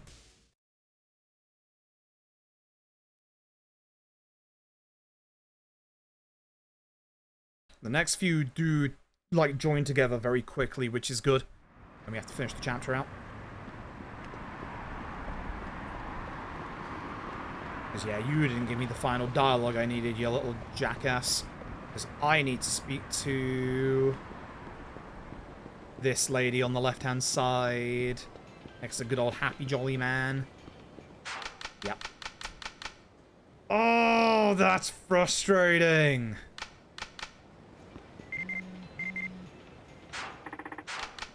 Yep. Ah, that's so frustrating.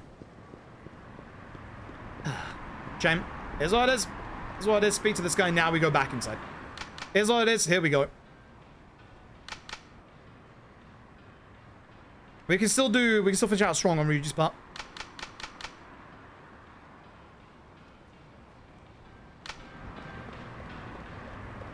That's gonna lose me 2 minutes, man. I hope I've saved 2 minutes elsewhere in Ryuji's part. We still don't speak to the guy that's on the floor.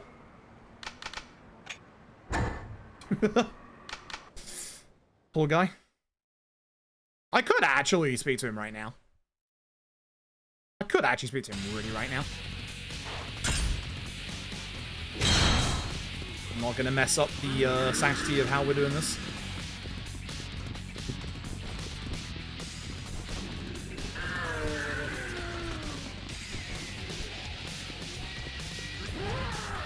Hey, PX, thank you for the happy birthday. Appreciate it. Run was going well up until this point.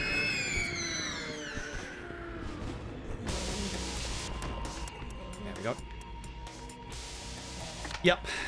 Ready to go. I've been very ready to go here. God damn it, Ryuji.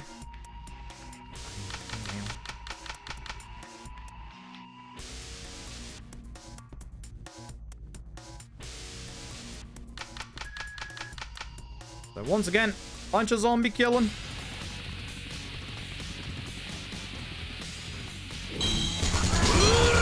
I use the grenade launcher here. Oh wow. I'm stunned that the ones that got headshot weren't not killed. So she took the gem, she runs off. Now we're gonna go and obviously help her and the other guy out. Should have used the grenade launcher here, that would have been much smarter.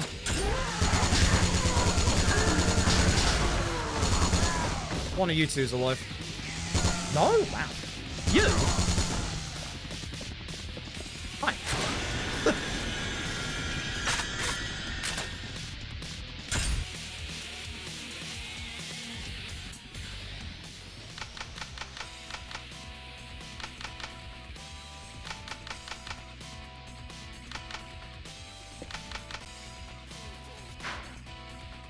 I said Brother and Sister Part 3.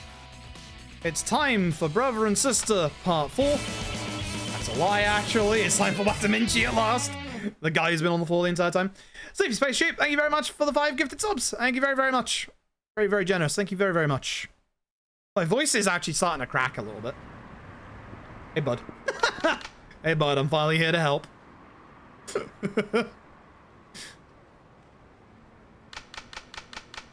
So what, outside of having to use my DualShock 3 to like actually close Dead Souls down, DualShock 4 for this has been pretty good. I think in future any percent runs, we're absolutely going to be using the DS4. Canada!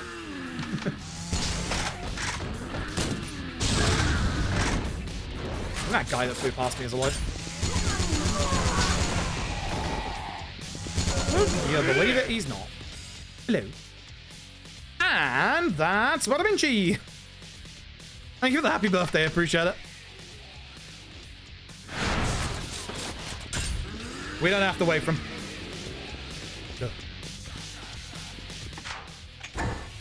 Easy peasy. Okay, that is Substory number 13. It is now time for 14 and 15. Unfortunately, these two require a lot of running.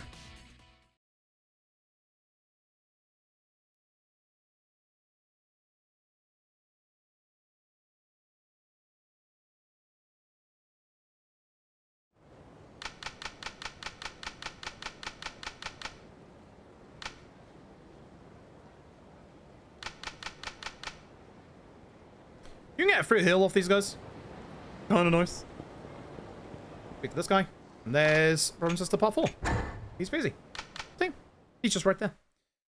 We now need to go to the very top left of the hotel district. This is why we thank the RGG devs for putting in the sprinter shirt. We do not need this guy to be alive. Fuck this guy. We're just running. I don't know if you need him alive or not. Chat, I've been trying to bait Garlic or Panda into doing Dead Souls difficulty all sub-stories. Understandably, the answer so far has been no. Perhaps one day one of us will do dead ass, Dead Souls dead ass, Deadest Souls deadest ass.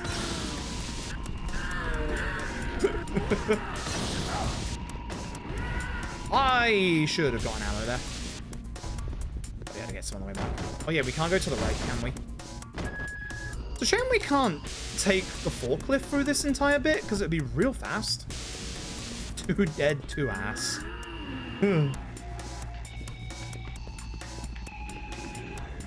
I could see that being like a really hard run, actually. Genuinely fucking hard run. Especially at first, especially Akiyama's bit. There's a lot of bits I have no idea how the hell you would even do, to be honest.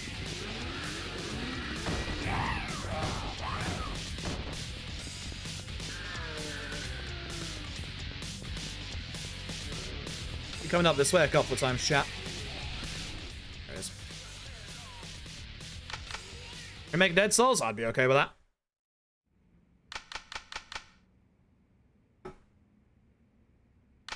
This guy knows who I am. Alright, with that. You know what fun thing we have to do now? Run all the way back and leave. Yep. Yep.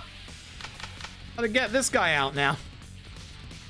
Again, I don't think they have to survive. It's fine. Just run. We'll find out whenever we get to Dead Souls difficulty. God, there's a lot of things on Dead Souls difficulty that would scare the shit out of me in all sub-stories, I'm not gonna lie.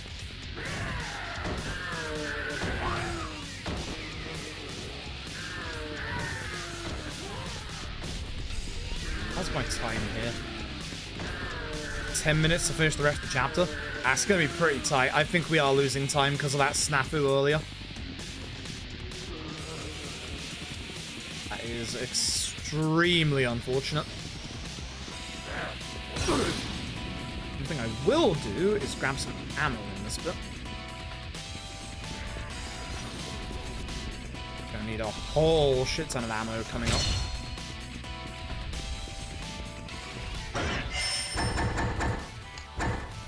Send stuff to the thing that we don't need. Set rounds. We should have enough grenade launch, but I'll do one more just in case. You know what, I will get the rest of these. That should be enough ammo. Good. Need a lot of ammo, and I don't want to come to the 3rd chapter and be out.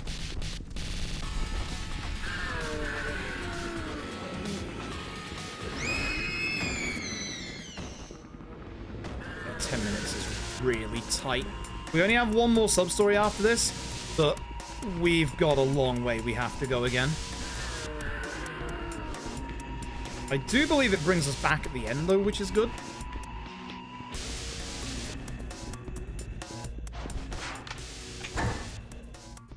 Okay, that's Brother and Sister Part 4, and then we have Brother and Sister Part 5. So you can now understand what I was saying earlier. There's not much synergy in a lot of Ryuji's stuff. It's just a pain. Like, constant back and forth and being dragged out of the quarantine zone every time. Ryuji's sub-stories just kind of suck, unfortunately. The only upside is that you can just do them all in his 2nd chapter.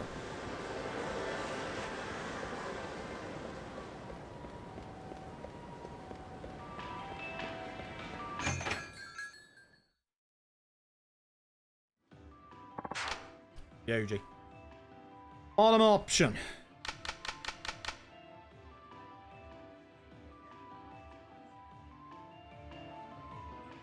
Oh, you actually have to walk forward. Skill issue. We're going to go all the way to Ryuji. So once again, same exact path.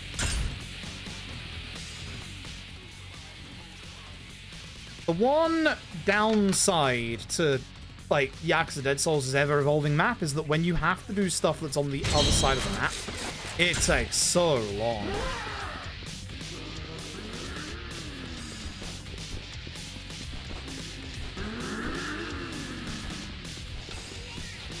Ugh, excuse me.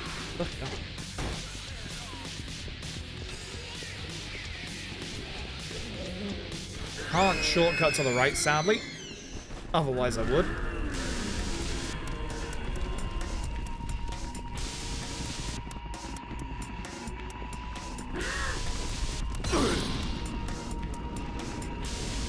Yeah, chat, I guess we'll wait until the enhanced edition of Shenmue 3 is out, and then we'll get that and play it that way.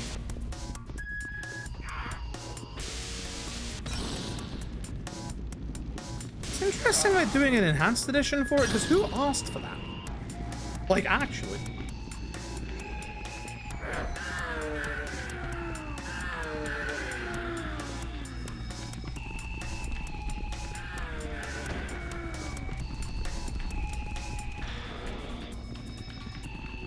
I assume the main purpose is to get it out on PS5 and Xbox Series X. That rare millionaire zombie, that's where the spawn is for Ryuji's.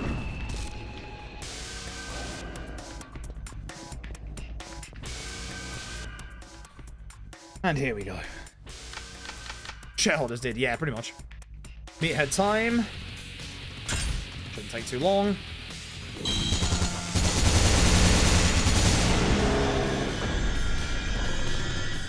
Folks, that's the end of Ryuji Substories.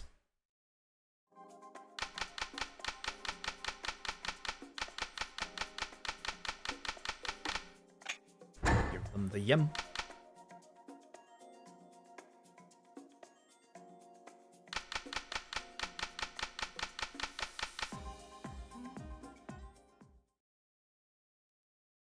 Let's use Switch 2 as well. Interesting.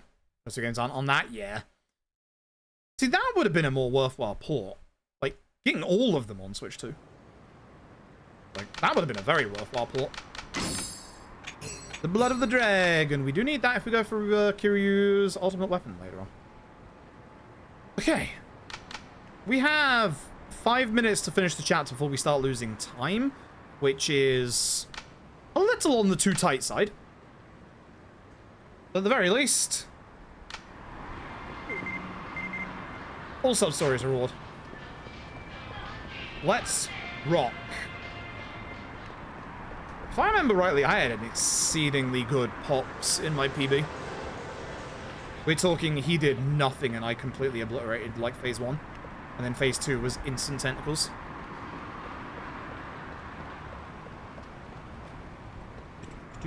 So there's one other good thing about upgrading Ryuji's gun arm to maximum. As Panda Significant Other Ross found out when data mining this game, Ryuji's damage is actually increased when he's an NPC in the finale with Kiryu because of his upgraded weapon. So that is very, very good news for us.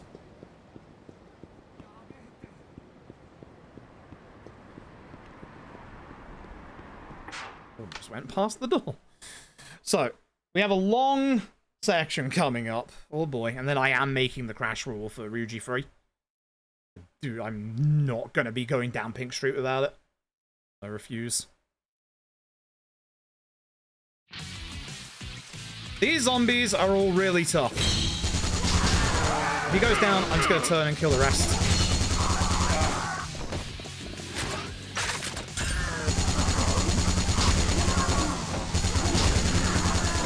He's alive. In the butt. In the butt. Cool.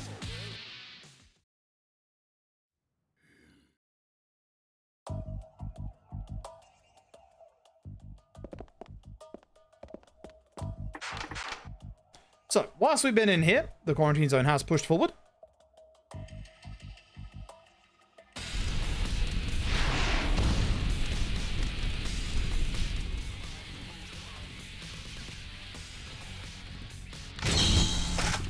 equip the grenade launcher. Very important for this next bit.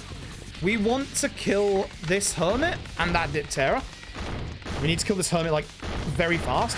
But we need to not, and this is very important, we need to not go down the alleyway to our right now.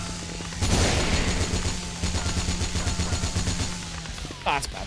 If you go down the alley to the right, there are zombie spawns. Excuse you? Huh? Cool.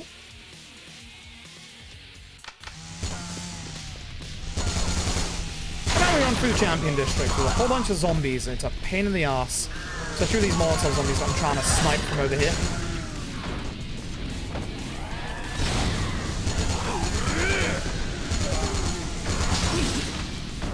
They'll just block your path completely. Here's Michiru. We're going to do her a solid. We're going to go and get her manager, who is on the other side of the fire here. Yes, back at the start. No, you can't get him early. Trust me. We tried. A lot. Most Molotov zombies now despawn and go in other areas like here.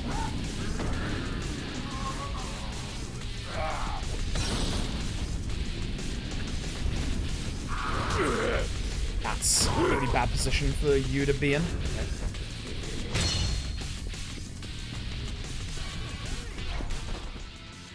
Cool.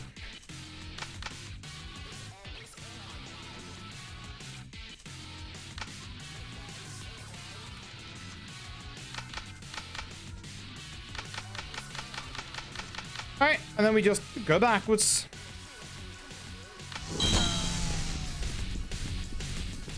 The last any percent millionaire zombie is right there on the right-hand side.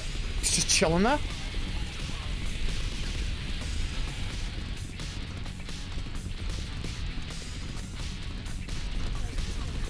Start losing time in literally a minute.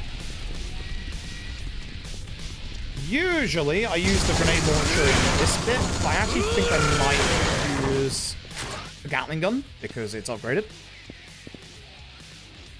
Grenade launcher is so good for the normal zombies, though.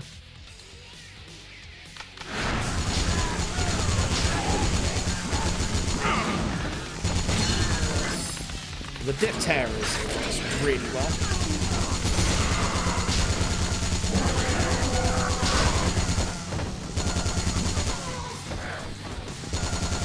You'll die. That's fine.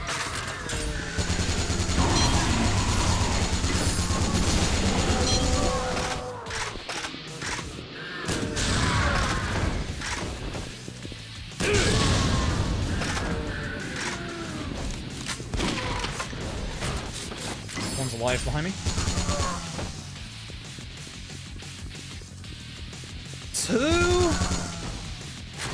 2. He was camouflaged in the corner.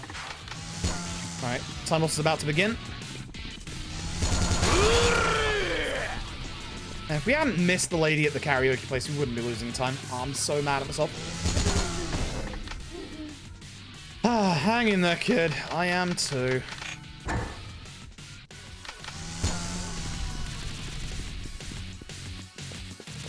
Camera! After, I believe it's 14, 15 kills in this run. You're definitely alive at the back there.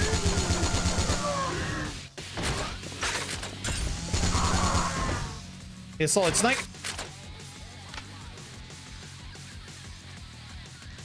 That was the giant chunk of time. Man, the last 2 chaps have been pretty bad. Ugh, that sucks.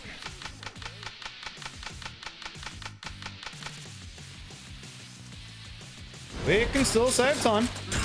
Don't you worry.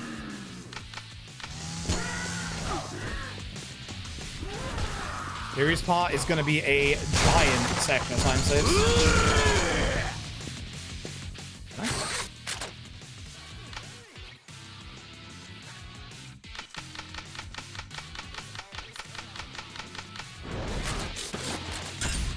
Just going to go with a normal minigun here. Usually grenade launch should work.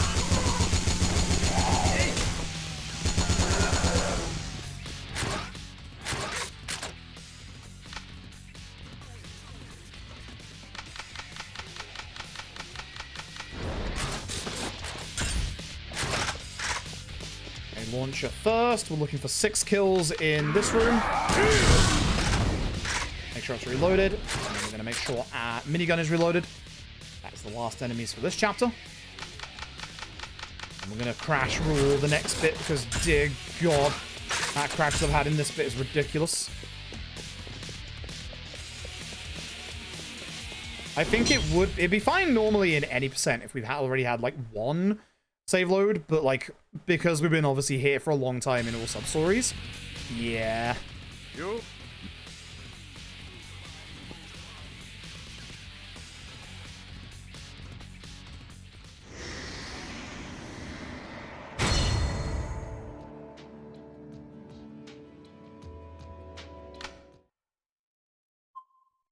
Yeah, pause.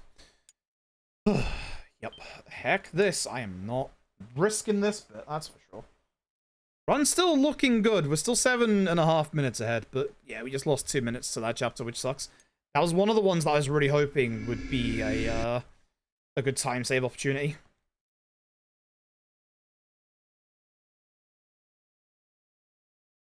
Turn my controller off every time so I don't waste its battery. And so that Yakuza Dead Souls knows the DualShock is the controller I want to use. Enough the controller. Yep. In we go.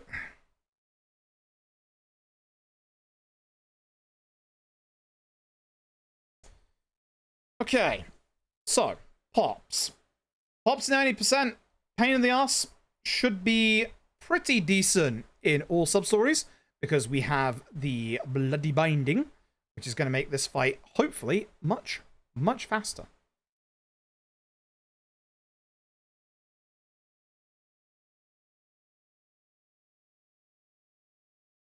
So the next 3 chapters are all the same as they are in 80%. They're going to go pretty damn fast. And then as soon as we hit Kiryu 2, we're going to be going back into all Substories. Sega.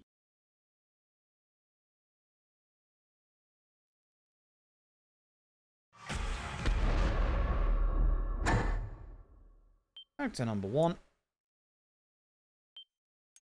Go. Okay. So one thing we desperately need to do. I'll do it in a second when we get a bit closer to the place. Ah, we'll do it now.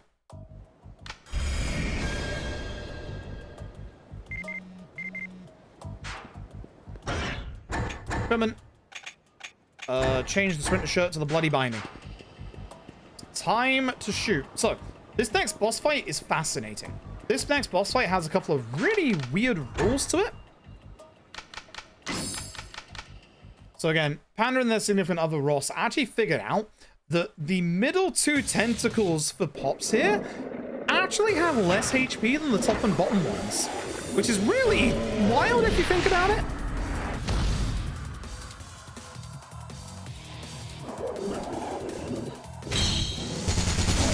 If you're fast enough, you can kill all the tentacles. It's a shame. Well, I'm out.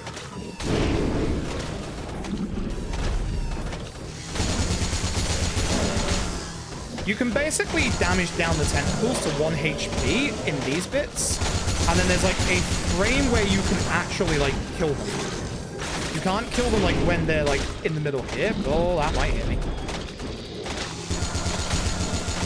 Please hit that tentacle. Thank you. Ideally, I can get this one hyper fast as well and just have it right.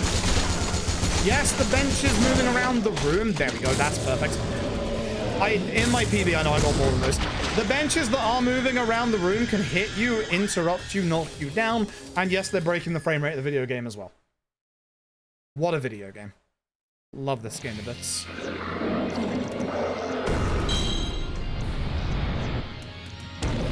So, we want Pops. This is RNG now. We need Pops to do a specific set of attacks.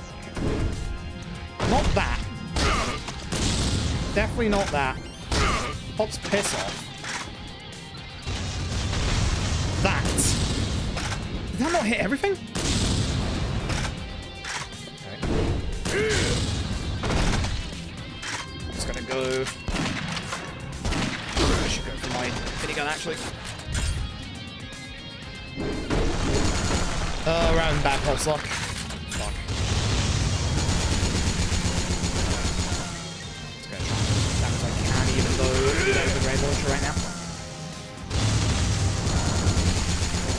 That should be it. We just need to kill Potts with one more shot.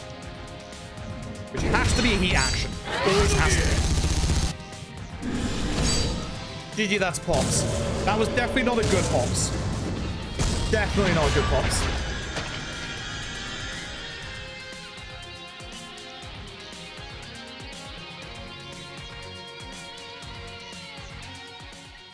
Oh my god. Argic, thank you for the raid. Appreciate it. Thank you all for the happy birthdays. This run was going exceedingly well and has started to slip a bit. In typical Dead Souls fashion. Mostly because I've got to talk to an NPC. Can't blame Dead Souls on that one. Hope you're all doing well, coming from Argix. For those who don't know, this is Yakuza Dead Souls. This is the third-person zombie shoot-'em-up on the PS3. Get ready, you're in for a time. Please don't crash the video game. Please don't crash. Nice minute time save. I guess my pops and my PB was bad. Okay, thank you for the 5 gifted. Thank you very, very much. Thank you very, very much. Anonymous, thank you for the 5 gifted as well. Thank you both very, very much for your generosity. Thank you very, very much. Alright. Game loves to crash here. Please don't crash. I'm begging you. If the game crashes at any point, I'm pretty much... The run's pretty much dead at that point. Didn't crash. As soon as the UI turns up, you're fine. Let's rock. Okay. So, this chapter is just boss rush. Nice and simple. Yeah, the run's going pretty good. It was going a lot better earlier. I don't even know how I was 10 minutes ahead, to be honest. Like, absolutely wild. I've never had the Arahabakis aggressively, like, hit me here. This sucks. The Onraki kind of needs to die first. So at this point, I'm kind of thinking these two might need to die first. At least I won't get hit by this. I'm actually going to get rid of these two first, because they're, like, actually, like, yeah, being too aggressive. Now for you. Hey, could you go invisible? Thank you. That's bad. Zombies getting this close as well. Oh, come on! Everything's so aggressive right now. That's you. Now, where's the invisible dudes? There's one of them. There's the other.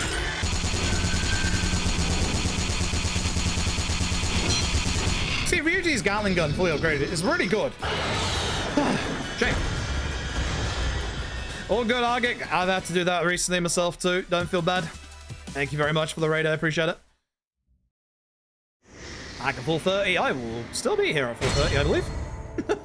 Still have like an hour of the run to go. Okay. Yeah, there's the time loss. That was pretty bad. I got really roughed up at the start of that. That was 5 seconds. All right. Final character. The one we're going to be using for the next, like, 2 hours. Oh, boy. It had to be Kiryu. Now, unfortunately, Kiryu also has terrible options. His sub-stories are also pretty rough. The downside as well is that several of his sub-stories are time-gated, which ain't great.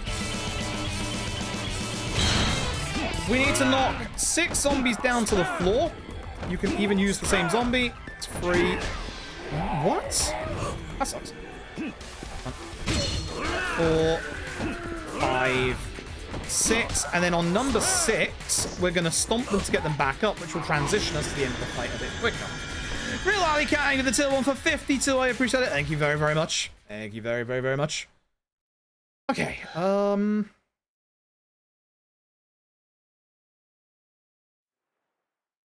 Yeah. Excuse me. Boom. Happy birthday. Yo, I really like it. Thank you for the 1,500 bits. Thank you very, very much for the happy birthday. Thank you very, very, very much. Ooh, all right. We gotta do it again. Oh, Dead Souls. So do it again. Now, this bit sucks because the targeting and movement here is not traditional Yakuza. It's Dead Souls. So when you look like you're going to be attacking an enemy to the ground, yeah, you're not.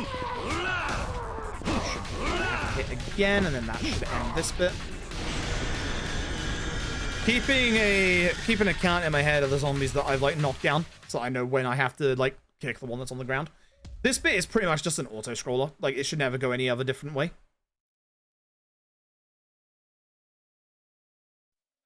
Okay.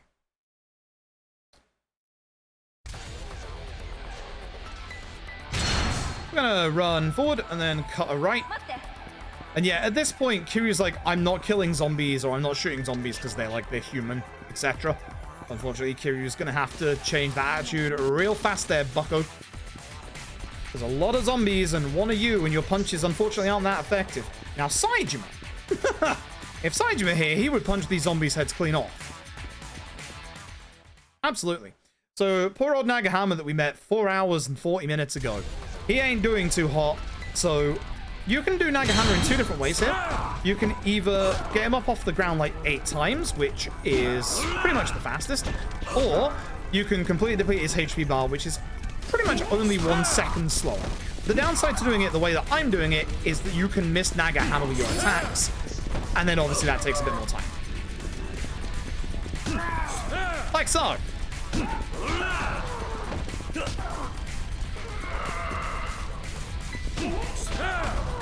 Essentially, it's either 3 full HP completed depletions or just do this. He is in China. That is the canonical here. But that time loss I'm losing because of messing up the there's one hit there. Look at that. Alright, Kiryu 2. This is where we're going to hopefully save time. So, here's some weird-ass shenanigans here. We need to basically do a whole bunch of time stuff. So what we're gonna do, we're not gonna go into Kamiyama to grab our stuff.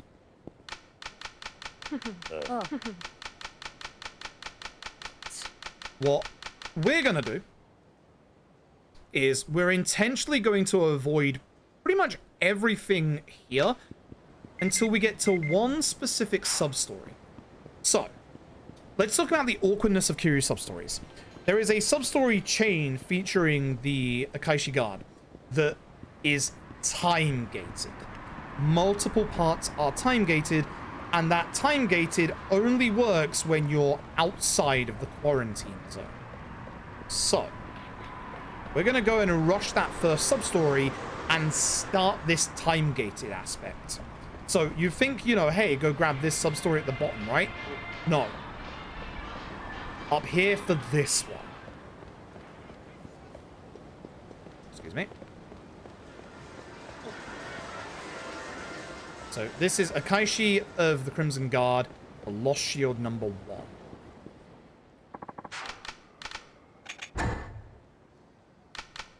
Bottom number 2.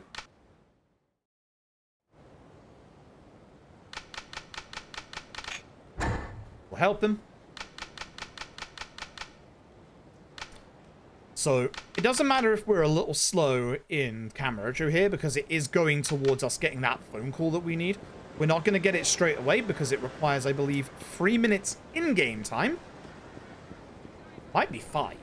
But what we're going to do is going to go down to the bottom here, and we're going to do this sub-story, which is called Zombie Rights.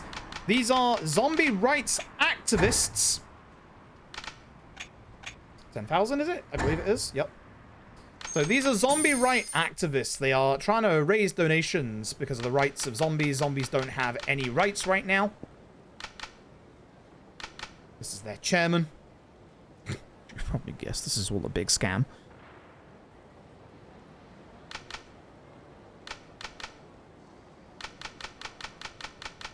And then we are going to go all the way down to the entrance to the quarantine zone, which is at the very bottom. The zombies will never eat my face. They just need people to represent them. Nice clean resting place. Okay, to be fair, yes. They do deserve to be buried with respect. So we're going to head over to the item box here instead of Kamiyama's. We don't need... We have the shotgun, or we purchased the shotgun, so we don't need to do anything with that right now. So we're going to head to that box, and we're going to grab out the usual array of stuff. So obviously we're going to grab ourselves the shotgun, the sniper, and the grenade launcher. We're going to go here. We're going to go to, importantly, grab the noodles, some shotgun rounds, one rifle round, obviously all the stuff, body binding, sprinter shirt. 1, 2 more shotgun. Yeah, that'll do. Grenade launcher here, specifically sniper on the left, shotgun here, sprinter shirt here. And in we go. Alone. Because the nice thing is we have the rest of zombie rights right in front of us.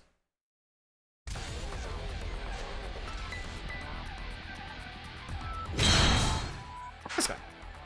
We're going to be using the shotgun a lot with Kiryu. I wish I'd have leveled it up, actually. Or upgraded it. I think that would have helped a lot. He's like, oh shit, wait, no, the zombies are trying to eat my face.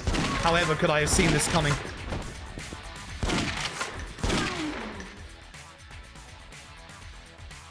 Guess it isn't possible to reason with zombies.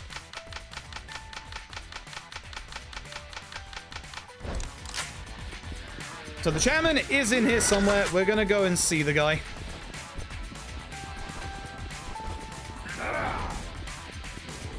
Is it the first right turn or the second right turn? I've actually forgotten. Second.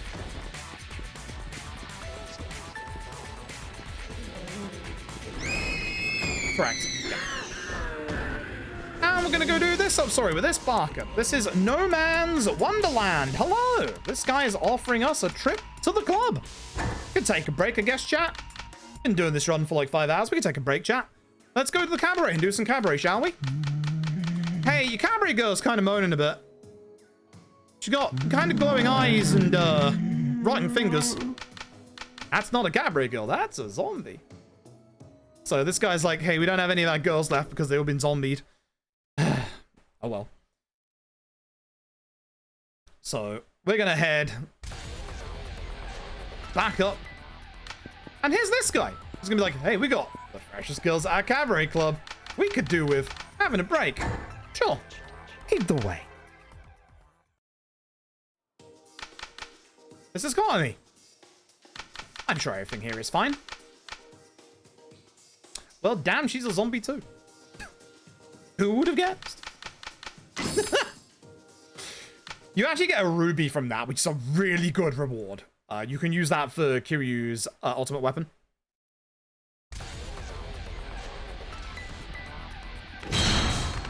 Bye, dip data.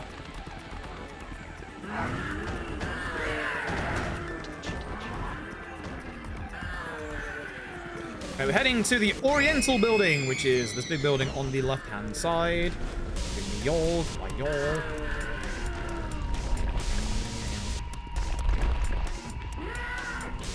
Oh wait, we have to keep going. That's right. This is the weird one. This is the weird one. Yep. There it is. This is the one where you have to go over and then go back. Yes. Yeah. Yep. That's the weird one.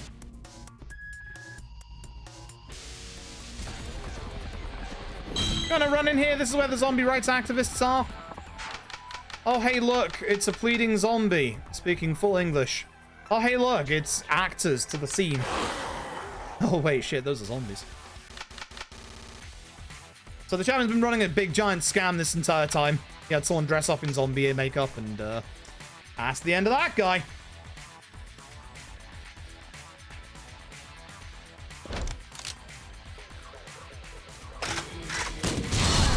Launcher, very good start off in this room. just fucking exploded. Jesus. And that is the end of zombie rights. No more rights for zombies, chat. Hope these zombies don't unionize. We'll be in trouble then.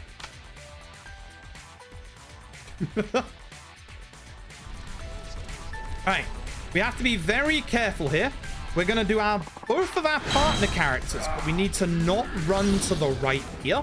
You can see that Substory marker. We don't want that one. We're going to Serena. Chat. How do you feel about product placement? asking for a friend.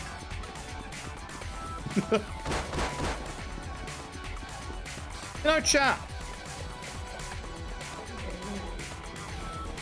Your face ever get itchy? Itchy tasty? My face gets pretty itchy at times. I do have a pretty full head of facial hair. Face of facial hair. How's it going to Serena? It's Date! Of course, Date's a partner in this game. So, Date's got a problem that he's been stuck here for so long that he needs food. Remember back in Akiyama's chapter like 4.5 hours ago when we went and bought some food?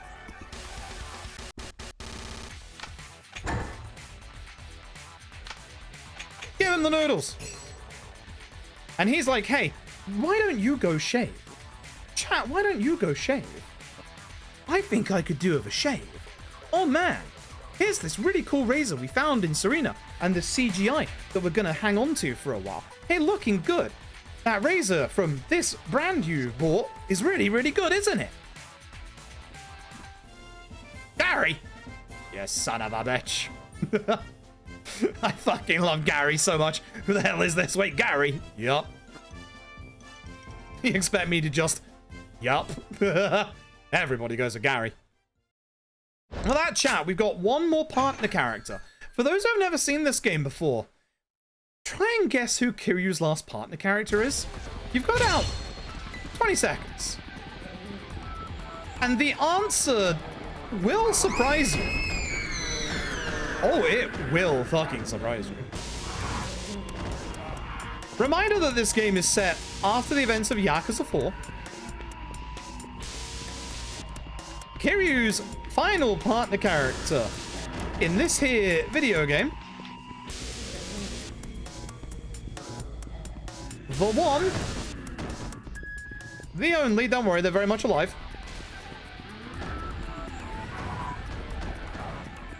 See if you recognize this guy.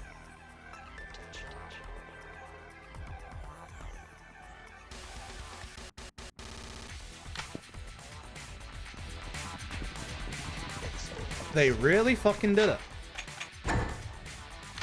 They really brought back, of all people, this.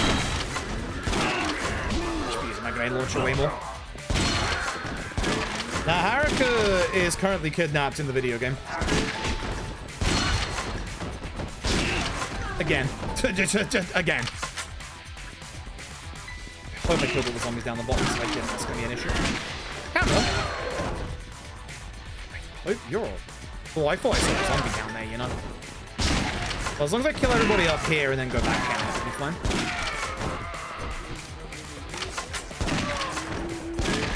Someone needs a light downstairs. Shit ass.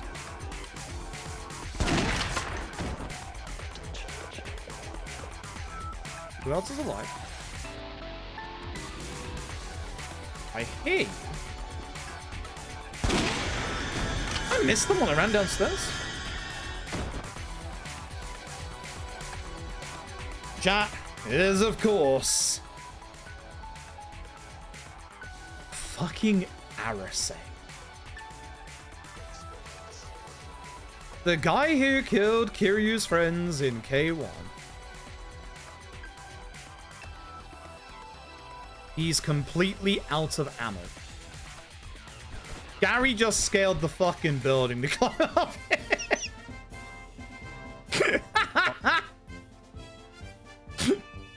Arase doesn't want to play nice with Gary. Gary doesn't want to play nice with Arase.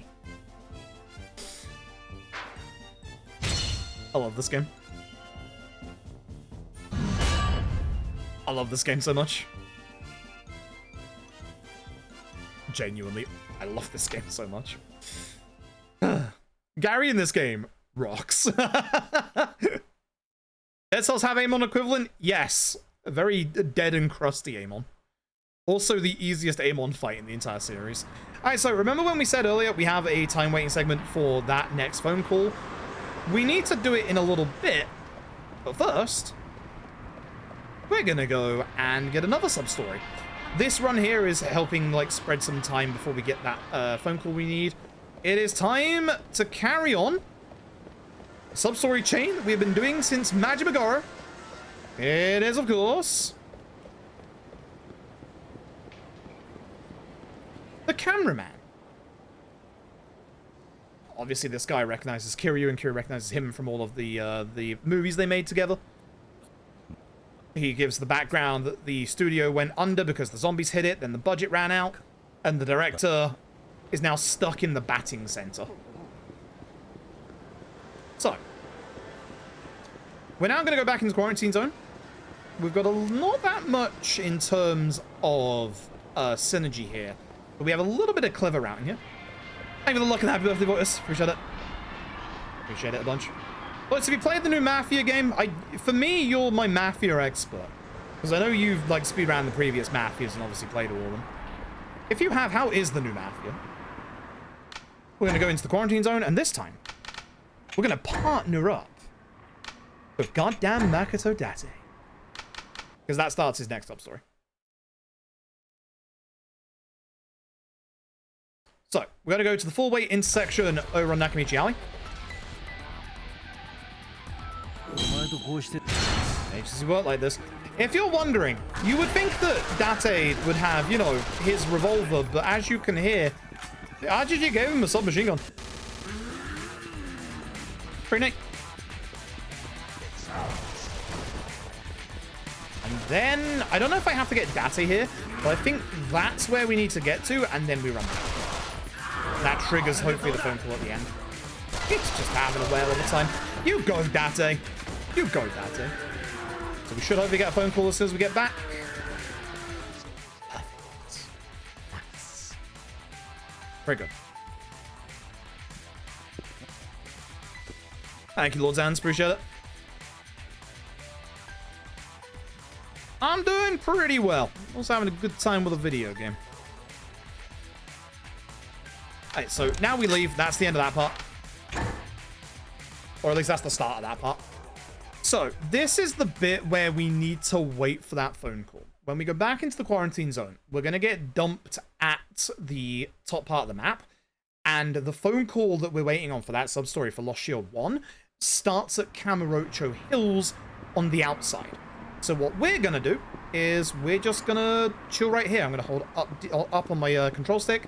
That way we won't get an AFK message, and after 3 minutes of in-game time, or a bit less because we've already been here for a little bit, we'll get that phone call that we need. So, yeah.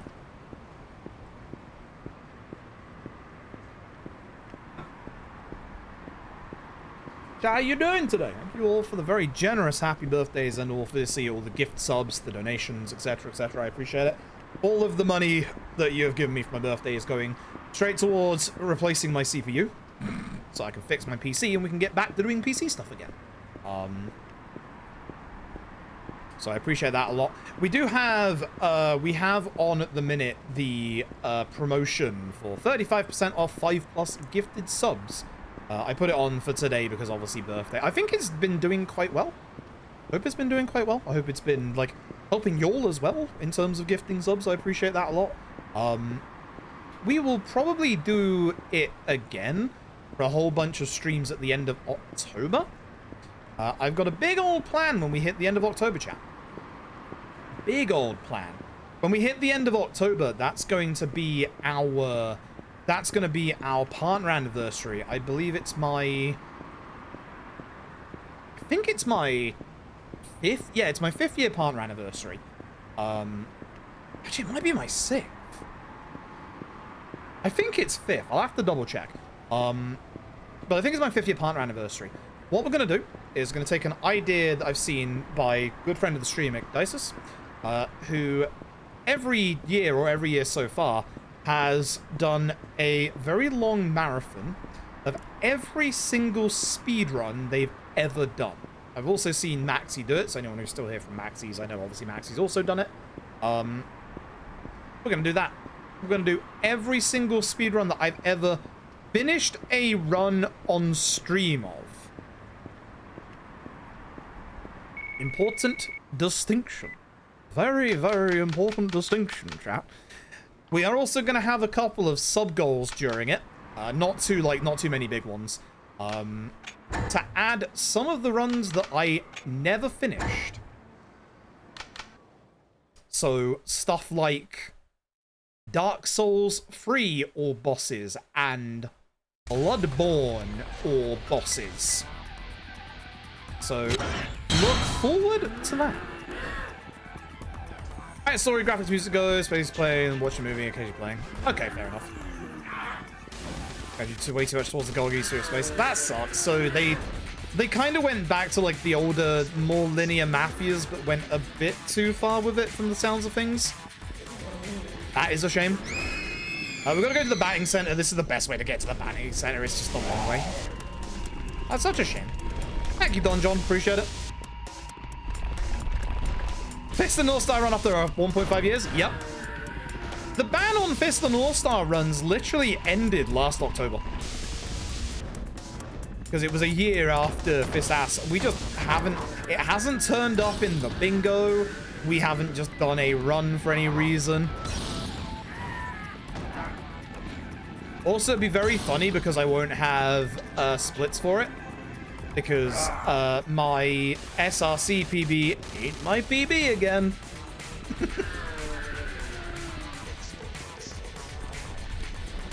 I love not submitting stuff to SRC, haha. You'll notice my SRC PB isn't up for this, but I do have my splits for this. That's because of the fact that I do actually have my PB for this highlighted. Just didn't submit it to SRC, so hopefully, fingers crossed there's still PBs, will absolutely submit this to SRC. Sorry, I've got other things to do. Nah, it's fine. It's time the disc gets snapped. Not for any percent. I still have to get the Platinum Trophy in Fist of the North Star. There's a lot of zombies and the director. Oh no, he's dead. We lost him, chat. Sorry, he was a piece of shit anyway with what he was doing for exposure. So we're like, hey, can we respectfully take his body out? Yeah, let's take care of some of the zombies in here, chat. That's this zombie just came up behind me. And as we're clearing through the zombies,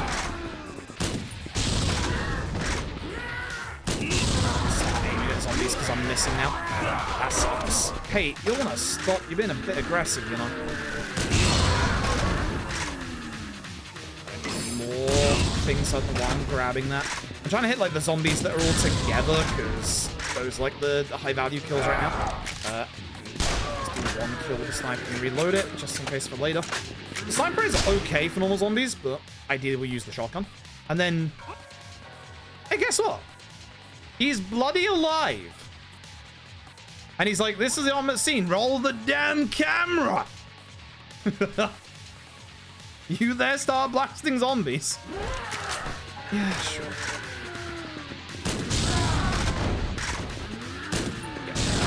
While they're together, these three while they're together.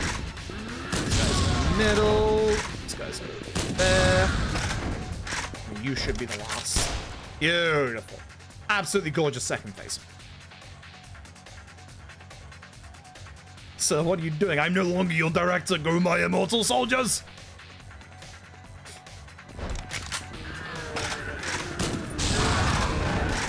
Kills. Aim to these guys. That connected. That's good. If we hit these three. Almost. Hi, bud. Beautiful. And that is the end of the zombining. They have finally finished their movie.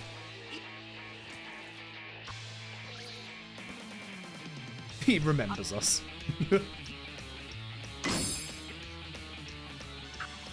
Thanks to you, Kudo, we finished. We have a film to finish. Here's the issue.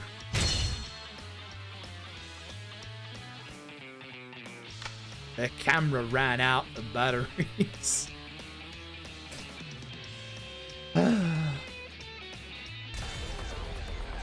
Alright, and the reason why we wanted to get the phone call before we came in here is we now have to get to Kamurocho Hills, which obviously the best way to do that is to head this way.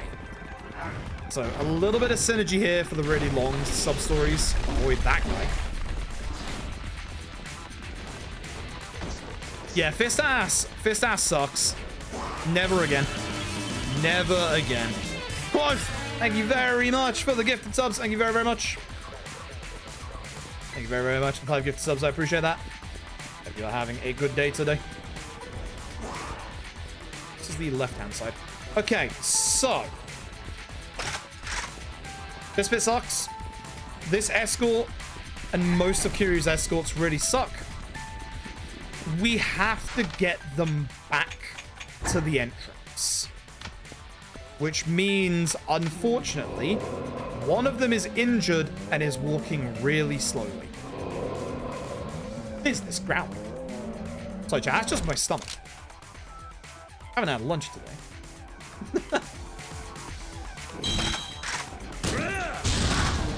Kills. Almost everybody. Nice shot. Very good. Very good. Didn't even have to aim, chat. Your boy still got it at certain points. I'm going to use this real quick, and I'm going to grab myself grenade launcher rounds.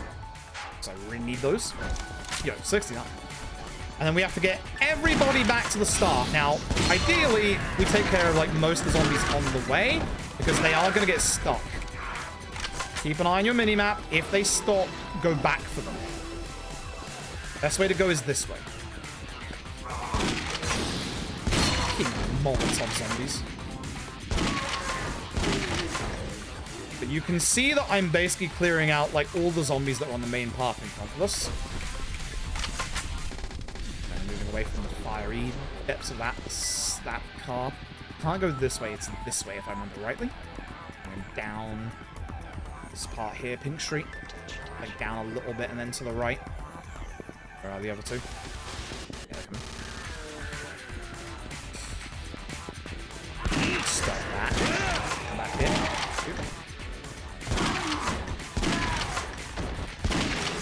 The Terra should be fine. It only spits. It'll just interrupt them slightly. Ideally, you don't want them to lose all their HP because they will walk slower to get back.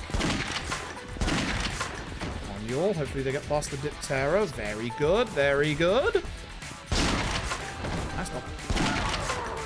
I wish I'd upgraded the shotgun when we were at Kamiyama's earlier. Ever we find ourselves back at Kamiyama, I'm upgrading it instantly. I should have moved that sign to get it out of the way for them.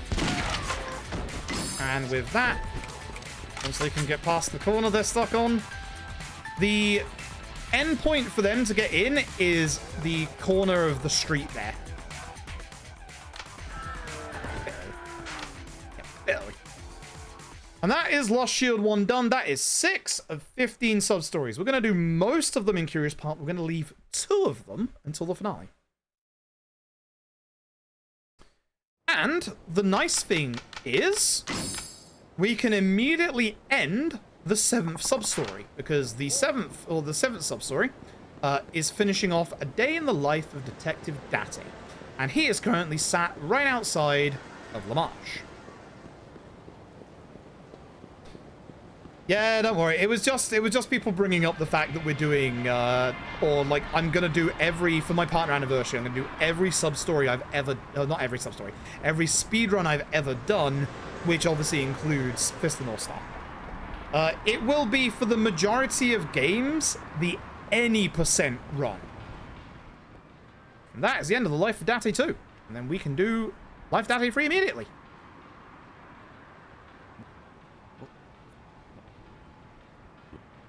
Pretty sneaky. So we're after some robbers that were dressed up as zombies. Better head for the barricade. That's part 3. So yeah, most of the runs are going to be pure any %. For certain stuff, like Sonic Mania, that I've only learned, you know, the good ending, all emeralds, we're going to do that. For Grief Syndrome, it would usually be about 7 different any % runs. So instead, we'll do what we've been doing for the previous few, like, speedrun bingos. We'll just do all characters instead. Zombies with guns! It's them!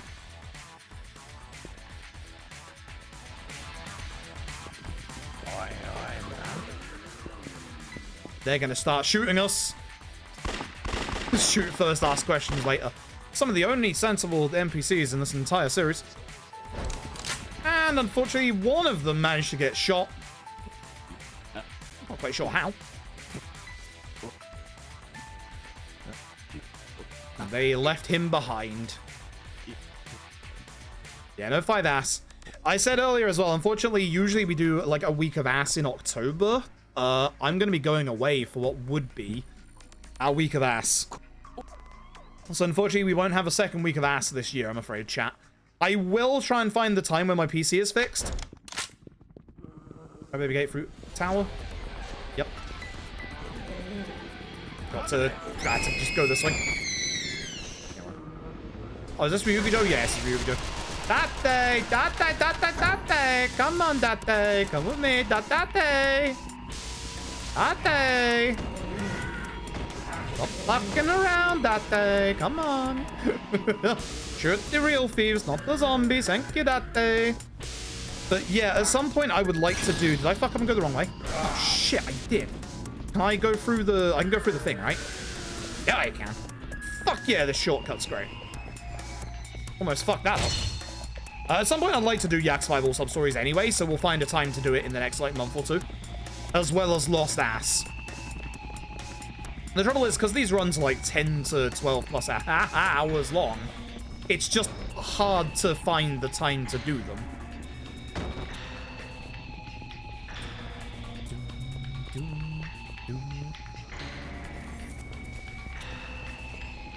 That day's not an helicopter at the moon. This is where we want to go. Good.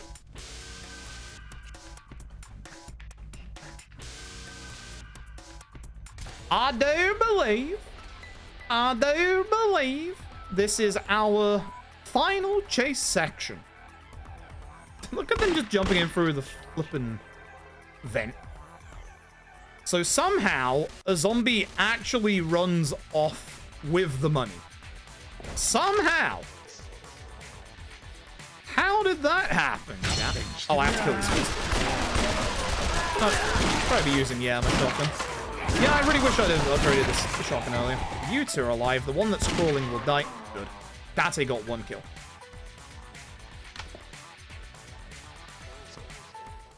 Hey, look! The guy who got shot didn't get shot at all. Shock? Could be Air Rider Circus Nintendo Direct tomorrow. Hell yes! We haven't seen any footage of that yet. Oh, I'm excited. Oh, hell yeah. Oh, hell yeah. That's gonna be good. It's gonna be real good. That's still supposedly coming this year. I wonder if it's gonna slip to 2026.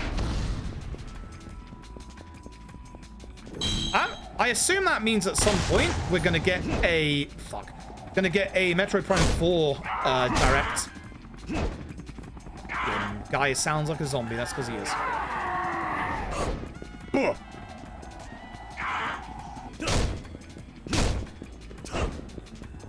She's such a here.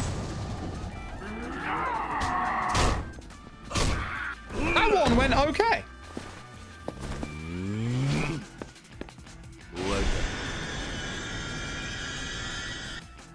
Alright, so the nice thing about once we've killed the zombies in this bit is we actually get taken out of the quarantine zone. So it's going to jump us back to the Kamurocho part, and we're going to go and do it. There his former teammates, they bite him, he becomes zombie, now we have to kill all of them. Bam. That's just me waking up in a moment.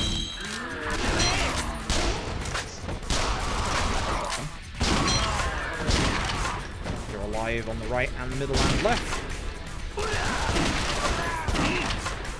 I tried Date. This guy's got a lot more HP. Fuck him up, Date. Never mind. That is the day in the life of Date done. That is Substory number 9. Not bad.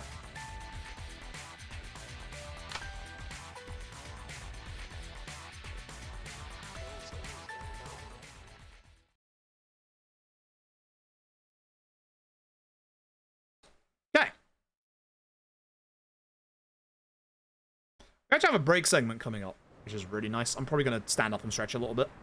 Use the bathroom because I haven't yet. Hands needs to stand up.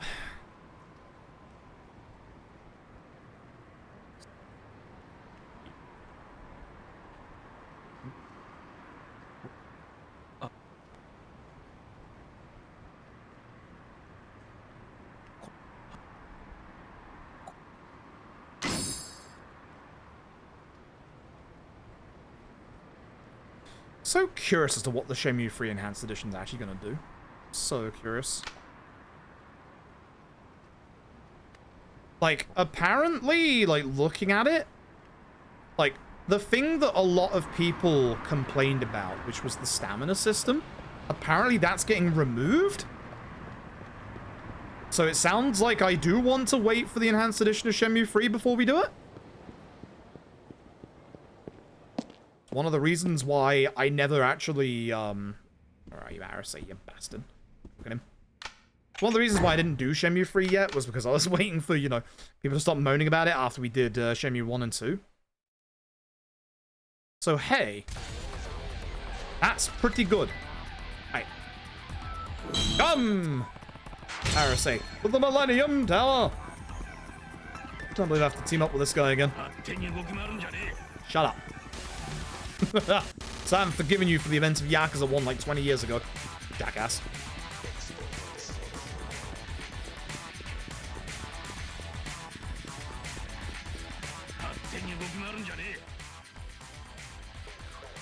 Kill zombies.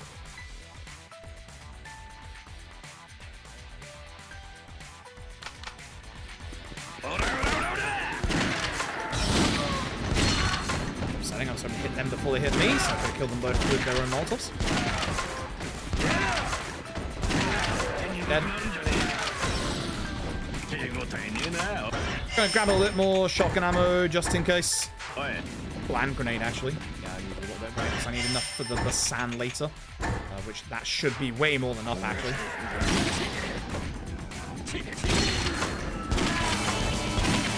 Cool, not too bad.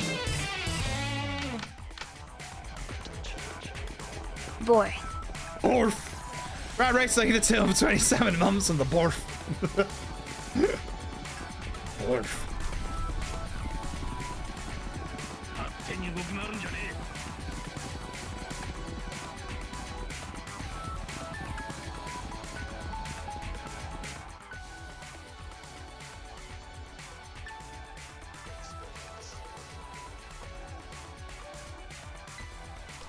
Kill them all! Arasay, have fun. And if you're wondering, I do believe that Arasay does have his dodge.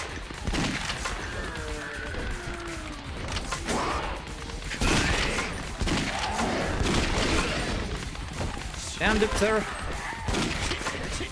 Trying to go for headshots, it's just like, I think I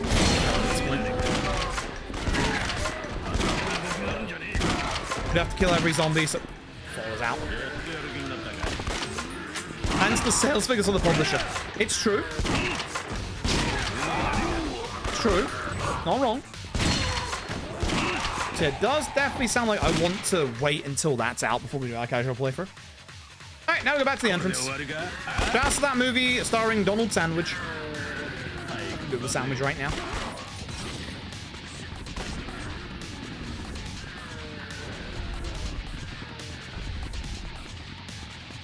Actually, I do need to go speak to my parents, so yeah, good time to do that.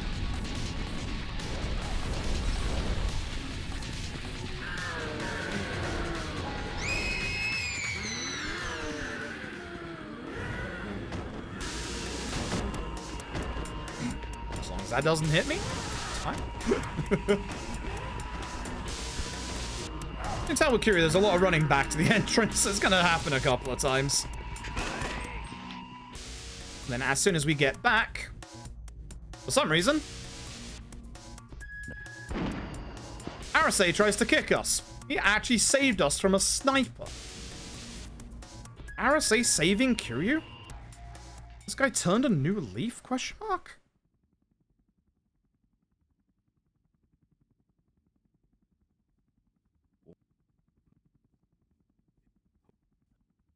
So we gotta go after the sniper, which is just run forward. Yep. He's up here. We kill zombies and then that's it. There he is. I don't know why that was really quiet, that shot, but it was.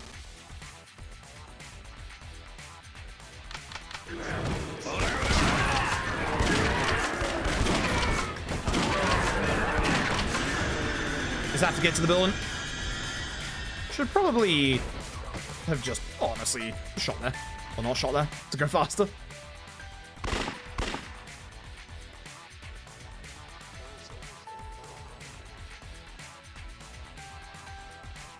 That is the end of Substory number 10. That is Arase Returns Part 2. It is time for Arase Returns Part 3.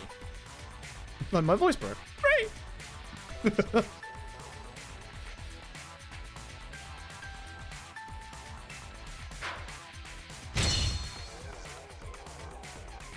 Which is back to Gary Buster Holmes. Love it when we go and see our friend Gary.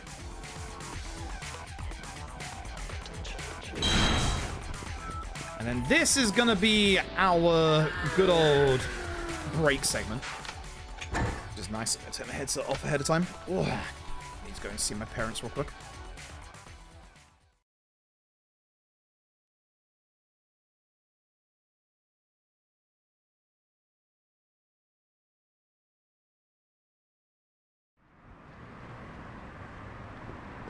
Earth to Gettys.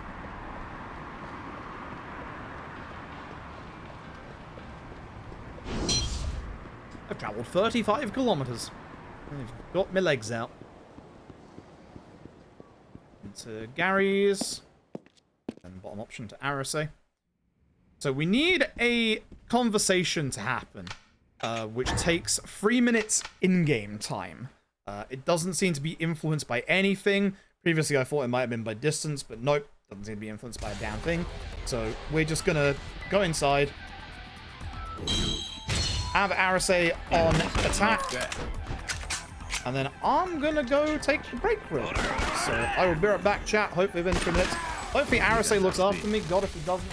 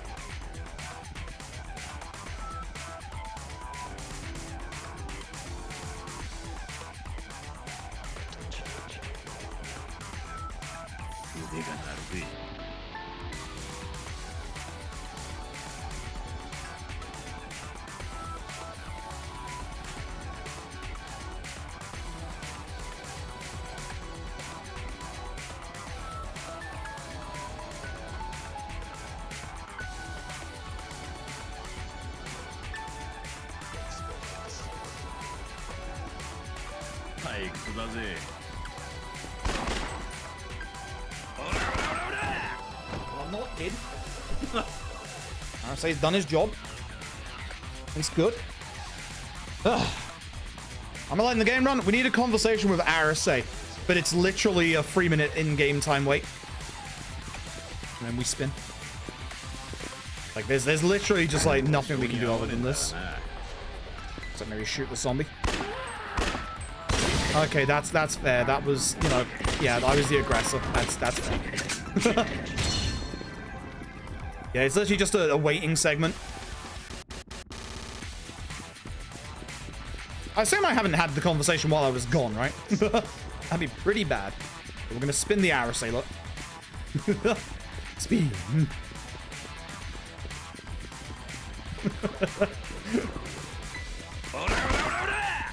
Like, at some point, he's just gonna say, Kiryu, wait, he's gone. None of this bit is influenced by anything else. It is literally just, you gotta wait. So I like to make Arase spin.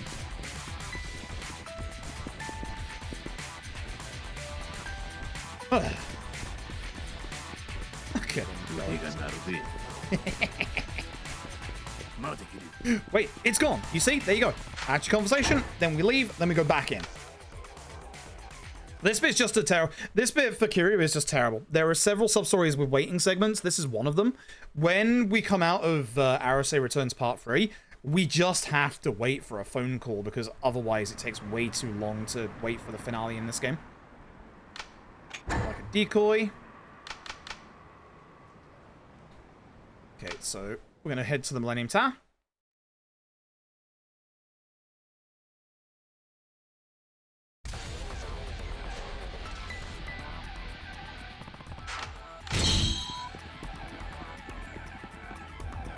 So Arase is trying to figure out like where the sniper is who's trying to kill Kiryu right now.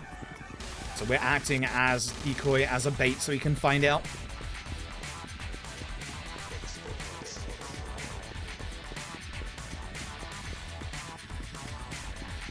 Thankfully, you can't game over from what's about to happen here.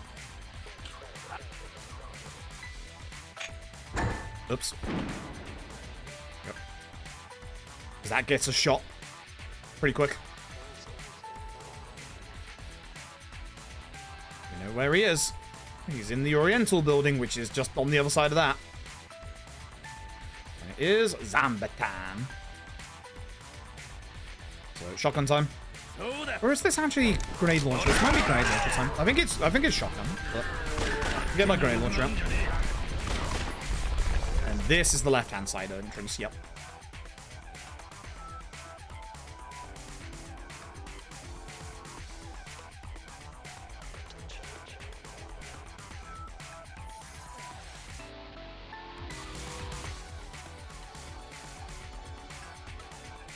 Here's the guy who's been shooting at us.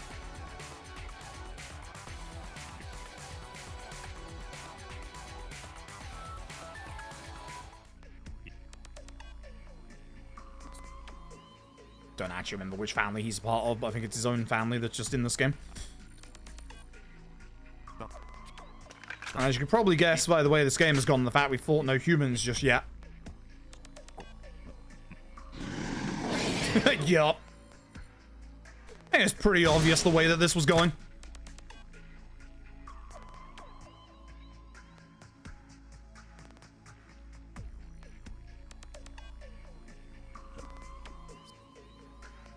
Gotta take care of the zombies, as per usual.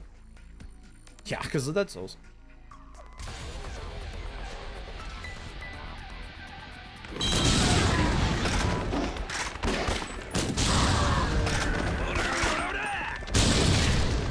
Damn you for flying into me.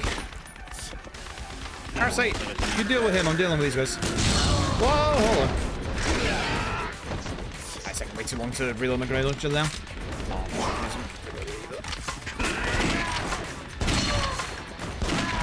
Some corridor, just a bit terrible. Arase got the kill. Shout out to Arase. Actually doing more than me. And that is the end of all the stuff we have to do with Arase. Thank God.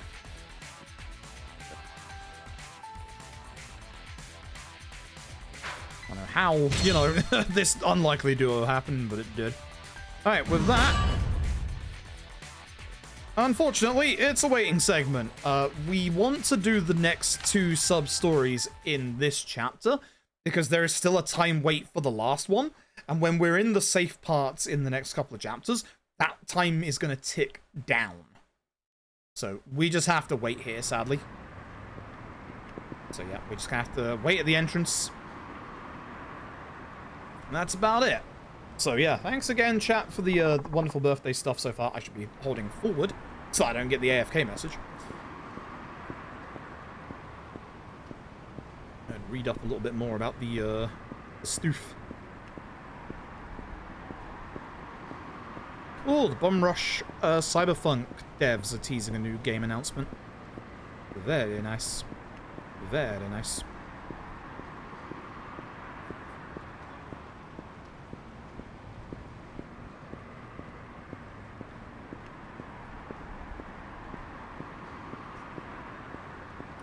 Lost Soul Aside is the end of this month. Are you forgetting that game still exists? Damn. Hope it's good. Like, actually hope it's good.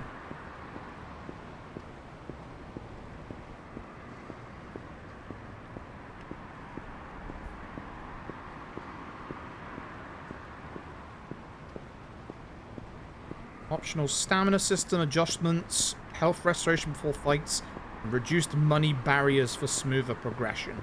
That's the gameplay tweaks for Shenmue 3. All sounds pretty good to me. I'll wait until that version comes out.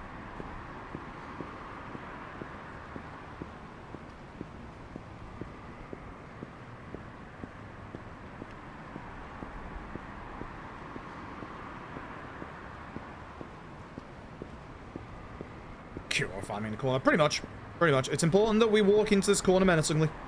We're just freaking out the Crimson Guard who's standing at the gate so we get the phone call from the Crimson Guard faster. Oh shit, it do be Monday, which means it's Dan to Dan. Oh shit. I don't think I have the time to read it right now.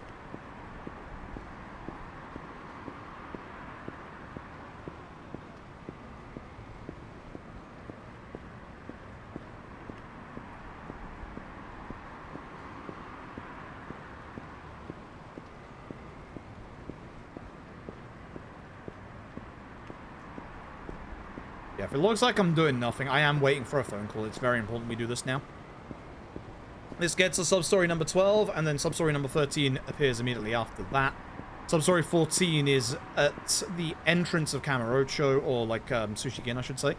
And then Substory 15 is a time waiting segment 1, but by doing this now, we don't have to do the time waiting stuff in the finale like twice. Bingo.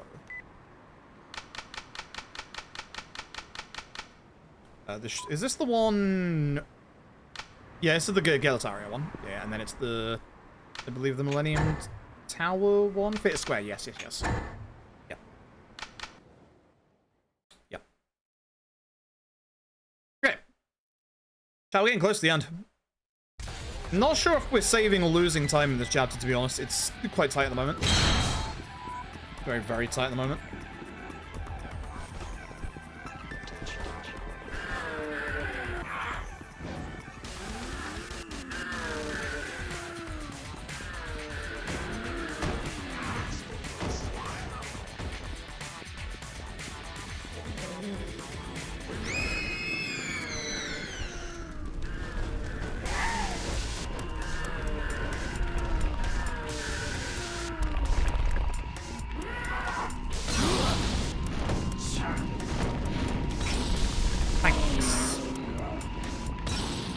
Once again, we gotta go and get everybody out. It's gonna take a minute. Hey there, happy birthday, Krabzik. Appreciate it. Yeah, this game happens after 4, and it is very, very much not the canon. As you can see on the minimap, one of our members is going a lot slower. They are injured. So I'm gonna run ahead anyway and just take care of zombies.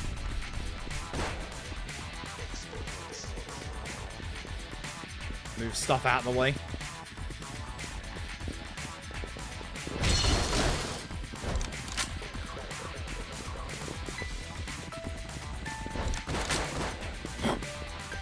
Everyone's still coming? Hold on. Yeah, they are. Why are they stopped? You stuck on the truck? No, you just...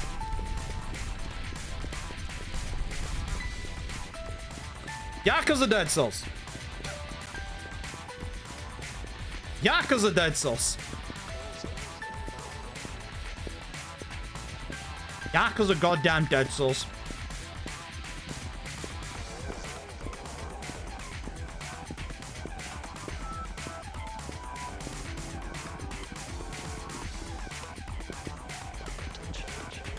Surprised I've had no zombies in the way so far. Usually you get like a couple, not that many in this bit, but... No. Yakuza goddamn dead souls. Oh, is the time? Yeah, the time segment is coming up, isn't it? Yeah. Zombies. Threat is over. That's it. Alright, come on. Oh, hello. That's a new zombie. Bad hit. He's just trying his best. Come on. God damn it. Nice, Arg. Nice. Thank you for the happy birthday chat box. Appreciate it.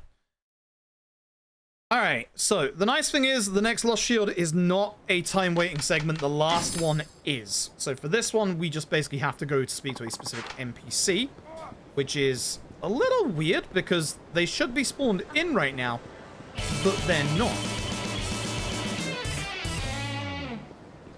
So we gotta spawn them in. Froob K birthday in it. Done! Thank you very much for the tier 1 for 7 months. Thank you very, very much. It is. So there should be an NPC to our right at the moment. There is not. What we need to do is go to the Popo. Spin around. Oh, hey, where'd you come from? What the heck? Field Square.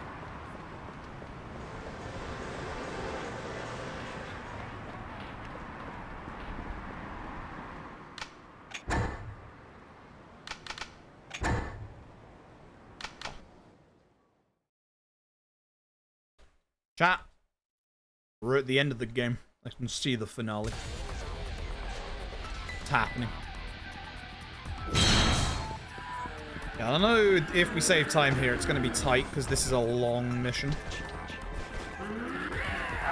Stuff we do in the finale is quite tight as well, to be honest.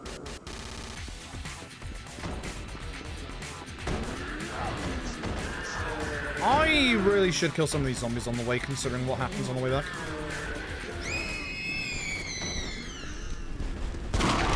Sure, it'll be fine.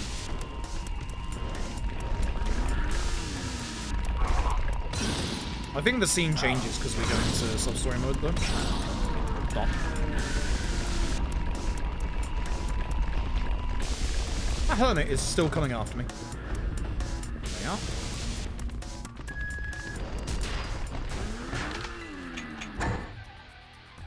Alright, so we're gonna get these folks back to the entrance.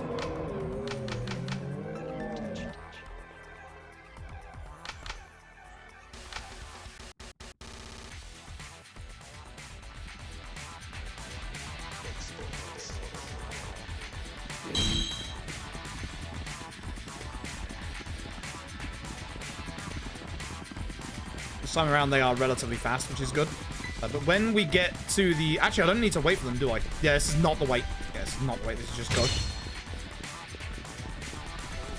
We'll see why when we get there.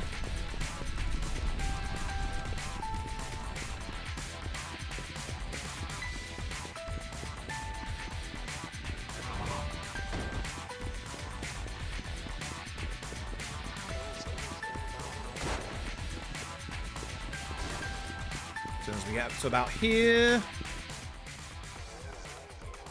we have a whole bunch of, would you believe it,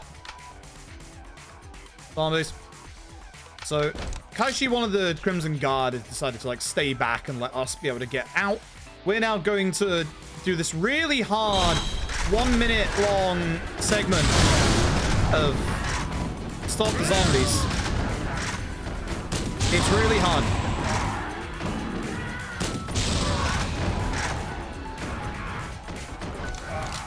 It's really hard.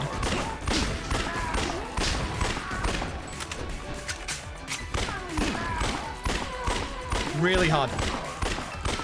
This actually would probably be quite hard on Dead Cells difficulty.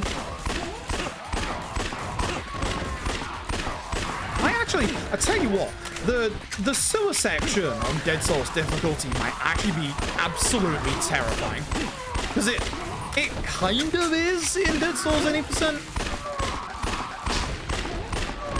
I'm gonna rack up my kills, chat. Guns are reloaded. Oh, my rifle isn't, but hopefully I won't need it. Not with the strats that we've got. Okay. Chat. That is the end of Substory number 13. Which means we carry on with the video game until we hit the finale. Okay. Am I going to go and do that? Because I think it would be very worth doing that right now. I believe that earlier I should have upgraded my shotgun, and I haven't. So, the last bit now for the Lost Shields is a time segment. I believe I should have upgraded my shotgun way earlier, and I didn't. So I'm going to do that right now. Because an upgraded shotgun combined with the bloody binding makes the Basan fight hilariously easy. We might save some time in this chapter by the looks of things. Hello, Akiyama, my old friend. Not for the last time in this run. So, shotgun, pathmaker. I don't think I can do another one. I'm pretty confident we don't have the stuff for that, because I think it requires, like, the aggro medal? Yeah, aggro medals. Okay. But this shotgun will now do damage, which is good. Should have done it before we did Curious Part. I think it would have been much better, but it's all good now. Like, it's going to be important coming up third, the bits coming up. Let's rock. I need to figure out when we're doing our next crash rule.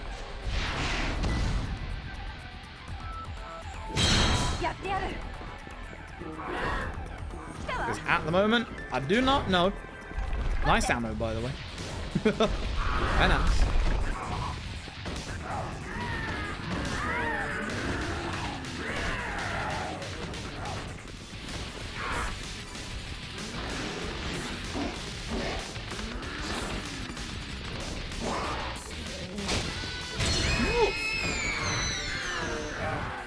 Awesome shit. How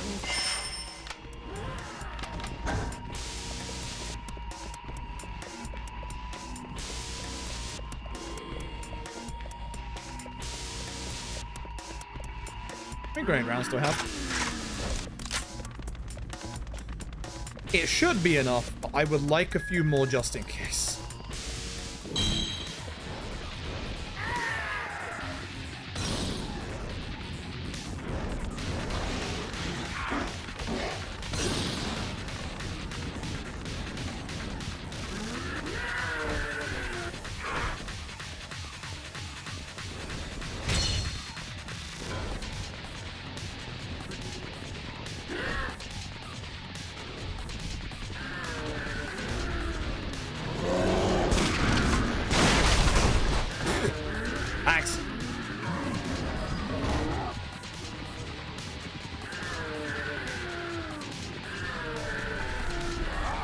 Yeah, I reckon I'm going to grab a couple more grade rounds right now, just in case. If I have close to 100, I think we'll be in a good position.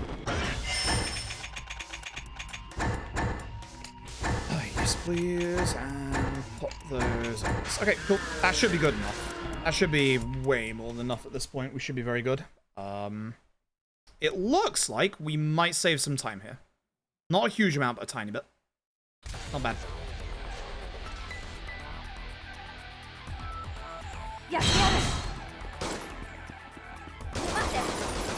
Maybe like a minute or so.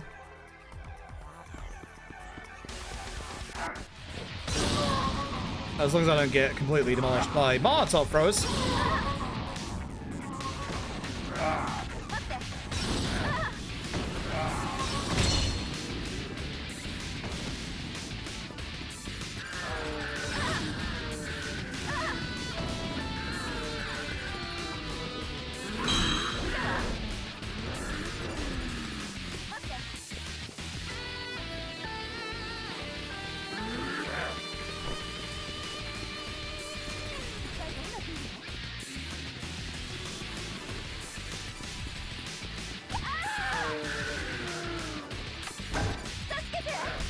No, busy. Sorry, a second.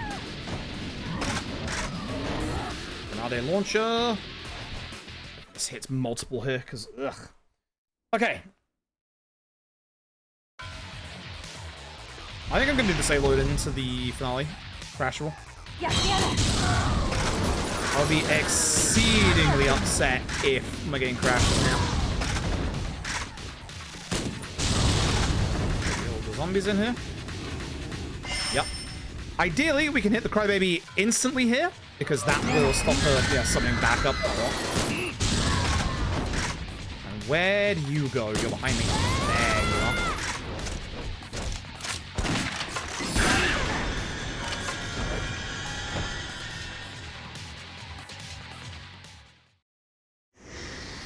Okay. looks like we're gonna save a tiny bit of time. Like, almost a minute.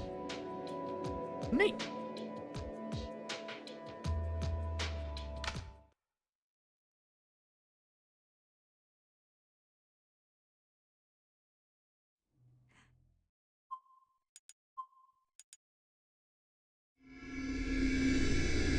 Seconds. I'll take it. I'll take it. Not gonna complain. Hey, look who it is. Uncle Majima. So he says we need to get to Yodi. Where are we going again? Where are we going again? I've forgotten. We're going to Purgatory. That's the place. Gonna put Majima onto attack, and also Sagi onto attack, but she's not going to help too much in this bit. It's mostly Majima. This bit kind of do suck. This bit kind of really does suck.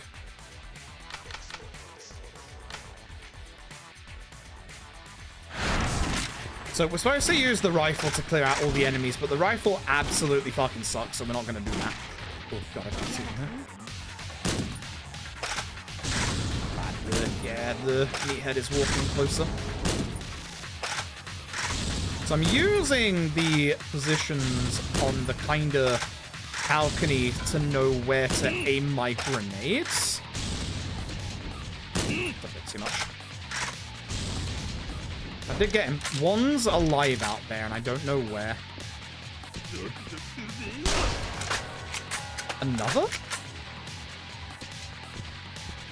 Oh, what are you doing over there? As you probably guess, it's ridiculously impossible to aim with the sniper rifle in this game. So you don't want to do that? Don't need to kill anyone in here, just get to the exit.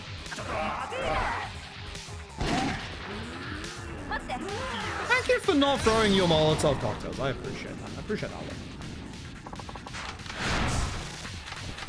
one. I'm about to do something very weird that I've never done here, but I kind of want to. Bloody binding time. Because I don't need to run anywhere, I just have to kill all the enemies. And these guys fucking suck. You're a liar. I should have earlier. Bye, Badra. Love you.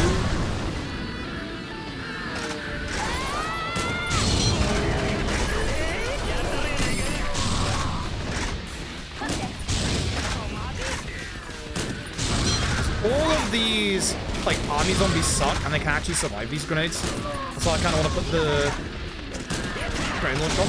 I'm gonna kill you with a shotgun, my dude.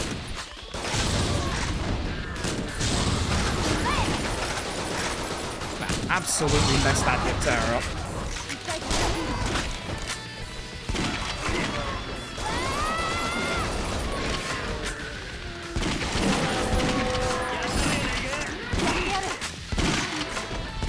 Surviving. That guy on the right, I just not count as alive.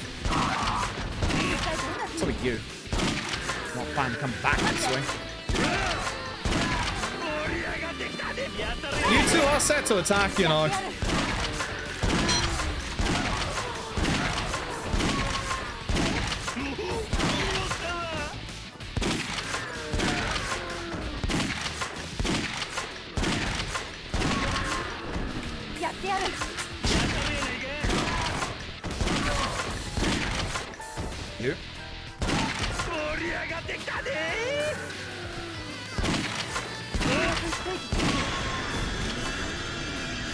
It was okay.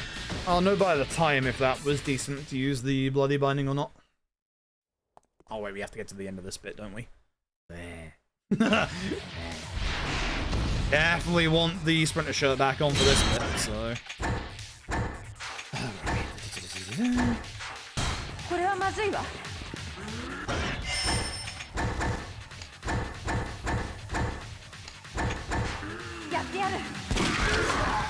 Oh, didn't want that on. Oh, that's for future me to deal with.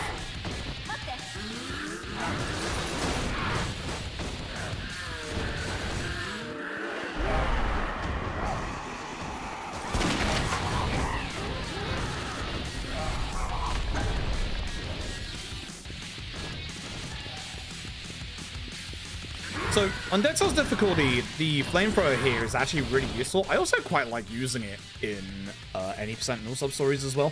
Mostly because there's obviously the Hermit in front of us, but also because it takes care of like a lot of the normal zombies like really quick. So I don't get hit by that explosion.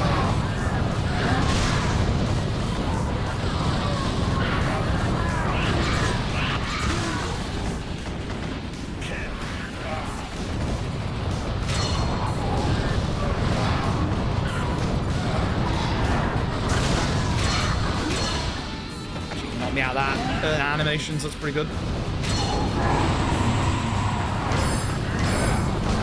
Sorry to the video game for making you chug, you're fine. Hang in there, bud.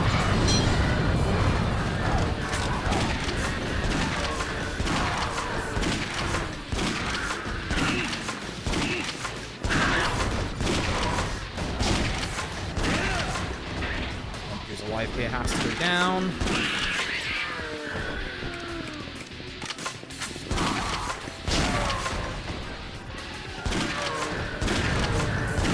A lot more alive than I would like, mind you. There shouldn't be spawning any more in, though, now. Down. On the floor next to me is also, yep, alive. Sagi almost died. I don't know what was going on with the Sagi, but she genuinely almost died. I don't think that's a game over, but good lord, that was close.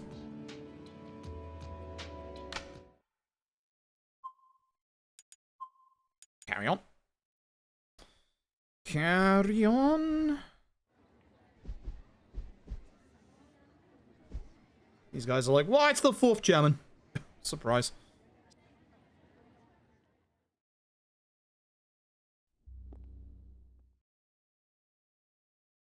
Right. Off to the florist. That's the wrong way, idiot. How do I get that wrong? And on the way there, we do get to see a old friend of ours. Hello, bad influence. How are you? This way. Get the bloody binding for the Basan. Okay.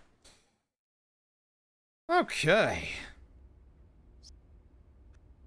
Time is money, he says. So, this is Nikaido. This is the person that's of the Omi Alliance that's been spreading the zombies around, but there is somebody in the cutscene with him that is the actual mastermind behind everything. A person called DD. Only known by their stage name of Peter. Peter, the horse is here. No, I will keep a healing item just in case. I shouldn't need it, but just in case. Alright, now comes the greatest part of the video game. I love this part. I'm sure you all will too. I don't want to speak to you, homeless man. I do appreciate you and your services, but I want to speak to this not homeless man. Previously, homeless man. Welcome to the sewers. You have to hold out for reinforcements. I love this video game with its very fun set pieces.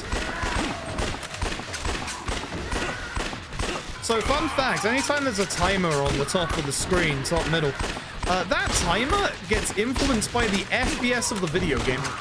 So if the FPS drops, the timer's going to stop as well. Wish I was joking, I'm not.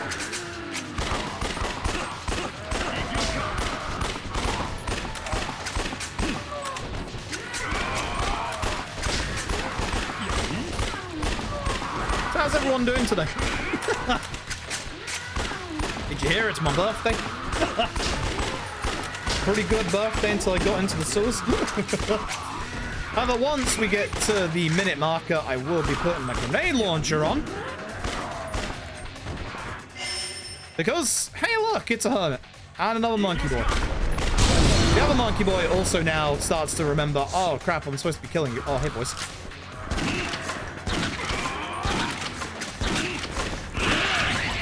Thank you for going after Akiyama, I appreciate you. Akiyama, spin.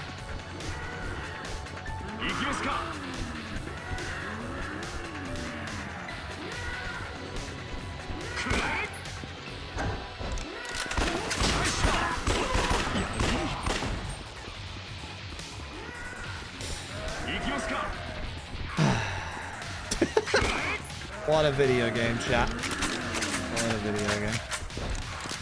Cammy, you are set to attack. You should be, like, attacking these guys.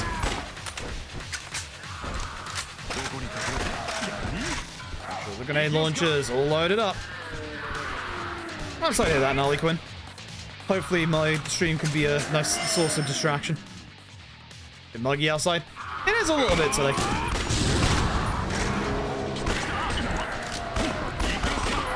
We want to make sure our grenade launcher is reloaded. And our shotgun, and then we have the shotgun equipped for the next part.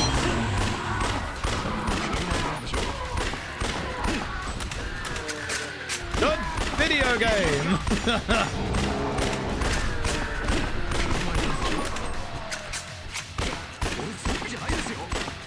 Sorry, Akiyama. Kind of going to auto fire here, my dude.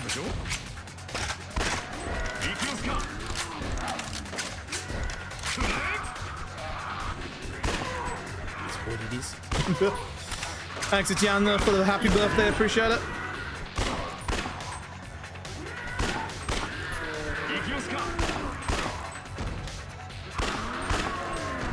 Alright.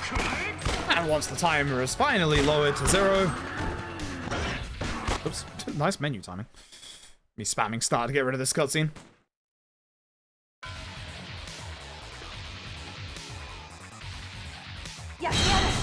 We leave the sewers, but before we exit, very importantly...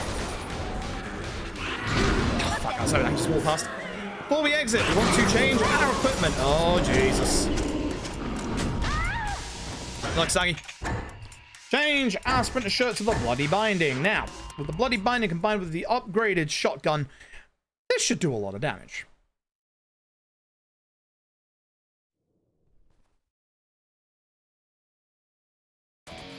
Yeah, it's behind my webcam. I probably shouldn't be hiding it, but it's not important.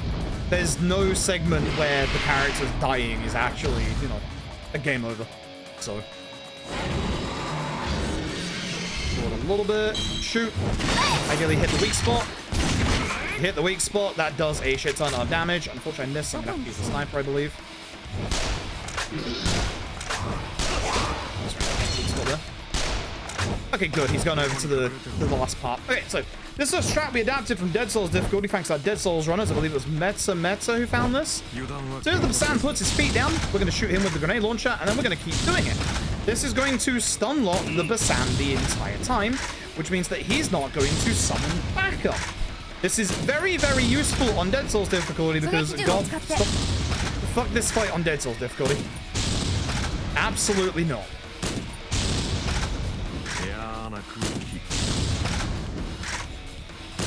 It looks slow, trust me, it's not. This is very good. We do not want the Basan flying off.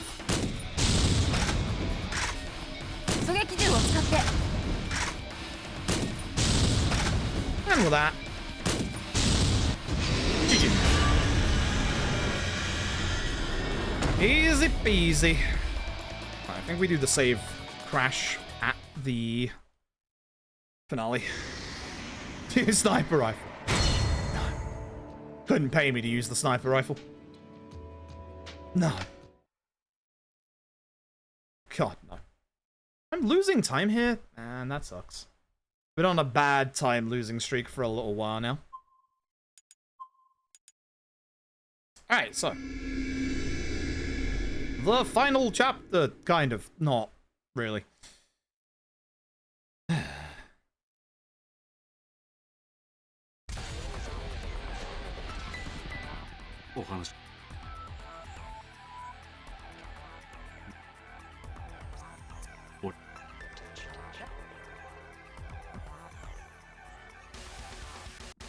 Still kind of wondering if I want to do Kiryu's final rifle upgrade.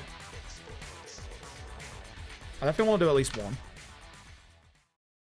So, on rail section, usually we can just like point the camera straight down and just not care. The downside is we are wearing the bloody binding, which is making our defense minus 60.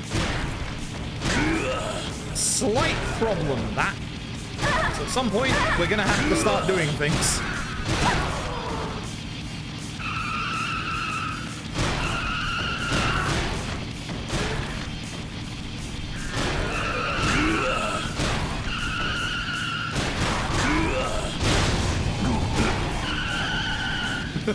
Even in easy, you still have a lot of HP, thank goodness.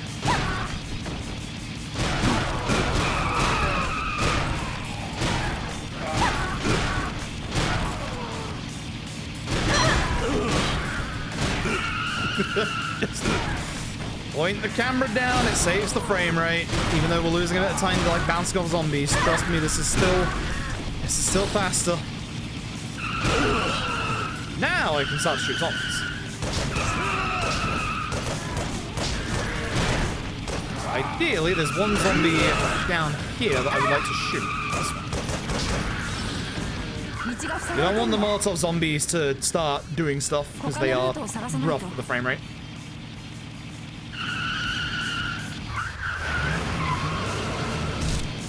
Then we have this guy back again, the Onraki. Now, you'll notice that I am occasionally shooting him because I am trying to stop him from running full.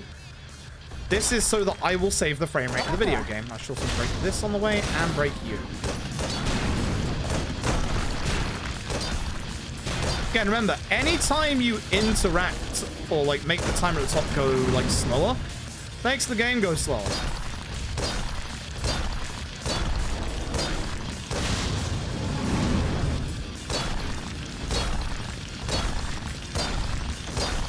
So you're probably thinking, why don't I just, you know, shoot him and kill him?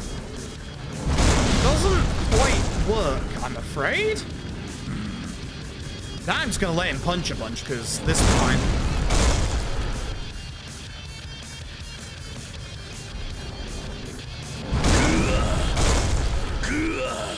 Ooh.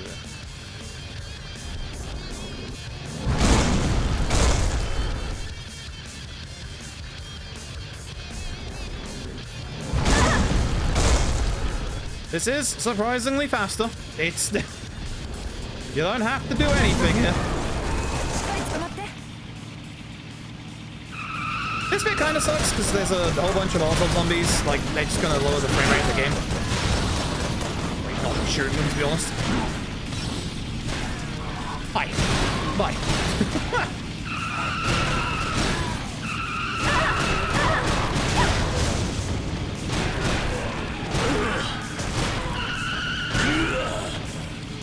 All these counts as kills, by the way. I'm not doing anything. I'm not done.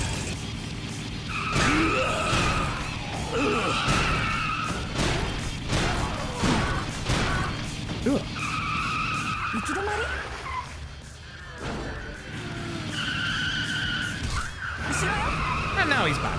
Weirdly enough, you can actually go out of bounds in this bit. It's happened to both me and Panda. The game does, like, right itself. It's so weird. We do want to stop him from bouncing us here, ideally.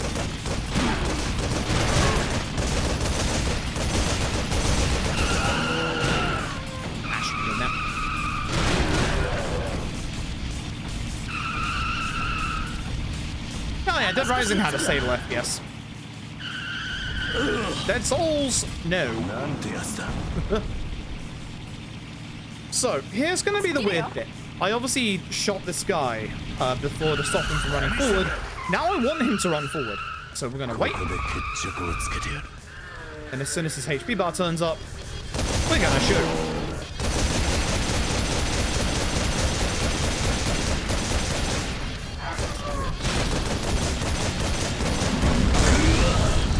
It's also letting the gun cool down a little bit. Lovely. That's that. Alright, we're gonna do the last crash rule right here. Hopefully that stops us getting the Hayashi crash. I'd be very upset if it gives me the Hayashi crash.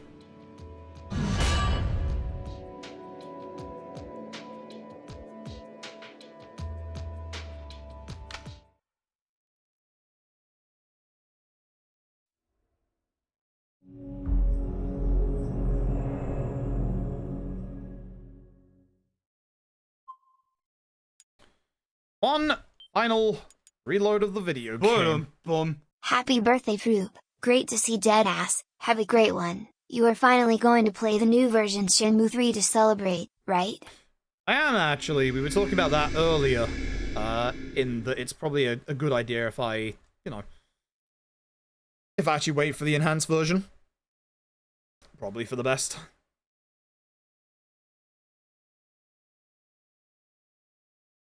could go do that. Upgrade for the rifle now. Alright. Nice pink screen. Alright, hopefully that is the very final save load we do. And this is the finale. So, 2 sub-stories to go. That's it.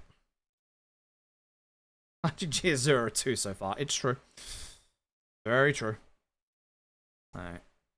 Basically got to figure out if I want to do the... If I want to do the big Kiryu rifle upgrade. I might do, I'm not sure. See, I could either upgrade my rifle once right now, or twice when we're done with all sub-stories.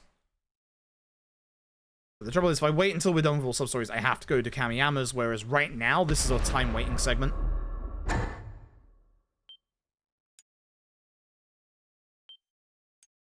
Alright, here we go. The end.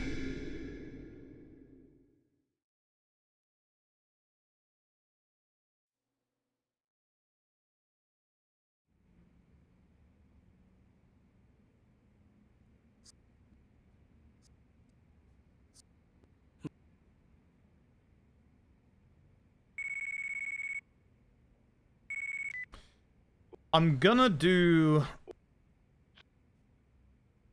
the rifle upgrade now.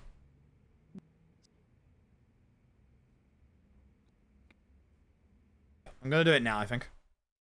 So I'm not gonna get the ultimate rifle upgrade. I'm gonna see what it's like without the ultimate rifle upgrade. Because I'm really, really curious. Because we're on easy. Technically, we should have way more than enough damage, even without it. Always been a little curious. So we're in a time waiting segment. We have to wait for a specific phone call for a sub-story, for the final Lost Shield. So running up to Kamiyama's now is fine. I'm not going to lose much time here. But we've been given Kiryu's ultimate weapon, the anti-material rifle. It's very good. To the point that I still would like to upgrade it if I can. Because it is very, very good.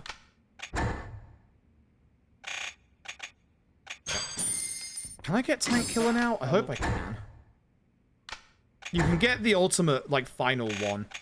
Yeah, I can. Good. From basically the final sub-story. I think I'm just going to go with this.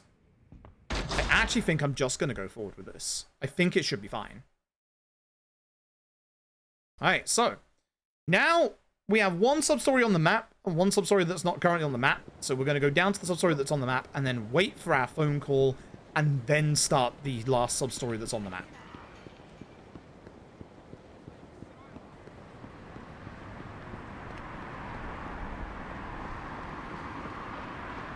So, this sub-story is called The Majima Man. It's got a little bit of a link to Majima. It's actually a really sweet sub-story. Actually a really, really nice and sweet sub-story. There is our Majima Man. I'm gonna wait a little bit close to him. Walk into the wall as per usual, and then just wait for this phone call. So the nice thing is, in the downtime parts, like when we were going through Purgatory and stuff, the timer for this phone call that we're waiting for was going down.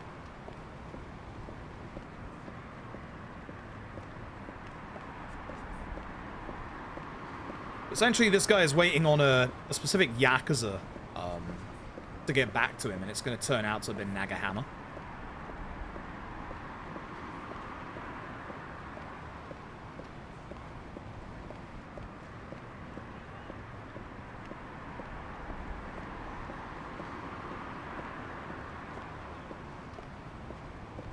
It's very important we get this phone call now for the Lost Shield.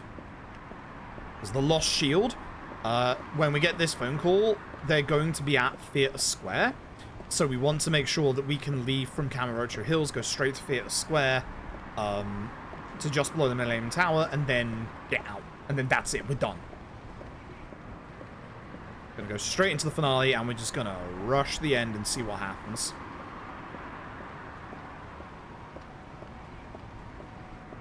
Then we're going to save this file so that we have a Saved all Substories file that we can use as practice and routing for Dead Cells Platinum %. See, like, right now, for Dead Cells Platinum %, we would be going into Sushi Gen. Actually, can I eat here if I'm full? I can't remember in Dead Cells if you can eat when you're full. Good question. I do not know. I do not know. But again, it's another, like, 3 minutes in-game time. It won't be as long, hopefully, because obviously... It might actually be 5 minutes in-game time for this wait. I don't remember. But we've already been, like, in Purgatory, like, waltzing around, so we should be fine in a second. I'm just gonna spin. Sometimes you just feel like spinning, chat.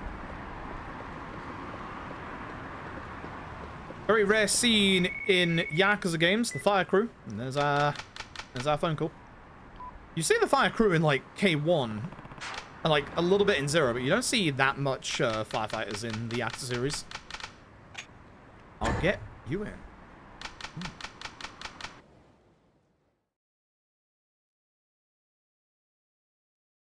Okay.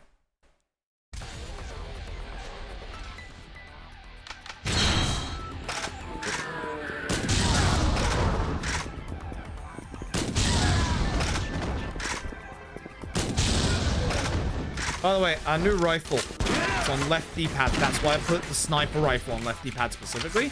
Is because we didn't want the shotgun to get overwritten. Shotgun has still got a good amount of use in this finale. Spinning in Majima Saga, God.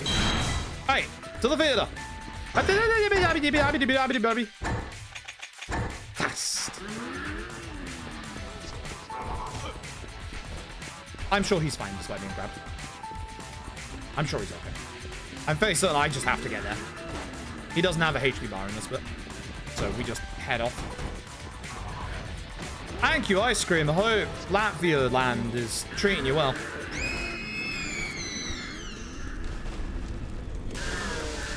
Prim, if you didn't hear my situation right now, my CPU's fucked. So it's a very good thing we installed Monster Hunter Rise on the Steam Deck.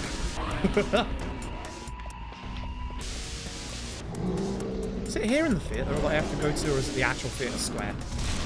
The actual theater square, isn't it?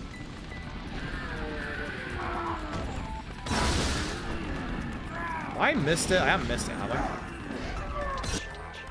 There, there it is. I might have missed it. Freeze frame with a Molotov cocktail in the head. Oh boy, yeah, I just need to get a new CPU. Which, thanks to everyone's generosity, I will be getting a new CPU after this.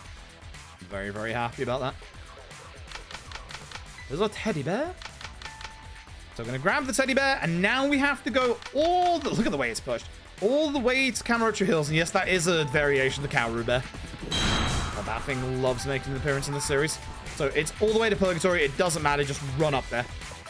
It's going to take us a while. We just got to go. Much few times these days? Yeah, I can imagine.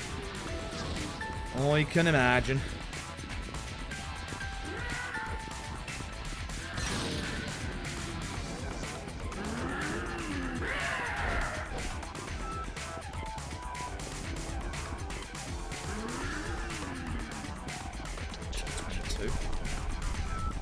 Not bad. It's not bad, but it's not great.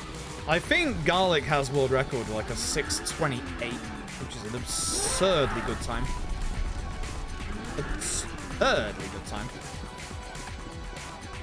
Garlic's fantastic at this game. Garlic is absolutely phenomenal at this game.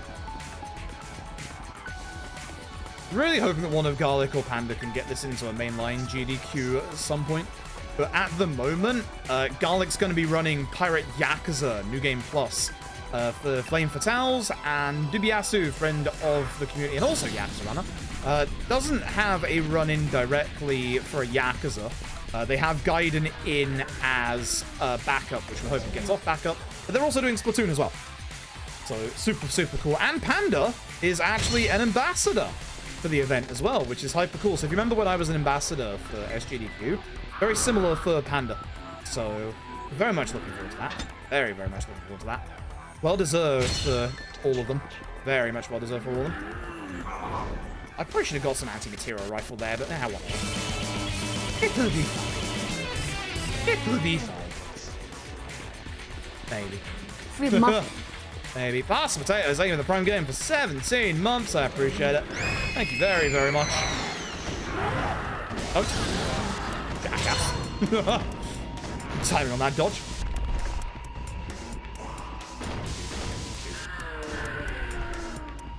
We're gonna have to kill. For the one and only time down here, we don't have to kill anybody. We're just getting a purgatory. And with that, that's the penultimate sub-story finished. At which point, we want to go to the other manhole because it gets us out to the top left a lot quicker. Because we just want to get to the area in front of the Millennium Tower. And at that point, we will finish the final sub-story. I have a little bit to do.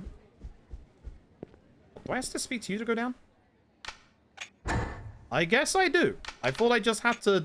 Alright. I mean, it makes sense, but alright. Alright. Sure.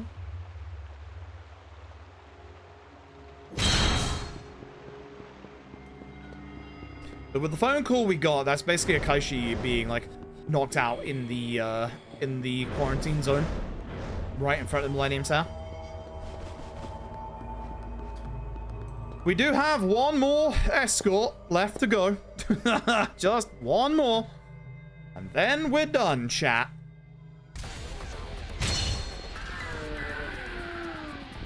Okay, launcher ready for this.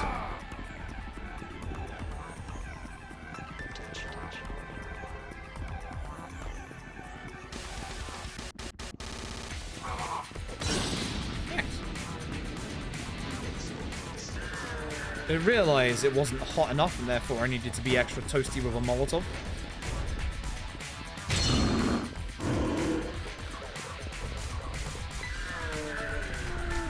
There he is. He's on fire. Poor guy. Whole bunch of zombies are gonna turn up and we gotta take care of them and then that's gonna be it.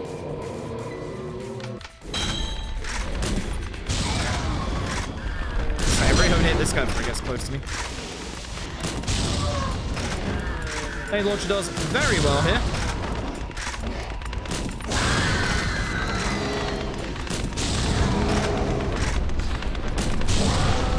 As does our brand new tank kill. And that missed. Tank kill. Don't dodge. Tank killer. Anti-material rifle's so good. Usually in any percent, we don't even upgrade it once. The last upgrade gets it to, I think, 2,500 attack. The one we're on gets it to 2,000. So it's still pretty good even without going for the final upgrade. Thanks. Go on, Akashi, please walk around the fire.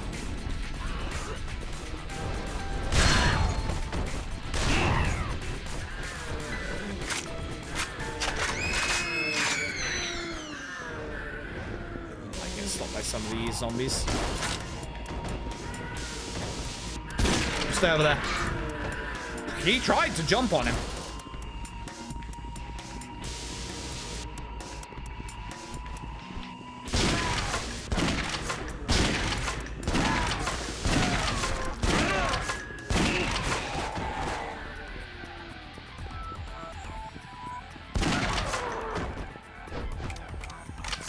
As soon as we bail out of here, once he gets to the corner,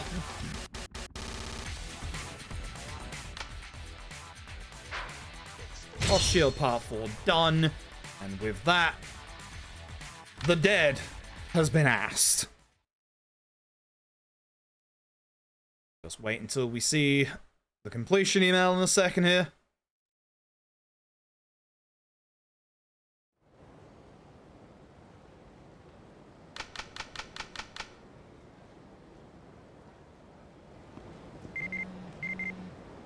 Kiryu Substories. All Substories. There you go. There's your confirmation. All Substories completed. Now let's finish the video game. So yeah, if you're wondering, it takes less than 6.5 hours to do all sub-stories in Yakuza Dead Souls. It's a pretty good run. A very, very good run. My dead ass is now alive ass, chat. Let's go finish strong. I'm not going to get Kiryu's ultimate rifle. I want to, but I want to see what kind of time we get.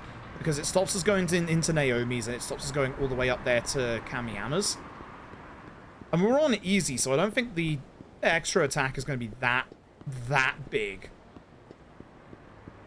So, and if I lose time, that's 3 times over next time. You know? I'm fairly certain I had a pretty... I got Nikaido skipping my PB, I remember that. So we're going up against that. Thanks, Tat, appreciate it. Amon is not a sub-story in this game. Amon is attached to the Subterranea, which you will see me do when we do Dead Souls Platinum %. When we do Dead Souls Platinum %, essentially what we're gonna do is an Amon % run, which is you have to do all sub-stories to be able to fight Amon. So we do all sub-stories, then all the Subterraneas with every character. You're in the way. Now goes into attack. Why do you need to create this first? Damn. And then we have to do a New Game Plus run on Extra Hard, and then we have to do an any % run on Dead Souls difficulty.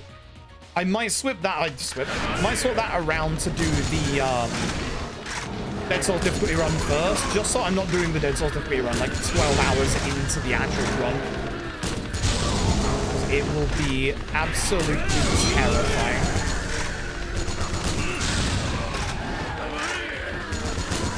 No frame rate.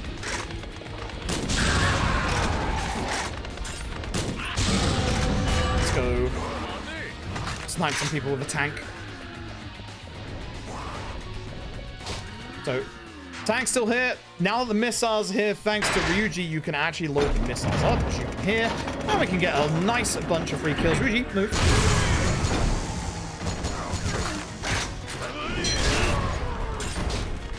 Good. This bit just sucks because the frame rate just dies, you should probably guess. Nice job, Ryuji. Wow, I killed the actual skateboard as well.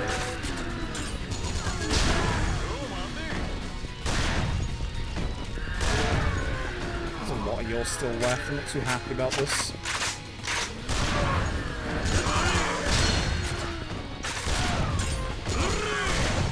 One thing I'll do before we kill all the enemies off is grab a whole bunch of ammo that we need, which honestly at this point it's anti-material. Not rifle. Jesus Christ. Rifle we definitely don't need anymore because we have dropped the other rifle. Yep, sounds good. A little bit of grenade just in case. And you. This feels like a very slow entrance. Thank you. Here you go. That feels like a very slow entrance. Right.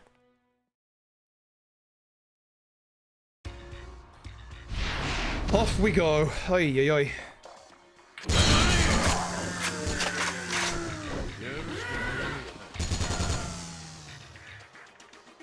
Gotta kill every enemy here with an upgraded rifle. Even without an upgraded rifle, you can blow up all of the patties in one shot.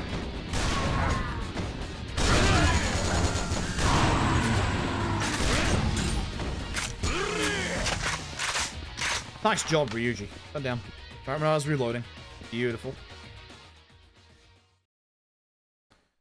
Alright, up we go. God, pray we don't get the Hayashi crash. If we get the Hayashi crash, I'm actually just gonna cry. We save loaded at the start of the finale. We should be fine.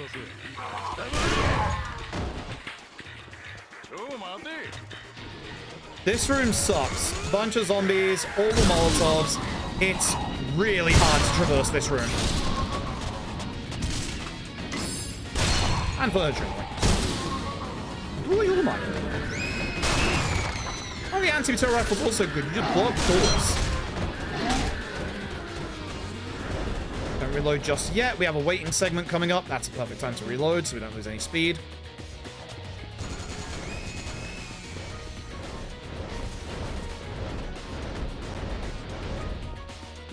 Perfect. Thank you, Sam, for the happy birthday. Appreciate it. Yeah, I hope you're doing well, Tap. Tap, when I get my PC fixed, I'd be more than happy to do online Yakuza 5 co-op if you want to. Yeah, for those who don't know, there is a mod for Yakuza 5 where you can play online co-op.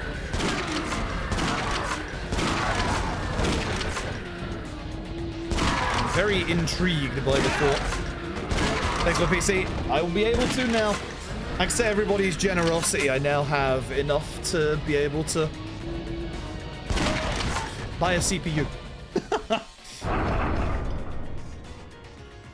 Once I buy CPU, we'll be all good. I don't know why I ran a shot there. I just lost speed. Here's the railgun room, aptly named because there's a railgun in the middle of the room for who the fuck knows what reason. What the hell are they doing in the Millennium Tower, to be honest? Like, why does Majima's floor have a railgun room next to it? Who decided that was a good idea? Like, who actually decided to give Majima a close proximity to a railgun? None of this makes sense.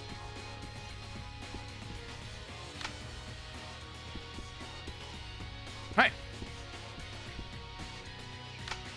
So, this bit sucks, because we know what the safe code is. Spoilers, it's in my split. It's 3538. But the downside is, you need to go and get the code before you can enter the code. But the really weird thing is, if you enter the code wrong 3 times, Ryuji just busts open the safe anyway. So... it just sucks. It just really sucks.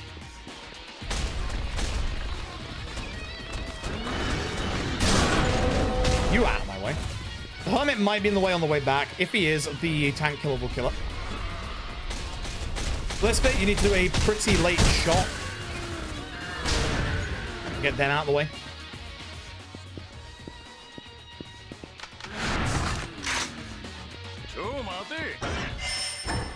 Get a little bit more anti-material rifle. We should be good at this point.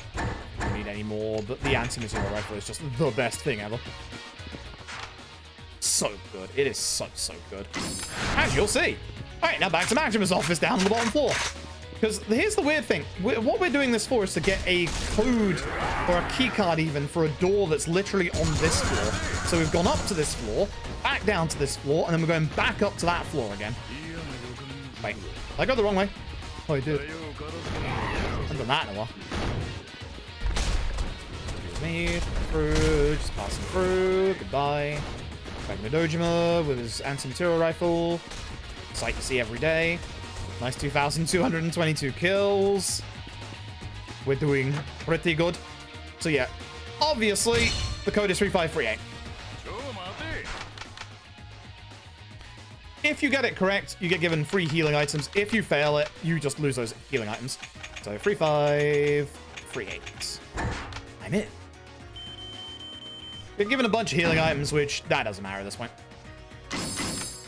Actually, it might. I'm going to get rid of some shotgun ammo just in case, because we are going to be equipping the Bloody Binding. Because the Bloody Binding is going to make all of this so fast. God, I wish we'd get the Bloody Binding at 80%, but the blueprint is locked behind a sub-story. And it sucks. I wish we could. It'd make things so much nicer. Goodbye, zombies. Goodbye, zombies. Oh, they just come out of the lift there. It's a Carlfish, thank you very much for the 5 gifted. Thank you very, very much.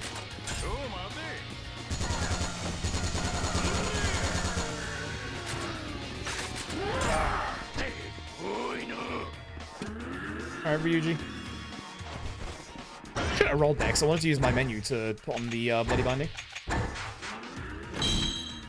So, let's talk about the person that was the ground zero and the first zombie that bit everybody inside the zombie apocalypse. Actually, let's not. It's Hayashi. So, show Hayashi. So with the anti-material rifle, we're actually going to be doing this in a weird way. If you notice that I am crouching before I shoot my next shot, it's to stop you from loading in the next bullet into the chamber. That was a surprisingly good hit, because, like, good luck ever aiming with down sights of a sniper rifle in this game. Those aren't fires, those are grenades. So, ideally, we will be able to stop him from setting off the sprinklers, which is going to drop the FPS, which Not easy. Already did it.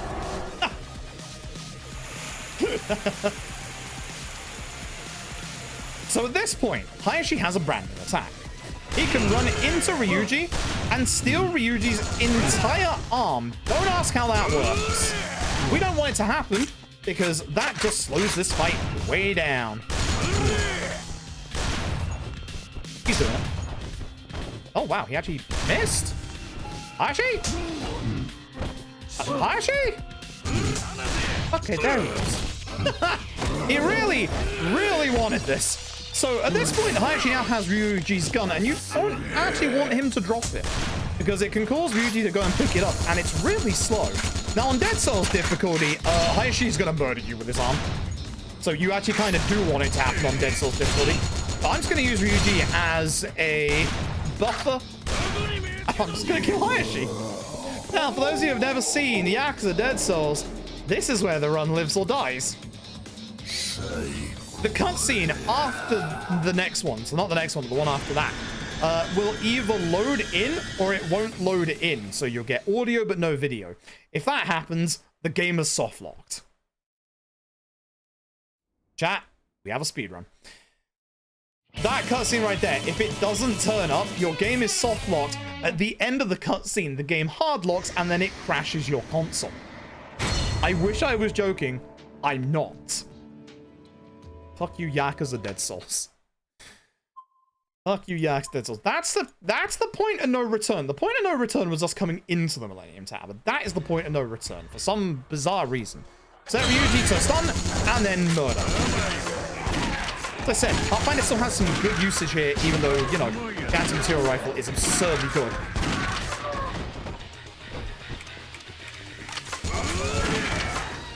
Just gonna push the last two. Unless there's one alive behind me. Ryuji. So bad. That's my boy.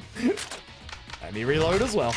Alright, we gotta run up to the rooftop because we are now out here. Don't forget to re-equip the sprinter shirt to go faster.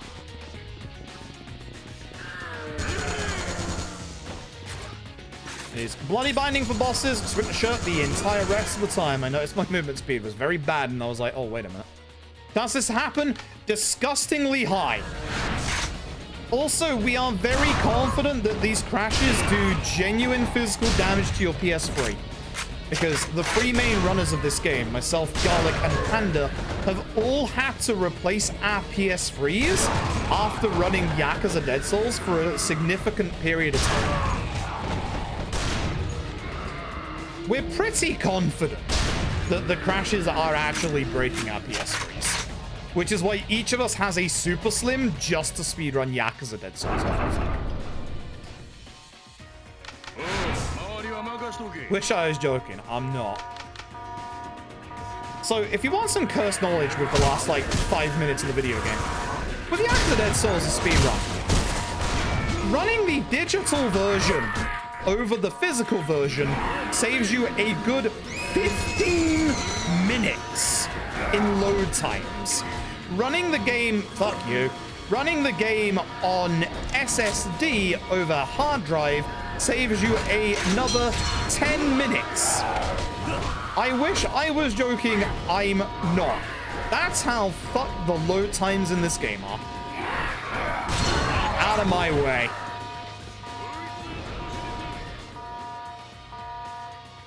Game's wild. Game's wild, chat. I love this game to bits. It's so bad. Don't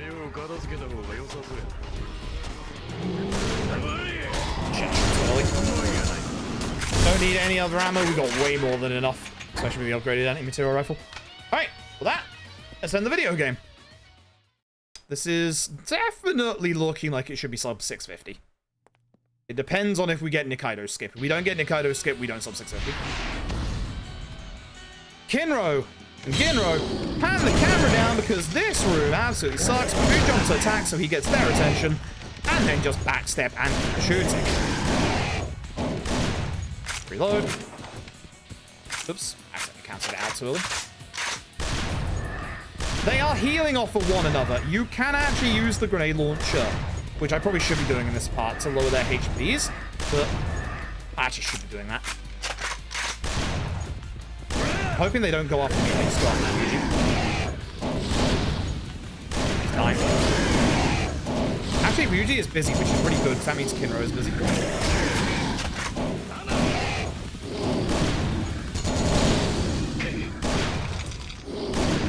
Hi, Ryuji.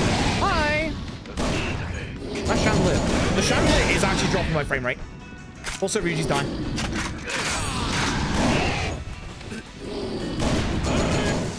Real quickly, so there's no more heal phase. This works. That's one I miss. Alright, no more heal phase. Good. And he had the one. Ryuji is very much almost dead again. My dude, calm down. I know you're being set on fire, but please. Jump me. Thank you. Yes.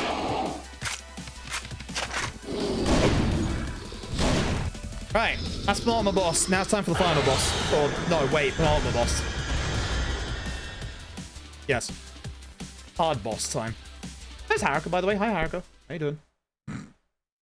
You're just chilling. You're just here. So, this is Nikaido. Now, there is a big skip in this fight. It is somewhat hard to do in any percent. It is somewhat easier to do in all Substories, because we have a much stronger rifle. We need to do enough damage to Nikaido that we skip through his blood phase for a second time. Oh, you're going that way. Now, one thing we can do to do that is to make sure he's busy. Blood bullets would absolutely murder us on Dead Cells difficulty. Wow, Ryuji's just getting in my way. I love that. He just blocked all the bullets.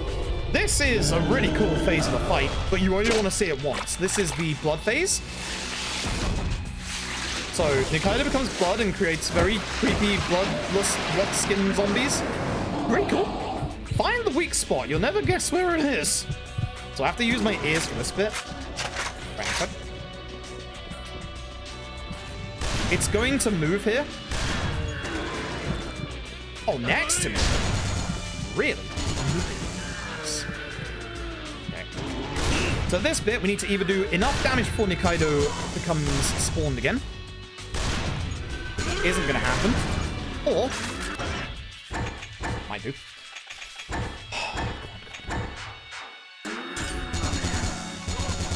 It'll be fine. All I have to do is shoot him once. He'll be dead as long as Ryuji doesn't shoot him. So basically, at that HP value, he can just go into his second phase again if he takes like a tiny bit more damage. Ideally, in that situation on any percent, what you want to do is have Nikaido be busy. So what that means is basically he can aim for Ryuji with a grab attack. And if he does that, that's the freest Nikaido skip you'll ever get. As you can see on all Substories, it's so easy. It's ridiculously easy. This fight's almost a auto-scroller. It's not full auto-scroller. You'll never guess where the weak spot is. It is, of course, the eyes. Sometimes it will actually try and attack us instead, which that sucks, because now I can't shoot the eyes. But it's probably better just to keep doing this if that fails. Let him slowly turn. When we get to low enough HP, he will go to his next phase. Have that eye headshot. This is a very quintessential Dead Souls QTE.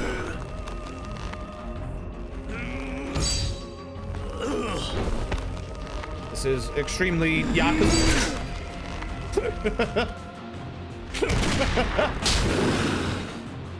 At this point, it becomes impossible to hit his weak spot because, like, even on easy, the Kazuchi just gets really aggressive. So we're gonna sit in this corner. Just gonna keep shooting. I hate this attack because he does this. I quite like being in the left-hand corner because you can actually avoid that. And just keep shooting. Nice. Good stuff. Wait, now. We're done with the anti-material rifle at this point. Now we're pretty much just an auto-scroller unless the game decides to fuck me over, which... ask any Dead Souls runner if they've been fucked over in this fight, and their answer will be yes. God, will it ever.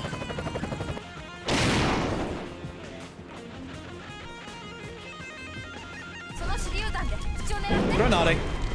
Well, it didn't throw it in his mouth, so I'm dead. Thanks. Thanks, game. Love you, game. Love you, game.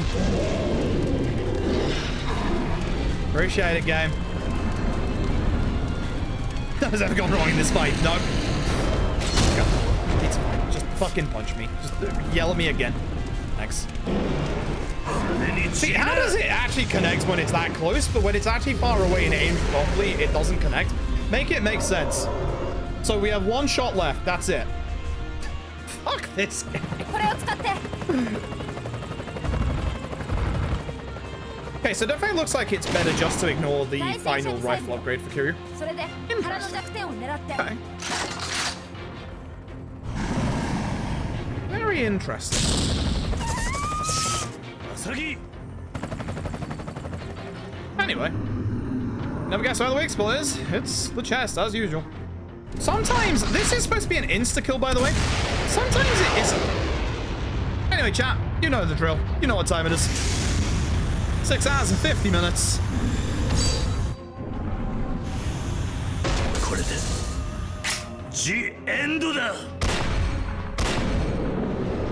I fucking love this game.